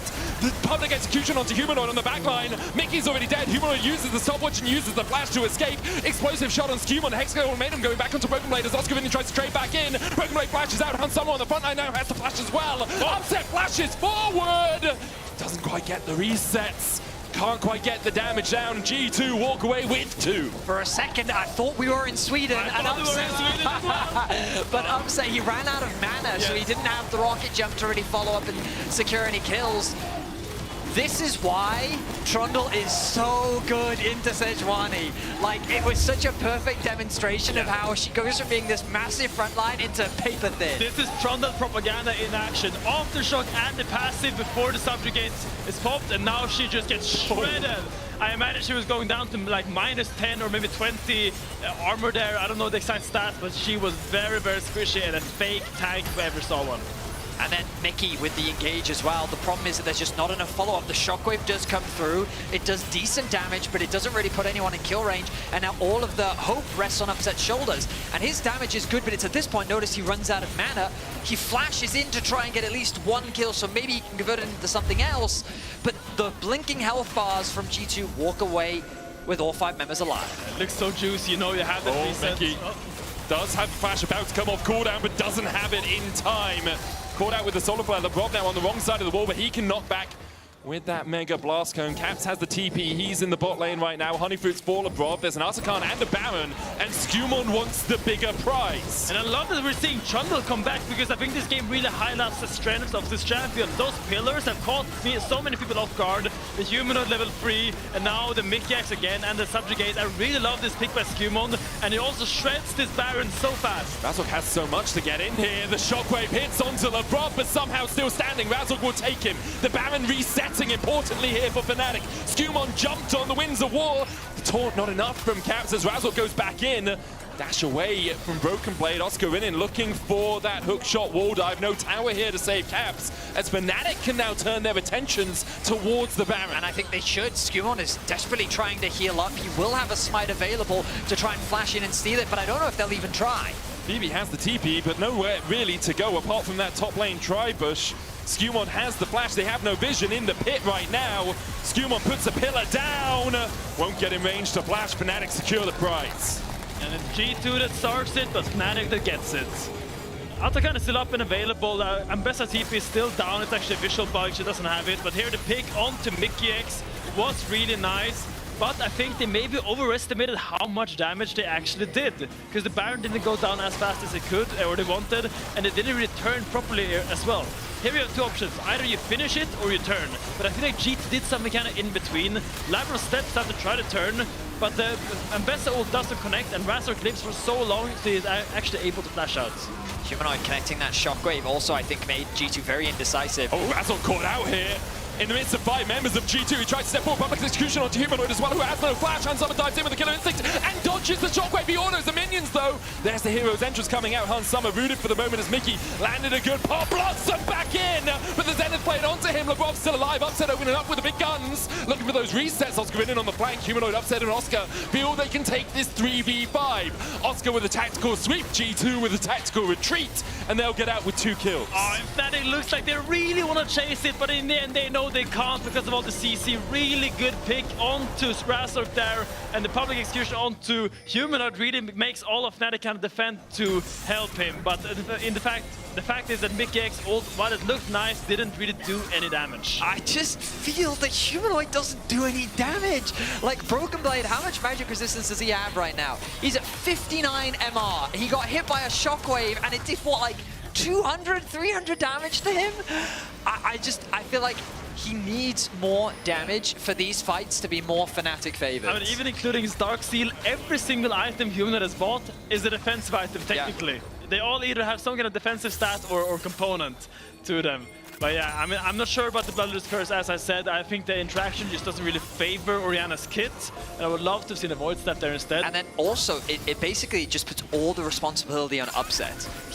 If he is not free hitting, then I just feel like Fnatic's composition doesn't have damage. And in the front to back, as we've seen multiple times now, G2 win every time. Skumon means that Razork doesn't have a front line. He's got a 2-level lead over Razork now. Yeah. And crucially now, Broken Blade has picked up the Cyrilda's Grudge, and when he gets level 16 and Cyrilda's Grudge, because of how much armor pen you get from the Ambessa ult passive, he will just shred anyone that gets into his face. So I really, really worry for Fnatic, and I really think they need to find those key ultimates from Mickey and Razork to lock down one person really fast.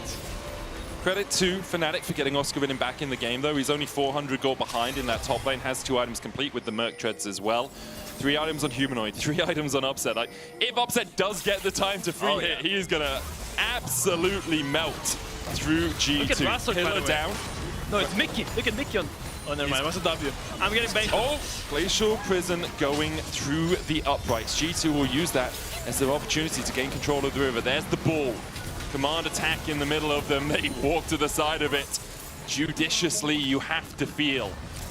It's all a game of cat and mouse, of baiting in, of playing around vision. Broken Blade gets a slow on Razzle with the Solar Flare, only gets a clip onto the edge of the Sejuani. Drake down to 9,000. Mickey with the Pop Blossom lands it onto 4. Oscar in diving in as well, but there's a public execution on the backline with the Hero's Entrance following up.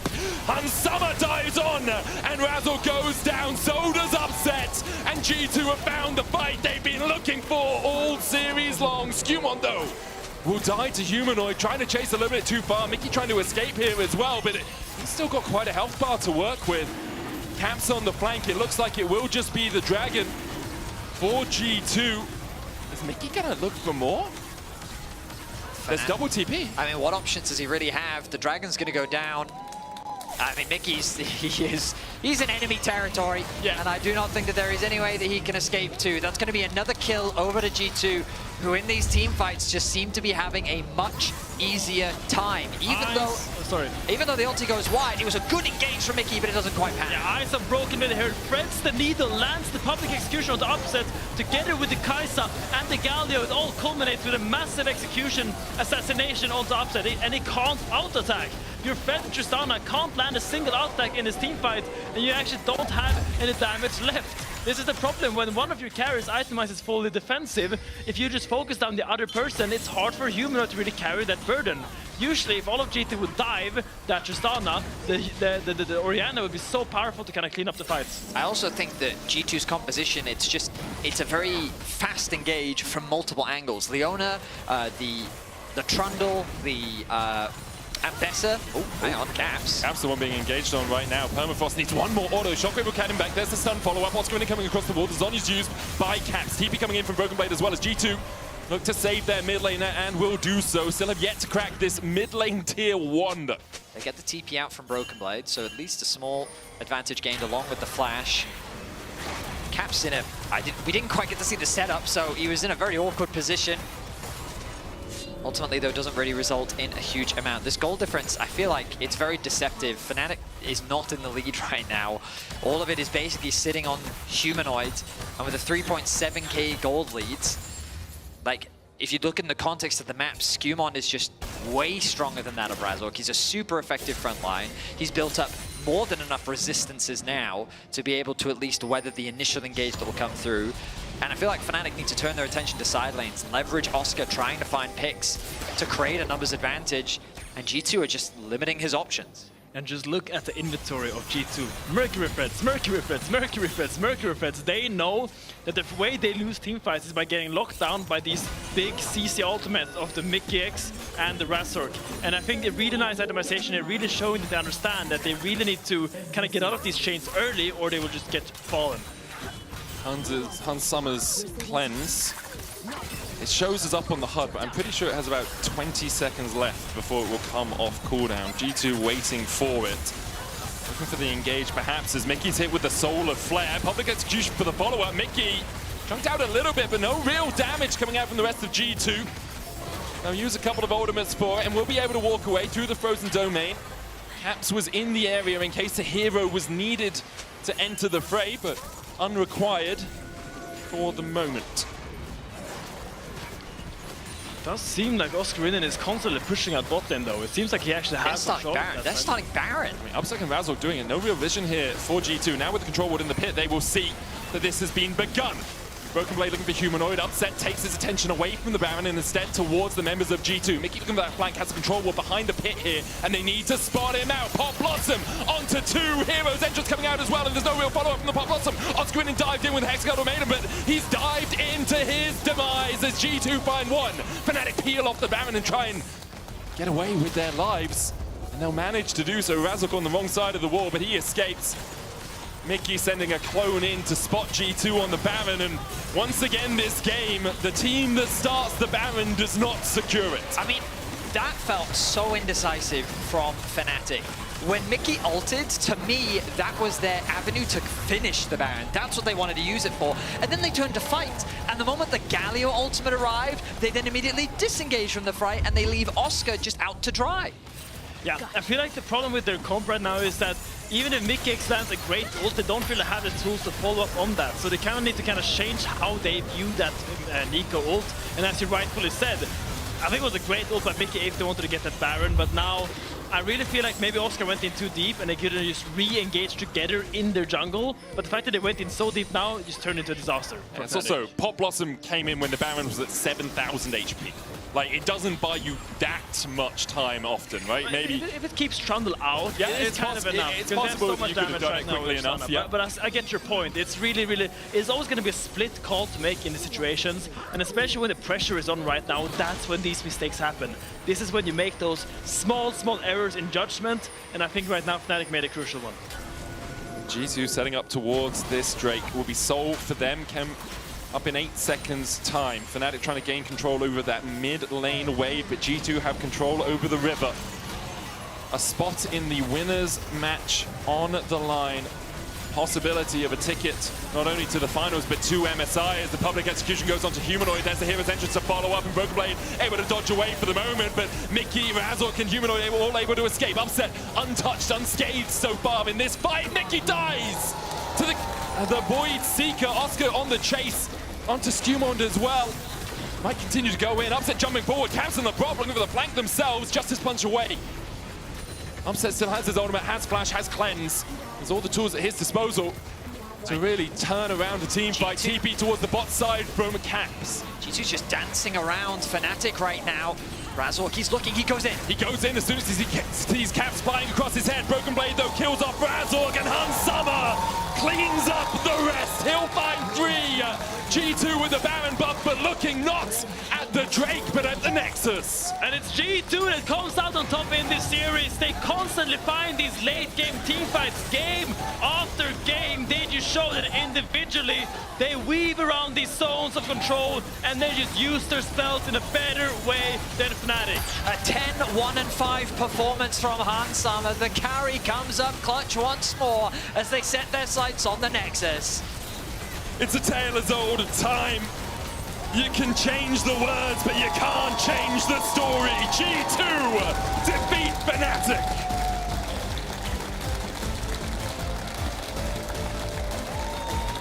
And you gotta be really critical if you're Fnatic right now. You gotta feel really bad about this, because I think they really came in and expected to do better. But there is a lower bracket run. Their season doesn't end here, and they still need to bounce back, because we know Fnatic is a team that can be at their very best, but right now they just haven't really found their footing against G2. But this is also why G2 as an organization always get given the benefit of the doubt, because when playoffs rolls around, their players step up. And while their solo laners received so much criticism during the regular season, they popped off in today's series. And I mean, Lebrov, I think overall had a fantastic series that so many members really stepped up individually. When the cohesion in game 1 seemed off, in the rest of the series, they really did step up. Yeah, you can vote for 3 of those players in your Kia player of the series. Vote at X, Broken Blade, Caps, and Hansama are your options. I do think Hansama will end up getting it. Yeah. Just because of how crucial he was in particular in games 2 and 4, and then in 3, the fact that he was put so far behind, and then at the very end, he had that great play where he was able to kill 2 and still live. Yeah. But huge credit to the team. They bounced back, and yeah, I think Fnatic fans find themselves in a situation where it's so frustrating because they want to be excited about the team, but then when they need to step up in these moments when they're playing against their rival, they just can't quite get it over the finish line. It's just happened for 9 years. How many? 7 years. 7 years. I mean, what's crazy is Fnatic has beaten G2 in upper brackets before. Yeah. I mean, even last year, they met them in the final. It was just getting back there. That's the finals is often where they fall short. But often a struggle. The question is, will they be able to bounce that back up through that upper bracket? But that's enough about Fnatic for now. Let's hand it over to Ginny, who is standing by with Caps to talk about G2's exceptional start to playoffs.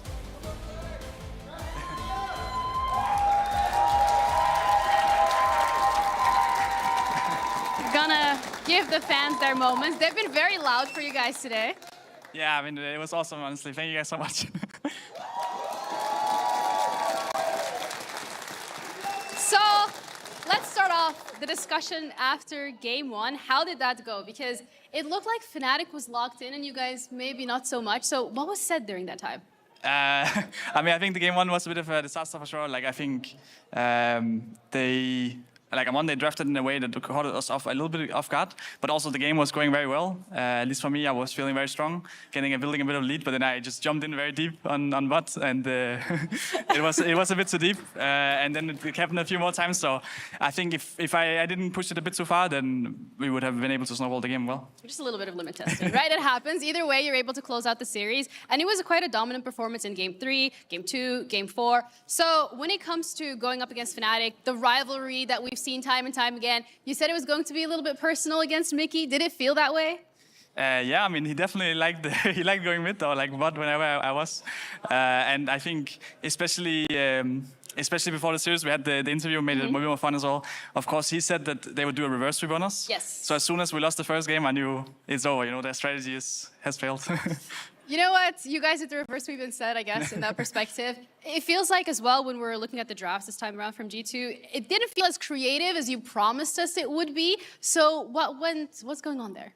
I mean, we didn't go game 5, right? So maybe so we have to wait for game 5 to see it? we have to wait for game 5. Who do you think is going to be able to take you guys to game 5? Well, I would hope K-Corp. I think K-Corp has been playing very well, and I would love to beat them. And in a game 5 would just make it even more fun. Do you think you're most likely to be going up against them on the Monday? I'm definitely hoping that they will come for us. I don't know how Koi will do exactly, but we've lost a lot of games now to K-Corp, both in the final last split, but also in France. So we really want to beat them, and I hope we get to do that on Monday. I mean, it was a good start here today against Fnatic. It feels like the fundamentals and just the G2 that we were used to seeing specifically last year is back, right? And Monday is also a very important day because, again, winning that matchup means you're punching your ticket straight to MSI. Would that add a little bit more pressure onto that game for you guys? I don't think so. I think for us, at least for me, I can speak that I definitely want to win the split, right? And I think going to MSI, I mean, obviously I also want to go to MSI, but I think going through and winning the split is the main priority. And I think we get a great chance of, I think we make the final right if we win on Monday. I think so. So it's a great start, and we will look to take it. How do you think, what do you think is the most important thing to focus on from the side of G2 to be able to go to MSI straight and to win on Monday? Picking Sack, I guess, is a good start.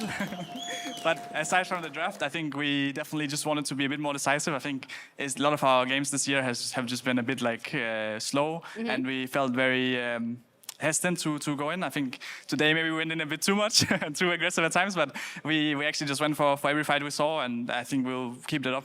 All right, well, I'm looking forward to seeing this new philosophy that you guys have to the game. Thank you, and once again, congratulations on your win. That's it from us over here. We're going to be heading over to PGL with Shox and BB, because G2 still has to fight for that golden ticket for MSI on Monday. Aphio, take it away. They sure do, Ginny. Thank you for setting us up so wonderfully. I'm here with Goldberg and with Broken Blade after G2 win their very first match in the playoffs. Let's go. How's the levels, the playoff level? What went wrong? Lay it all on us. Yeah, the hard question. I mean, what went wrong? Not much, honestly, today, because, I mean, that's a question you have to ask Fnatic. But yeah, I mean, I'm very happy it was a banger series to play. Especially the last game was some crazy team fights. I feel like we haven't even had a team fight where no one was talking because no one was knowing what was going on in the fight. That was actually the last fight. It was pretty cool stuff. You don't get to play these kind of games a lot, so it's very cool. Yeah, it was really fun to watch, we gotta say. No, honestly, and I think massive step up in your performance as well, BB. You know, there's been some All-Pros. You're not there. So, I mean, with the performance you're busting out today, I mean, has that just been you after the KC series just putting in enough work throughout that little break you had here to really display the performance today? I mean, honestly, looking back at the splits, I obviously didn't have the greatest performance, I would say, if I'm being very honest. Usually I'm very optimistic, but sometimes you just have to reflect. And I feel like the All-Pro voting, usually I don't care about this stuff. Obviously I care if I'm not in it, but I feel like it was justified. So I had to put in more extra work, you know, and I have the privilege to get a lot of help from my staff and my teammates. They are very talented and just good. And I feel like I just flipped on the switch, you know. And the switch is on right now, and I would like to see who can stop it. But obviously, it's just one series so far. We will probably play against a very strong opponent next. My prediction is KC, but fair enough. But I'm obviously open to any opponent. Yeah, you had a great series. It has to be said. It also has to be said, I think, if we're going to be seeing Fnatic again, which we will because they're dropping down to the lower bracket. Oh, Oscar had a rough one. Yeah, I think today has really just been a matchup between two sides of the different maps. We saw that, like, quite often Fnatic's bot lane was ahead. It was upset that had, like, even just the Kalista game I remember back to with so many highlight performances that made the game very difficult to play from that bot side. But also that's really where you shine today. And yeah, Oscar had a bad series, but I also want to look at it the other way and really credit BB in that regard, where he was just better in pretty much every single game today. Yeah, I think it's a bit of both, to be honest with you. But where you say that there was a heavy point for Fnatic in the bot lane, I will say I agree specifically when it came down to the early games, but you can kiss your both hands for Hans Mama in the bot lane. He's also our player of the series. He was very clutch today, wasn't he, BB? Were you surprised? No. Like the Xayah game, the early game was looking very rough, but he really made up for it. I actually didn't see the last fight where he clutched it. I just heard like a lot of stuff. I had to focus on the ending. But I'm very proud. I think being able to be clutch in like these kind of games, especially in playoffs, is just such a unique skill and important skill to have, especially if you want to make it far in the whole league and internationally, right? So. Is that something you feel like you can fall back on now, like confidently? The fact that you can all clutch when you need to. I feel like that's something that you have to work on with new team synergy, but do you kind of feel like in any situation you could really turn it around now? More than before? I mean, I feel like a lot what we have learned throughout this split especially is confidence. If you look at the stuff with confidence, things just sound like you are in control, right? And we had a lot of games where we were just not confident enough, and then the plays already feel bad, even if they are good sometimes, if that makes sense. And if the play is bad and you are still confident, it will look better than if you were not confident beforehand, right? Because you're going to doubt yourself. And for us, this has been a very, very big factor, and Hans has been very strong about this as well. But the confidence thing, some people know he does like the self-talk stuff, you know, and today he did what he was thinking, right, in his head before the game, so... Very happy about that. He shows us, he doesn't tell us. I like that's a really interesting point because I think even us as noobs, we know, I mean, me at least, I know exactly what you mean. Like when you're already going into a play with low confidence, even though it's actually the correct play on timers, on item, whatever, it's just not going to work out. And I feel like a lot of teams suffer from that as well. So I get it.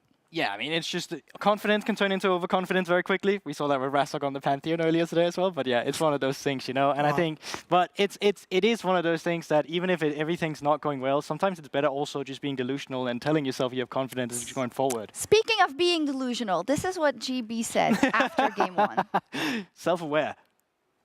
Believe in them now. Like, I actually think that they will actually conquer the demons and they will be able to beat G2 this time around. I think they're the favorites coming into this. I think they're going to continue to play extremely well against G2. I don't think they're going to throw. I think they're going to have mastered their Aracans. I think the early rotations that I'm seeing around drops as well have been phenomenal. You can clearly see the effect that Doffmanning is bringing to this team. And I also just think that when you're looking at the mid to late game, they have some of the best way of gaining leads. So I'm extremely excited to see what Fnatic will do in this game too.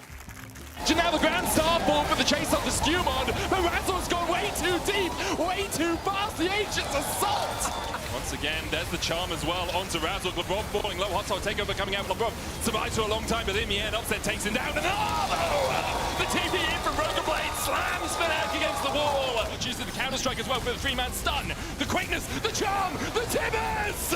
Apparently they can walk through it. Upset's touching away. Cosmic Radiance coming out of Mickey. Comes down just in time to make him invulnerable. Skewmon looking for a little bit more damage. Hans Summer has the Feather Storm in the flash here, and he's keeping Razor busy. Hans Summer gets one! Hans Summer gets 2! Razork, he's looking, he goes in. He goes in as soon as he sees caps flying across his head. Broken Blade, though, kills off Razork, and Hans Summer cleans up the rest. He'll find 3. G2 with the Baron buff, but looking not at the Drake, but at the Nexus. Listen, this is okay. This is having future sight. We planned this in game 1, all right? The payoff is here. I'm just saying, it was pretty impressive. Why is the payoff here, though? Because we made a funny segment and we got a funny video. No, and that's what it's all about. Because this is the crux of the issue, right? We came into this thinking that this could very well be the day for Fnatic to beat G2 in a best of 5, right? Because I think they've looked better in the regular split. I think, why are you laughing at me already? I think that there is a lot of things they've done a lot better than they have, maybe even in the year before, maybe even in winter. It kind of felt like it. They also beat you in Madrid, right? So, like, I don't know, am I wrong to think that this was the day? Apparently, we were all fools, Broken Blade. This was definitely their day, I have to say. I think this was their best chance. Oh, like, to obviously beat you looking. also? To beat you think also? Yeah, I think so. I mean, because obviously we're not coming from a strong position, right? Especially from the regular season, as you said. I do think they looked stronger. They had good map openings usually and stuff like this. I do want to give my team credit, though, for stepping up, because we know what we want to achieve and we know what we need to do and what we showed, which just wasn't enough. So we acknowledge this and we put the work, and I'm very proud of every single one in the team. I hope we can take this even further and show great performance against KC, because that's the team we also didn't beat yet. And they are looking very strong. And this is our next goal. Obviously, if KC loses to Mad, then Mad Lions will be our next goal. And we just had a very, very big wake-up call from all the teams in the league. And we are here to take it. We don't want to give away another chance of not winning it. And I'm just proud of my team. Yeah, I love it. We also saw it in a quote that you gave to Armand, I think. The fact that you said, like, what are we going to do, cry about the losses? No, we're just going to try to beat Fnatic and KC next time. As we get the bracket up, though, I think it's fair that you say, oh, KC will probably be the team. I mean, they were great in the regular season. They're going for the back-to-back. Yeah, what do you think, Goldberg? Because they are, I want to say, quite heavy favorites in this one. For MKOI, it's not that they can't beat them, right? It's like, what are the things that they have to step up for in order to beat them here in the best of 5? Oh, yeah, I think that's so interesting. I think it really has to come down. Actually, I think it's so interesting because when you're looking at the roles, I think Mirren versus Kana, such an interesting matchup in its own right, but I still think Kana has an edge there. When I'm looking at the mid lane, it's Vladdy as well. I think you really have to contain this top side of the map, and more specifically, and probably the most crucial one, Yike's early game, I think, has been such an engine for KC.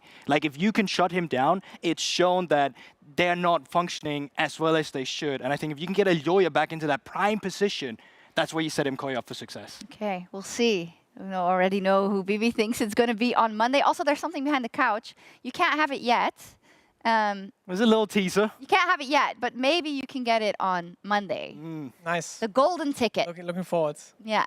Because usually at this point in the year, you're like, oh God, we're a little bit tired. Like, we had to go to whatever, you know, going to MSI, we won the splits, blah, blah, blah. It's different now. Now you're like, please, send us there. I want the golden ticket, especially because we didn't get to go to the first stand tournament. First stand. So I'm a bit jealous of KC for going.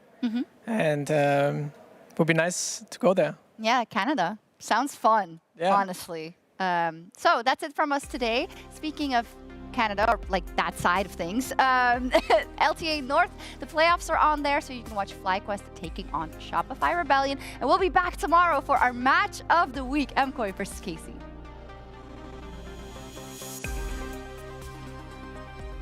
Dude, I can't wait for this towel Ahri skin. You guys see What? The what?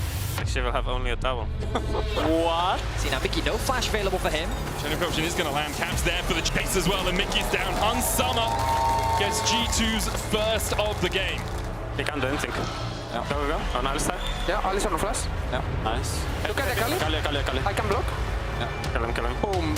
The upset dashing forward, and Cam still has a spear of us to spare. Raptor flashes in, upset. There is no flash. Nice, huge.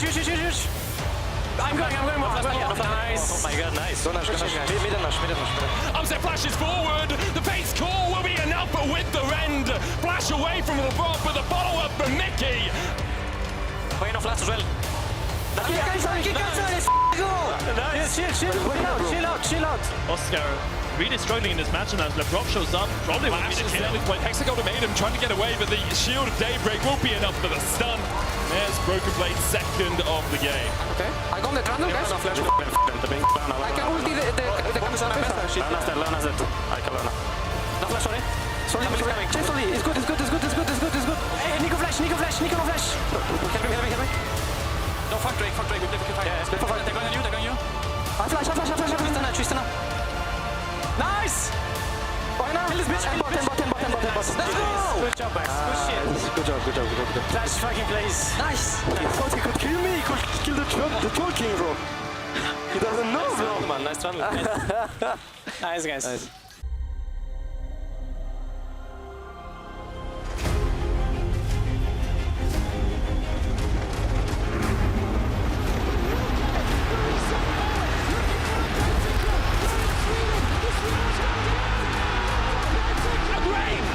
G2, the perfect team fight! They take it all! Here comes the Crow's Storm! In knockback, instant combo button! What? This big pop, my God! Claps! Everybody! You know the story, you know the legend!